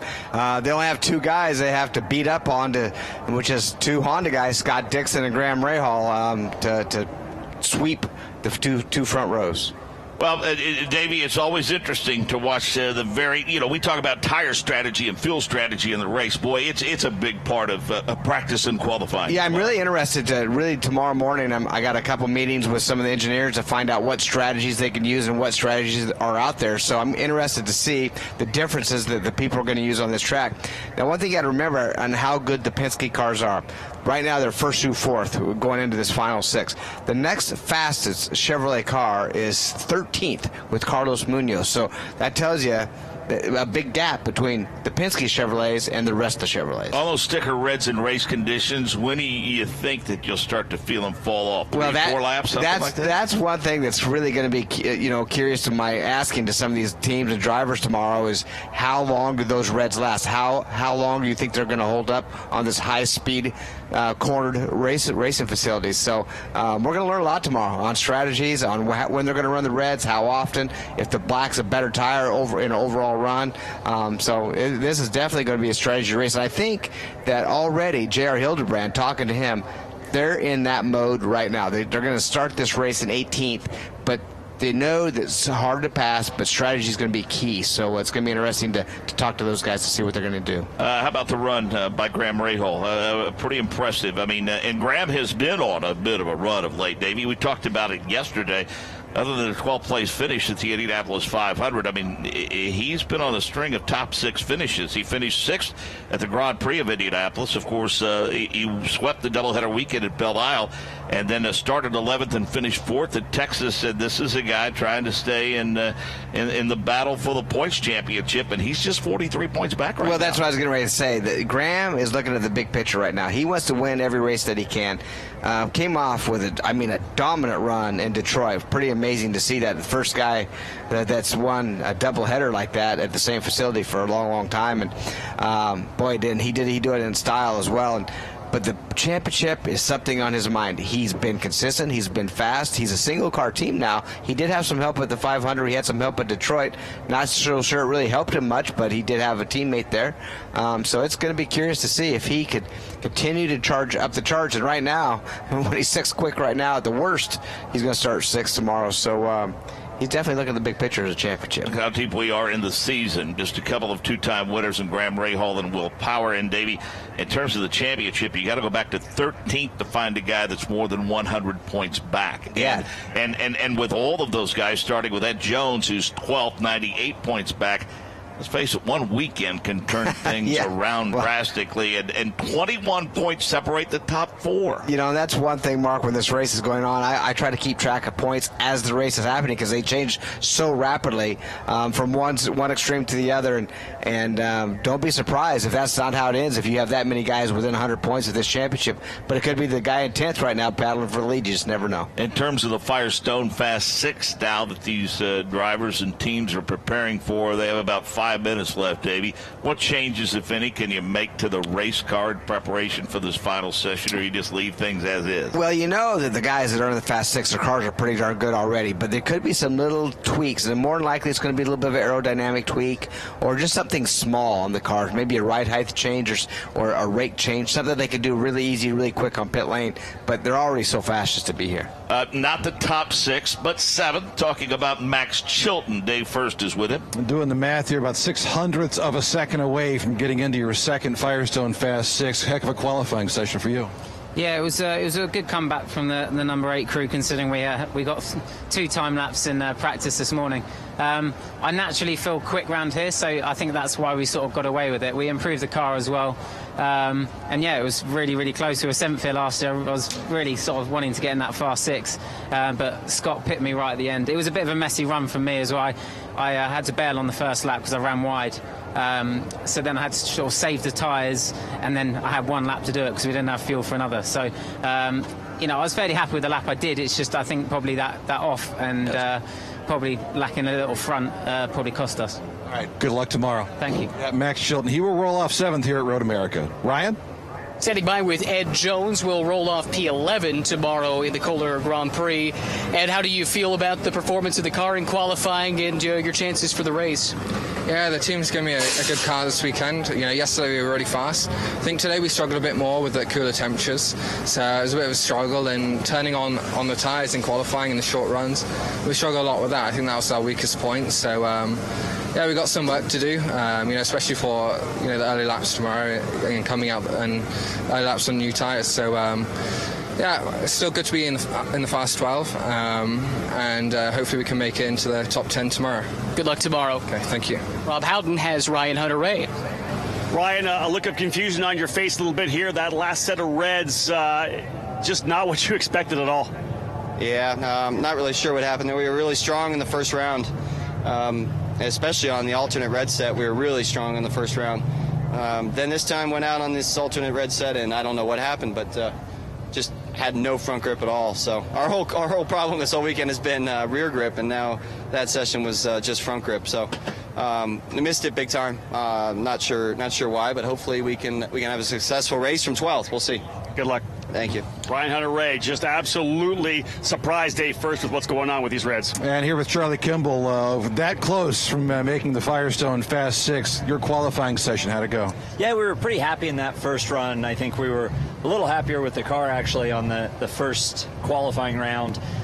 Just missed it a little bit. I went off on the primary tires at the beginning of the run, so I don't know if that been something under the car or anything like that, but we'll go back and look at it. Obviously, good job for Max. He was so close, just within a tenth there, and Scott's been quick all weekend. So we've got their data to look at, make some improvements, and figure out how to make the mileage and make the tires and make the lap time. Last thing, the red tires, how far can you go? Davey Hamilton was kind of wondering out loud, how far can you go before those things go off tomorrow? Well, I hope you can go at least a full stint on them, because they seem to be a solid second, kind of on average. Yesterday in practice, too, everyone found on average about a second in lap time, and I think you're seeing that again today. Maybe as the track rubber's up during the race tomorrow, it'll be a little smaller. But overall, I think you're going to want to spend as much time as you can on those red Firestone alternates. We'll see what happens tomorrow. Good luck. Thanks, Dave. Charlie Kimball, once again, he'll roll off 10th here at Road America. We'll follow that up, Dave. Yeah, that's actually some good news, because sometimes they fall off. We've seen them many times where that red's faster, but they fall off in long stints. So Charlie has confidence, obviously, that it's going to make it through that full stint and be faster the entire time. So that's good news. It's going to be interesting. Marco Andretti will roll off 8 tomorrow. Ryan Marine is with him. Close to transitioning through to the Fast Six. Good pace so far from your team the last couple of days. Did you find something in the practice session that helped you here in qualifying? It was more overnight, actually. My engineer did a great job with the changes overnight. So from here, we just need to massage it. I think we went the wrong way in qual a little bit. If we wouldn't have touched it after Q1, I think we might have squeezed it through, but, we can race it from here. Still a pretty good starting spot. Congratulations. Thank you. Yeah, he's going to be happy with that, I think, Davey, because, like I said, we've seen instances where he's been awfully fast in practice pace and then had issues for whatever the reason in qualifying. So that cures a lot of ills when you know you're going to roll off the first couple of rows. Yeah, and that's good for Marco. Marco, he's hungry. He wants to win some races right now, and I think that admittedly he says, right there they went the wrong way on a little bit of a change, and they'll figure that stuff out. And I know he's been with the team a long time, but they've changed some personnel and engineers for every guy there, so he's going to get it. I mean, he's physically, he works out as hard as anybody. He studies as hard as anybody. He wants to win races right now, and I know his grandfather loved it. I'm around Mario a lot driving that two-seater, and I know Mario gets frustrated at times, but he's on the cup to win another race. Some of you old schoolers out there might say, well, what are you doing that for? They're just doing their job. But I got to say, outstanding work by Dave First and Ryan Marine and Rob Howden. I mean, they talked to all 6 guys that didn't move on, and as you well know, sometimes in those situations, those guys aren't always easy to talk to, but we appreciate the drivers for the access and good on those three for knocking all those interviews out. For sure. We got the best guys. Yep, and the top 6 is Simon Pagano, Joseph Newgarden, Elio Castro-Neves, Scott Dixon, Will Power, and Graham Rahal. So we'll give you the rest of the field as it stands, 7 through 21, after Ryan Marine updates us on James Hinchcliffe. The one that we haven't had a chance to speak to yet. He's in a lengthy debrief right now. In fact, when he got out of the race car, guys, he walked over to the wall that separates the racetrack from pit lane, just plopped his helmet down, sat down on that wall, and sat there in silence for a good couple of minutes before crossing back across the pit lane and beginning the debrief. So James Hinchcliffe did make it to the Fast 12, didn't transition to the Fast 6, and clearly feels like there was something that they left out there. If we can get a chance to grab a word, we will do just that. Yep, look forward to that. And Hinch a little frustrated, obviously, but let's set the rest of the field now for you. Outside of the Fast 6, 7th, Max Chilton, 8th, Marco Andretti, 9th, James Hinchcliffe. Charlie Kimball rounds out the top 10. Ed Jones, 11th. Ryan Hunter-Reay, 12th. Carlos Munoz, 13th. Spencer Pigot, 14th. Alexander Rossi, 15th. 16th, Tony Gadan. 17th, Esteban Gutierrez. 18th, J.R. Hildebrand. 19th, Mikel Aloshin. 20th, Takuma Sato. And 21st, Connor Daly. Davey, how tough is it on Mikel Aloshin? I mean, I know this is his race team. But boy, the last 24 to 48 hours couldn't have been easy on him mentally, physically, and emotionally, getting tied up in France, getting here late, someone else driving the car yesterday, and Robert Wickens, and then gets very little seat time today, one practice session before. Well, you got to feel for him, because he's another guy that's looking for that first win and has had some opportunities to do it, but he has a lot of trouble traveling. He's had some issues in the past, and he's just thankful to be here, number one. Number two, when you come to an IndyCar weekend or any IndyCar event, you have to be in every session and ready to go, because it's so competitive that if you miss one, you're going to be behind. And I think that's where he is a little bit. He's just a little bit behind is all. As he said, he's very tired. He hasn't got a lot of sleep. He's got some gray hair over the travel situation. But I know that he starts 19th, but he has nowhere to really move but forward. So he'll be fine. It's just unfortunate that the circumstance happened that he went through it. Well, it's a risk you take, Davey, because, I mean, we had a pretty solid IndyCar presence in the 24-hour Le Mans. But then you look at a guy like Takuma Sato, first chance he's had to get back to Tokyo since he won the Indianapolis 500. And, when you have a quote-unquote off weekend and you're a driver, you may find a place to go race, or you may just try to get home to the family. And sometimes, as you know, and I know, traveling abroad can be a little tedious. It's challenging. We've all been there. And anytime you go out of the country, it's sometimes difficult. And Simona Di Silvestro, where she was with us, had some problems at one point. So it's a challenge. There's no question about it. Airlines are great. They get us where we need to go, but sometimes it is a challenge to get from country to country. I seem to remember a story about a guy who was going over to Motegi, and he gets off the plane at Narita, and he sees somebody standing down by luggage with a sign with his name on it, and he thinks he's got a ride to the hotel, and yet, if nothing could be further from the truth, they were informing him that they had lost his luggage and it was going to Hong Kong. I think that was you. Yeah, that was me. Yeah, and try to find clothes in Tokyo.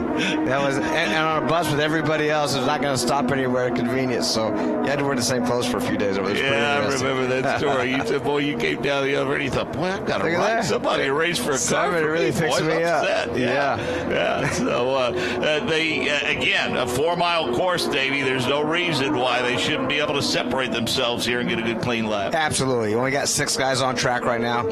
I think they've all pulled out, showing Simon right now on the monitor, Graham Rahal out there as well. All separated, it looks like right now. The Will Power as well. So we're going to see if they can beat those times that they were out there did the first round, which is going to be hard because most of these guys are going to be on scuffed reds that they ran in either round 1 or round 2. It's as though I feel like that we should apologize to Scott Dixon. I mean, we've not mentioned him much this weekend, Davey, and he's been running up near the front all weekend long. We've paid so much attention to what the 4 Penske cars have done, and my goodness, he finished 32nd at the Indianapolis 500 in that horrific crash. He finished 6th at Belle Isle in one of the races, 9th at Texas, but other than that, nothing but podiums and top 5s. He's yet to get a win, and yet he's plus 13 in the points column, and he's right in the middle of the Fast 6. Well, that's kind of Scott Dixon, right? He's laid back, he's quiet, he just gets the job done. I mean, they call him the Iceman for a reason, and we're all so thankful that he's here, because after that horrific crash at the Indianapolis Motor Speedway, things could have been much, much worse. And so good to see him back in the car. Comes back to Detroit the very next weekend for a doubleheader with a beat up left foot and ankle, and that has a great run there. And he's a contender all the time in the championships, that's for sure. Yeah, you don't have him beaten until the checkers flies and you get to victory lane before he does, for sure. The speed's starting to pick up now with just a minute left in the session. Will Power is P1. Then Elio Castroneves, Joseph Newgarden, Simon Pagenaud, the top 4, all Penske cars. And then Graham Rahal, Scott Dixon yet to post a time. Davey, we expect him to clear the timing and scoring loop very, very soon. Yeah, he should be going by it right now. Just does. Turns a 142.93. Right now, Will Power at a 141.47. Typical Will Power. He's magic when it comes to qualifying, and not just qualifying, but that he just has something a little special. This will be his 46th or 48th. There you go. Pole, if he can pull it off. So he's no stranger to laying it out and getting these pole positions. Well, this would be number 50 for Elio Castroneves, which is not out of the question. That's not bad. 2 guys with almost 100 poles combined. Yeah. I wonder if they'll ever get it figured out. Yeah, they may someday get it figured out. Unbelievable. You just think about how many poles between those 2 guys. Yeah. It's just absolutely. And Will Power, not that Elio doesn't. He's in our series. He's going to be here for a while yet. But age-wise, Will Power, he's going to be here quite quite a long time, I would have guessed. Scott Dixon only has 26 poles. Only 26, and unfortunately today is not going to be one of those poles. Pulled in pit lane, finds himself in that 5th position to 142.93. Graham Rahal in the 6th position. So right now, as we see it, they still have to cross the line yet, but Will Power showing a number 1 with the Penske guys in the top 4. Dixon with 40 wins and 279 starts. I'm sure he's happy with that. Yeah, he has something to lay on. Championships and the 500 wins for sure. So can Team Penske sweep the top 4? Davey, it's looking that way. Yeah, right now with Scott Dixon in the pit, there's only one other guy. Castro Neves goes to P1, 141.300 to Will Powers, 141.36. How about that? Just nips his teammate off that pole, so he's going to go to 51 poles. The 1 car left on the track. I believe the only one left is the defending series champion, Simon Pagenaud. Everyone else is on pit road, and Simon had plenty of room to get off a fast lap, and we're waiting to see the time and speed report on Simon Pagenaud. Can he crack his teammates at least on the front row? Right now he's 4th quick, and nope, Davey, doesn't look like he did it. Doesn't look like he did it. He just crossed that timeline, finds himself in that 4th position, 142.0. But he's off pace just a little bit, probably a little more aware. But how about Helio Castroneves? You think? Yeah, you're right. I think he does have it figured out. Goes to his team. Hugging on his team, barely beats his teammate, 141.30 to 141.36. So just barely squeaked it out. But Helio Castroneves with his, was it 50th or 51st pole, whichever it is. So it's going to be interesting. Sixth front row start for Helio Castroneves this season. Oh, wow. And his 50th pole. I think he gets to keep this one. Yeah. I don't think our network director, Wally Levitt, pointed that out to me. He said hopefully Helio will be able to keep this one and start on pole. So he'll be joined on the front row by Will Power, Joseph Newgarden, and Simon Pagenaud in the 2nd row. Scott Dixon and Graham Rahal will roll off in row number 3. So a solid weekend, Davey, continues for the 15 of Graham Rahal. Yeah, great run by Dixon and Rahal. I mean, those guys are ultra fast right now. Both in the fight. Well, actually, all 6 guys that we see on this monitor are all 6 in the championship hunt right now as well. Yeah, and I think it's going to be interesting tomorrow because you look from 13th on back, and you got guys like Rossi and Kanaan, and J.R. Hildebrand feels good about his race car. Let's hear from some of the top 6, starting with Dave first. We'll begin with Scott Dixon. It's not so much Chevy versus Honda this weekend. It's Penske versus Honda. What did you have in this qualifying session? The car was decent, especially in Q1. When we went to the Reds in Q2, there was a drastic difference in balance, and we're not really sure because then we went back to Q1 front tires for the Reds, and we tried to compensate, and it was very, very loose. So we definitely had a bit of a dud set there, which we need to try and find out why. But yeah, it's going to be difficult at this place. We've run the other manufactured kit before, and we know exactly where we stand, and we're down a ton on downforce here if you try to run about the same amount of drag. So we know why. Those guys are fast. Tomorrow we'll just have to get the most out of it, and hopefully a couple of them have a problem. When you put on the sticker Reds, I saw your guys took a full turn in that front wing. It sounds like it maybe needs some more. Is grip an issue with the Reds? There's always a bit of a trend where you need more front grip with the Reds. When you get more grip overall, you can typically take some more COP, some more front wing. And yeah, we on Q2 it never came in. The fronts never came in, so we're really unsure of why that is. And we're going to need those for tomorrow. I think you're going to want to run all 3 sets of Reds if you can. Being a 3-stopper. So it is what it is. We'll try and get to the bottom of it, and we're best in class, so that's all we can hope for. Have a great night. We'll see you tomorrow. Thanks, mate. Scott Dixon will roll off 5th. Rob Howden. Dave, standing here with Graham Rahal. A little bit of a different strategy for Graham. You guys went out to the Fast 6 with blacks. You held back on that new set of Reds, essentially saying we'll take 6th and go at it tomorrow.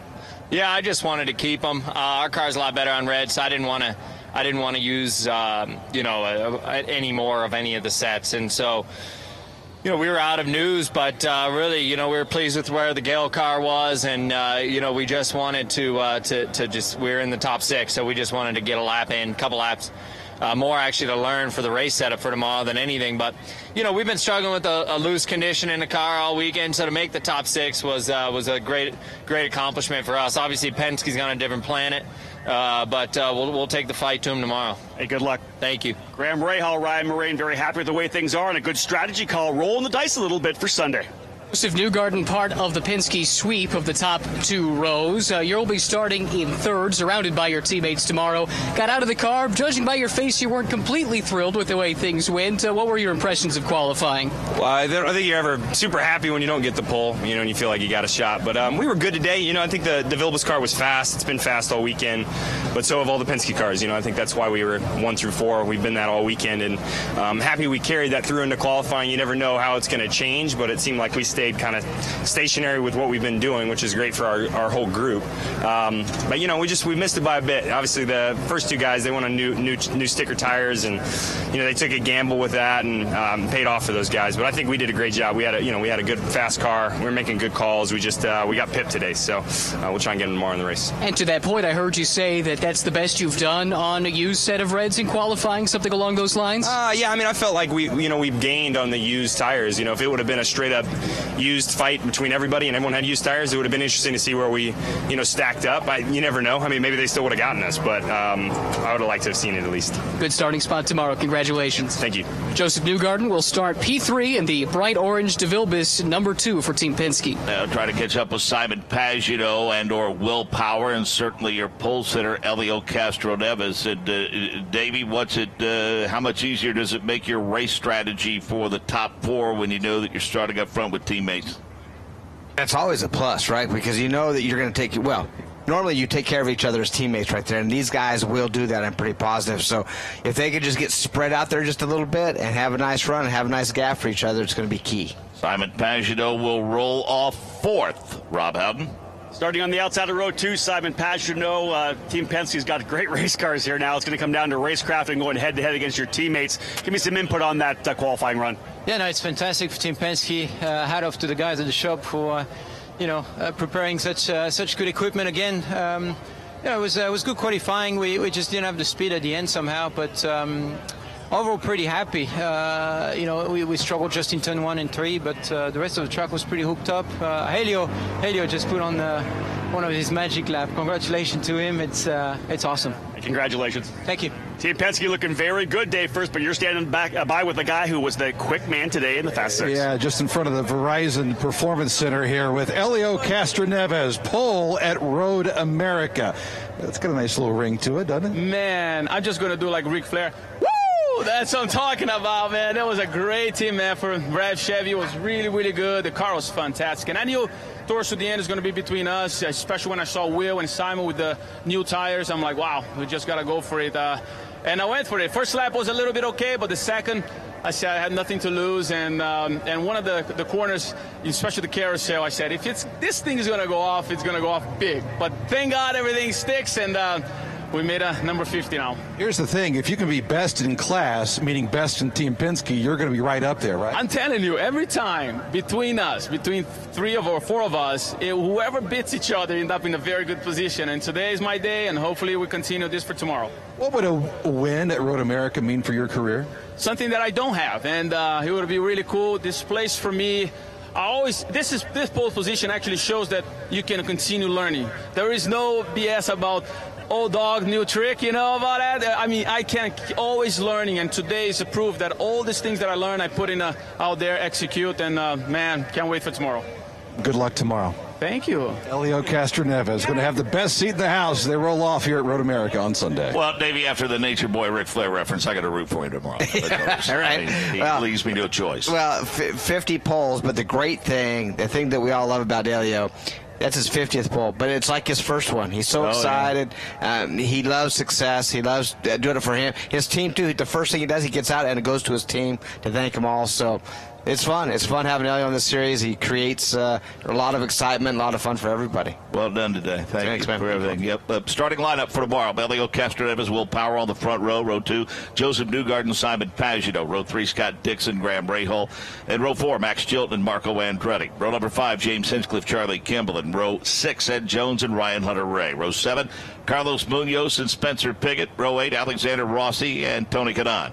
In row 9, Esteban Gutierrez and J.R. Hildebrand. In row number 10, Mikel Aloshin and Takuma Sato. Starting 21st will be Connor Daly. IndyCar warm-up session tomorrow morning at 9 Eastern, 8 Central. Rob Howden, Nick Yeoman in the booth. Ryan Marine will be on pit road. Lights race number 2 at 8:45 Central, 9:45 Eastern. And then flag-to-flag coverage of tomorrow's race here from Road America will begin at 11:30 Central, 12:30 Eastern. Our thanks to our outstanding stable of pit reporters. Well done today. Dave First, Rob Howden, and Ryan Marine. Also thanks to Michael Young, Jake Query, and Nick Yeoman for their calls out on the course. We look forward to all of them joining us tomorrow. Our driver analyst is Davey Hamilton. Our master control operations in our Indianapolis studio by Chris Pollock. The director of the Advanced Auto Parts IndyCar Radio Network is Wally Levitt. On-site engineering and production by Rick Evans. Congratulations to Elio Castroneves, career pole number 50. I'm Mark Janes. So long from Road America.